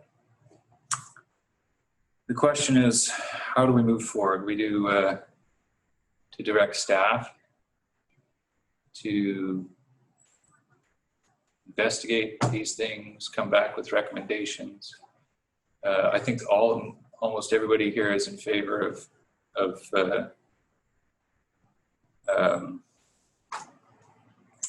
focusing on bylaw, making sure that bylaw is supported financially and with council's direction. Yeah, you got a question? Yeah, I'd be willing to make a motion to direct staff. I would like to hear from Chief Baker, if that's okay, just to, in our conversations about it, that wanting me to be a bit more prescriptive so we don't get lost in sort of too many things, and just wanted to check in if he's heard enough or would like some more direction. That's okay. I do want to, yeah, I just do want to be careful of going towards like finding solutions necessary right now. We're talking about, you know, about rolling out specific solutions at this point. So just to be clear with that.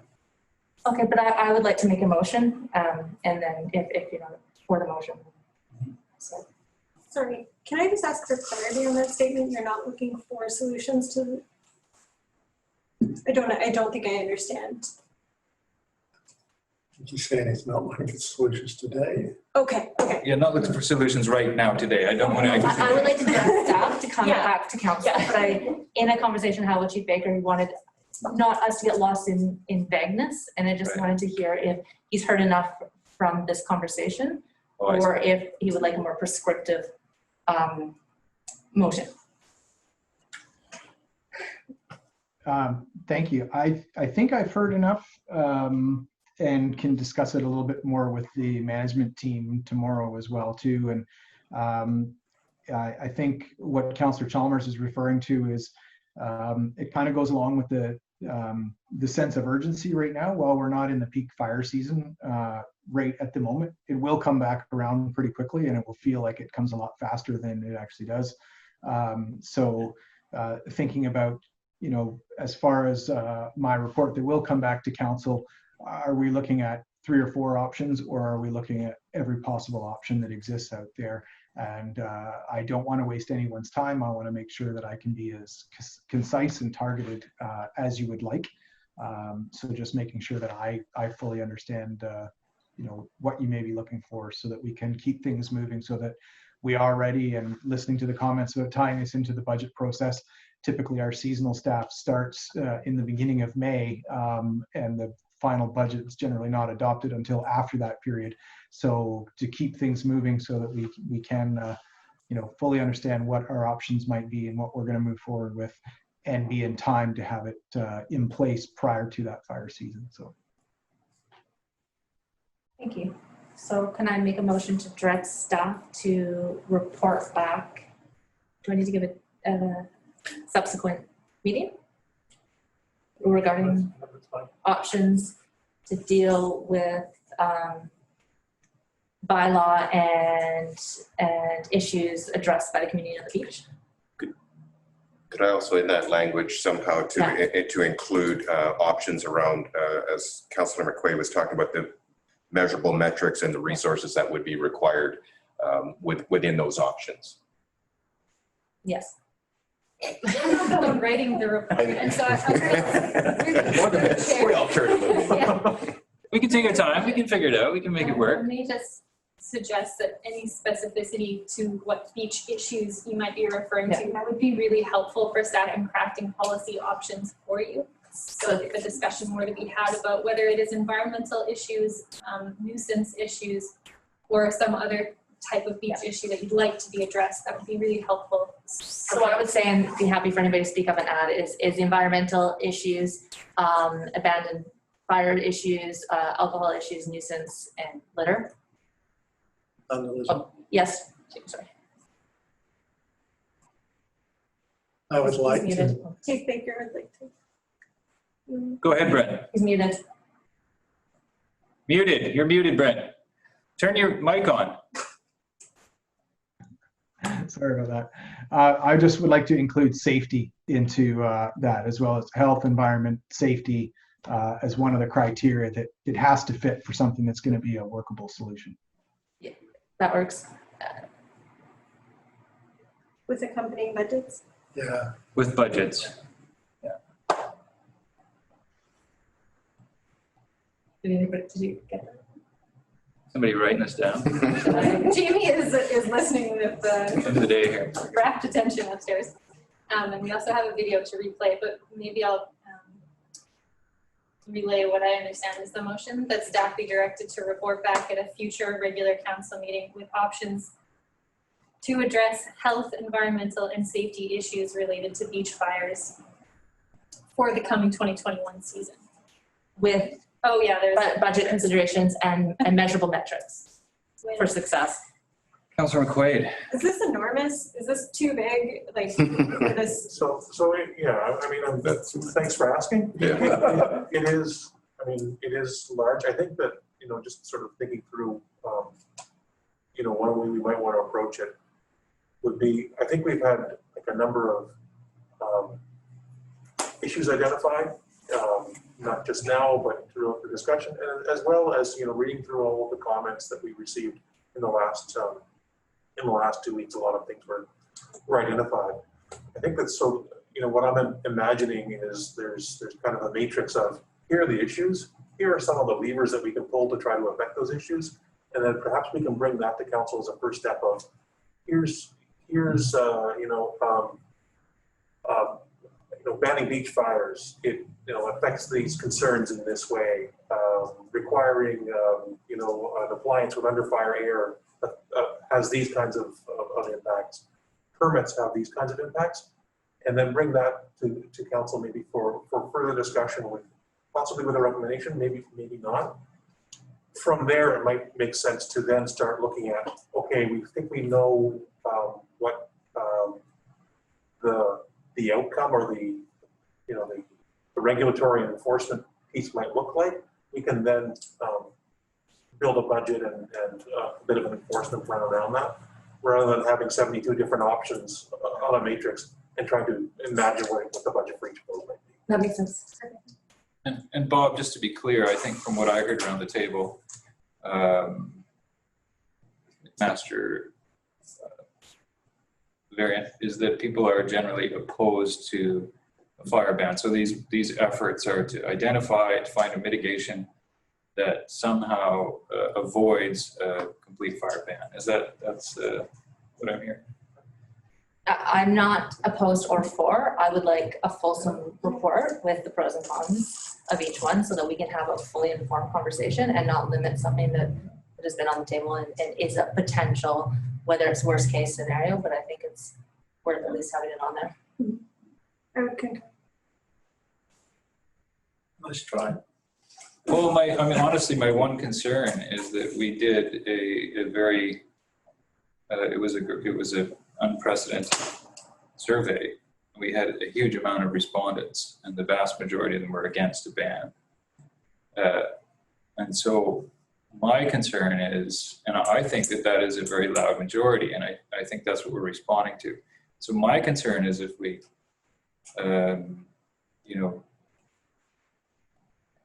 we could construct a ban somehow to get around what the people, unless the intention is to make sure that we do look at all the options with the intent to avoid a ban, but I could be wrong. Go ahead. And then McMaster, and then Councillor Anderson, and then Councillor Gray. Right. Thank you, Acting Mayor Law. I will support a full discussion on the matter. I mean, it's been clear, several councillors, their opposition to a ban, I being one of those. But at the same time, I do think it would be important to have that full discussion, because sometimes we have to be conscious of the fact that the loudest voices can dominate. This is certainly an unprecedented response, but as has been pointed out, there are underlying or possibly other points of view that should be part of the discussion, and that we shouldn't direct away from a full, anytime we should never direct away from a full discussion of the issues. Sure, I would be uncomfortable. Yeah, I fully understand. I believe Councillor McCann. Yeah, so I agree, it needs a full discussion. I mean, I'm sure if I said, I want to see what the community thinks about abolishing property taxes, I'd get a very positive response. That doesn't mean to say it's the right thing. No, I understand. And I think we're put on this council sometimes to make the hard decisions, that are the right decisions. So. Councillor Anderson. Yeah, I mean, the discussion kind of really goes to the core of what Tofino community life and the Tofino experience is. I didn't bring it up in the first time I spoke, but one of the other themes that sort of came up in talking about bylaw was the idea of paid parking actually came up from some people that I spoke with in order to finance bylaw. So I'm not sure if that needs to be brought into the discussion or not. It's a point I missed earlier. Of those that were opposed, many did recognize the need to limit or manage beach fires. So I don't see it as like a yes or a no. We have beach fires or we don't. There's lots of options in between about how we have beach fires, if we have them, etc. Also, we currently have, I think, 2 beaches, Tonquin and Cox Bay, where there is a fire ban. So that is very oddly didn't come into the conversations when I inquired of people, or indeed in the responses that we got. So in a sense, in some places in Tofino, we've been living with a fire ban for a long time. So it's odd that there's no comment on that in this mix of stuff, because we actually do have bans in place. Maybe people just don't know them and they're ignoring them and think that beach fires are allowed everywhere. So I don't see it as a ban or no ban situation. There's lots of consideration. And that came from everyone, not just the people for the ban or so. Yeah, just reiterate that. Thank you. Councillor McQuaid. Yeah, I echo what Councillor McMaster and Councillor Steer said, and I just want to reiterate that not all conversations that council has is based on a survey, or not all decisions. I've had many conversations that were definitely in favor of it, and I don't think that we have a collective tally at the end of the day of pros or cons. We have all available sources of input, be it petitions, be it council or feedback, be it emails that we get, be it personal conversations, and I trust that everyone here brings their best approximation of what is good for our community to the table. I do like the idea that Councillor Anderson has mentioned about paid parking, and that was something that was mentioned again and again from people in the community that I spoke to, was the necessity of keeping beach fires, of having regulation, but of mitigating financial impact upon the people of Tofino for the regulation that they have to do. So I do appreciate intimations towards looking at permitting systems, paid parking, and alternate manners of funding bylaw that perhaps would not mean that it fell solely on the, into taxation. So I would just like to express a preference towards those options that would perhaps not place that burden solely on the taxpayer. Excellent, and I must say I've never heard so many people so excited to find ways of funding bylaw to a greater extent. So, Brent, congratulations!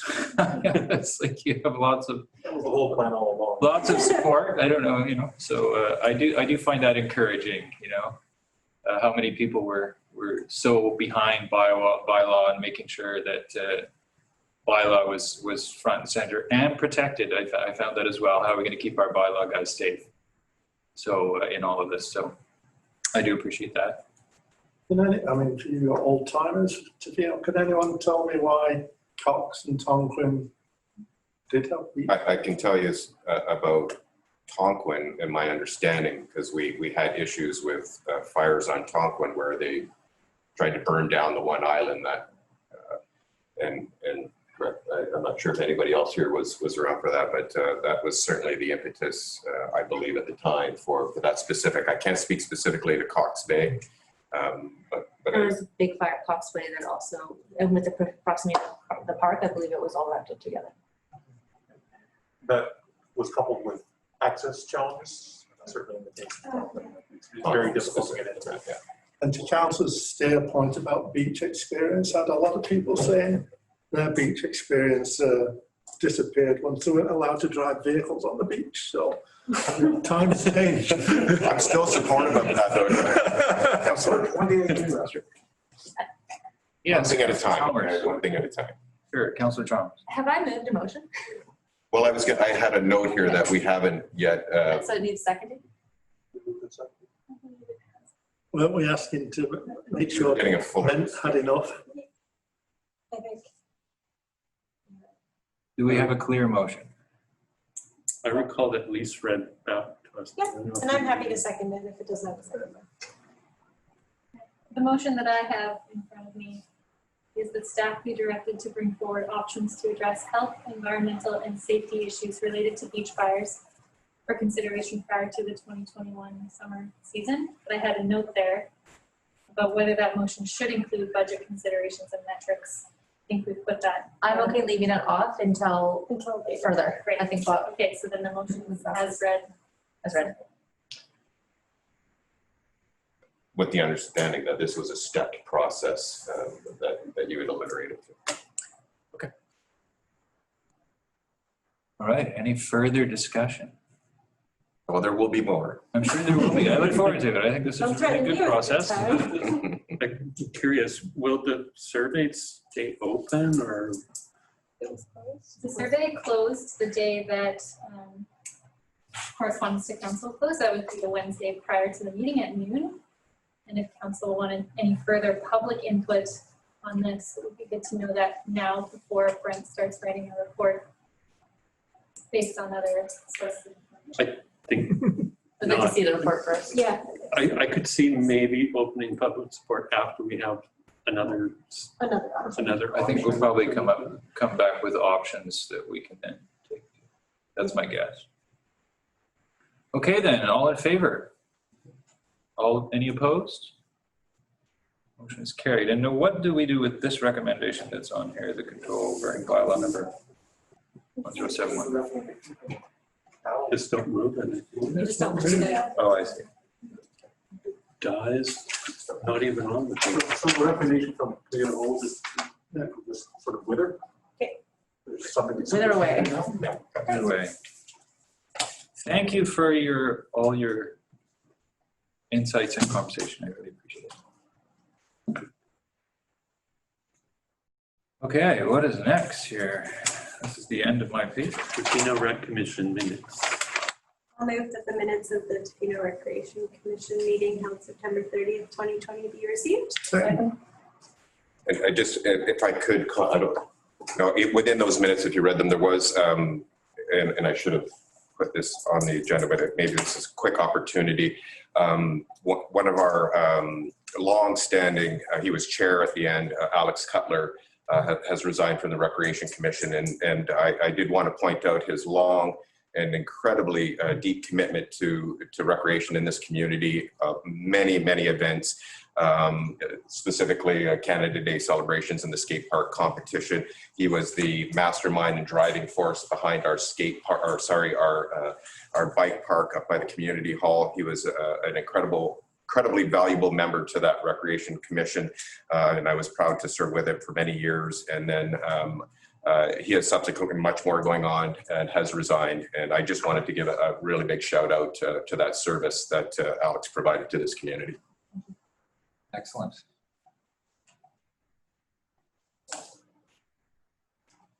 Okay.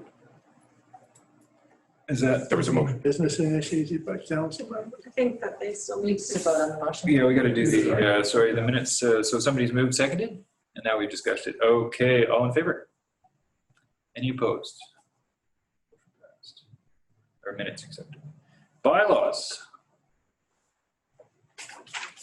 Anything? Nothing? Thank you. Number 10 here, business initiated by council members. I think we were going to discuss the meetings or something. We have a verbal report from Councillor Steele. We have a Tofino Harbor Authority. So you guys you want to break for an early dinner because this could take a few hours? I'm just. We want the executive summary. I will. You got the spark notes.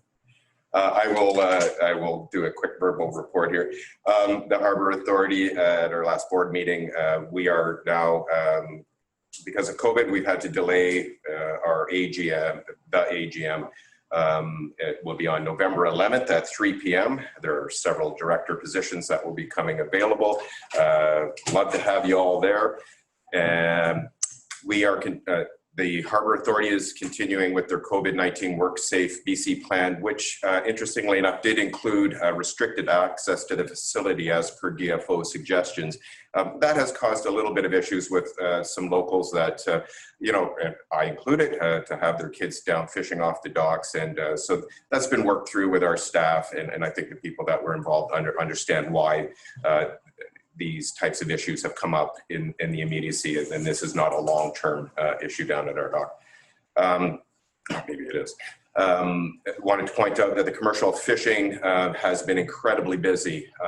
We've added 3 new, the Tofino Harbour Authority has 3 new crab boats. There's a total of, I think it's about 26 now that are actively working in the area. The First Nations fishery, which includes the Tla-o-qui-aht fishery, is growing.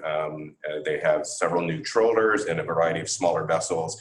It was interesting, of course, there was a drop in the cruising vessels that were coming into our area. Especially of course, our American neighbors weren't coming and were not allowed to enter our Harbour Authority here. The boat ramp, interestingly enough, was very busy as well, mostly with BC related boaters and quite a number from other provinces, specifically Alberta. One of the interesting ones, and I think Councillor McQuaid, you were very close to this one, where the power supply, which is a large box that sits on the wharf, had dropped into the water and caused the disruption, let us just call it, of the power supply to the Tofino Harbour Authority, to almost all of the, to all of the docks, the main building. We did still retain power to our operating cranes. It is a major expense.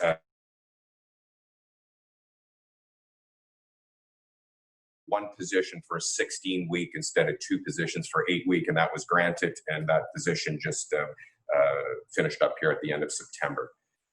So all in all, it's been very busy. Our harbor manager, who just celebrated her 1-year anniversary with working for Tofino Harbour Authority, and I don't think she ever saw any of this coming. She's been an incredible asset to the Harbour Authority, and we wished her many more years with us. Thank you. Thank you. 11, unfinished business. Do we have any? Question period. Now, did we lose everybody, or we still have a couple people there? Has anybody signed up for question and answer? Through the chair, no one has signed up, but you did lose power for a moment there. There are still 3 people who are attendees outside of staff. If they'd like to sign up for the Q&A, this would be the time to do that. Okay, seeing none. Closed session. So we move to. I'll move that the meeting be closed to the public pursuant of section 91A(c)(e) of the community charter to discuss matters relating to personal information about an individual who holds or is being considered for position as an officer, employee, or agent, employee relations, the acquisition, disposition, or expropriation of land or improvements. Second by Councillor McQuaid. All in favor? Not opposed.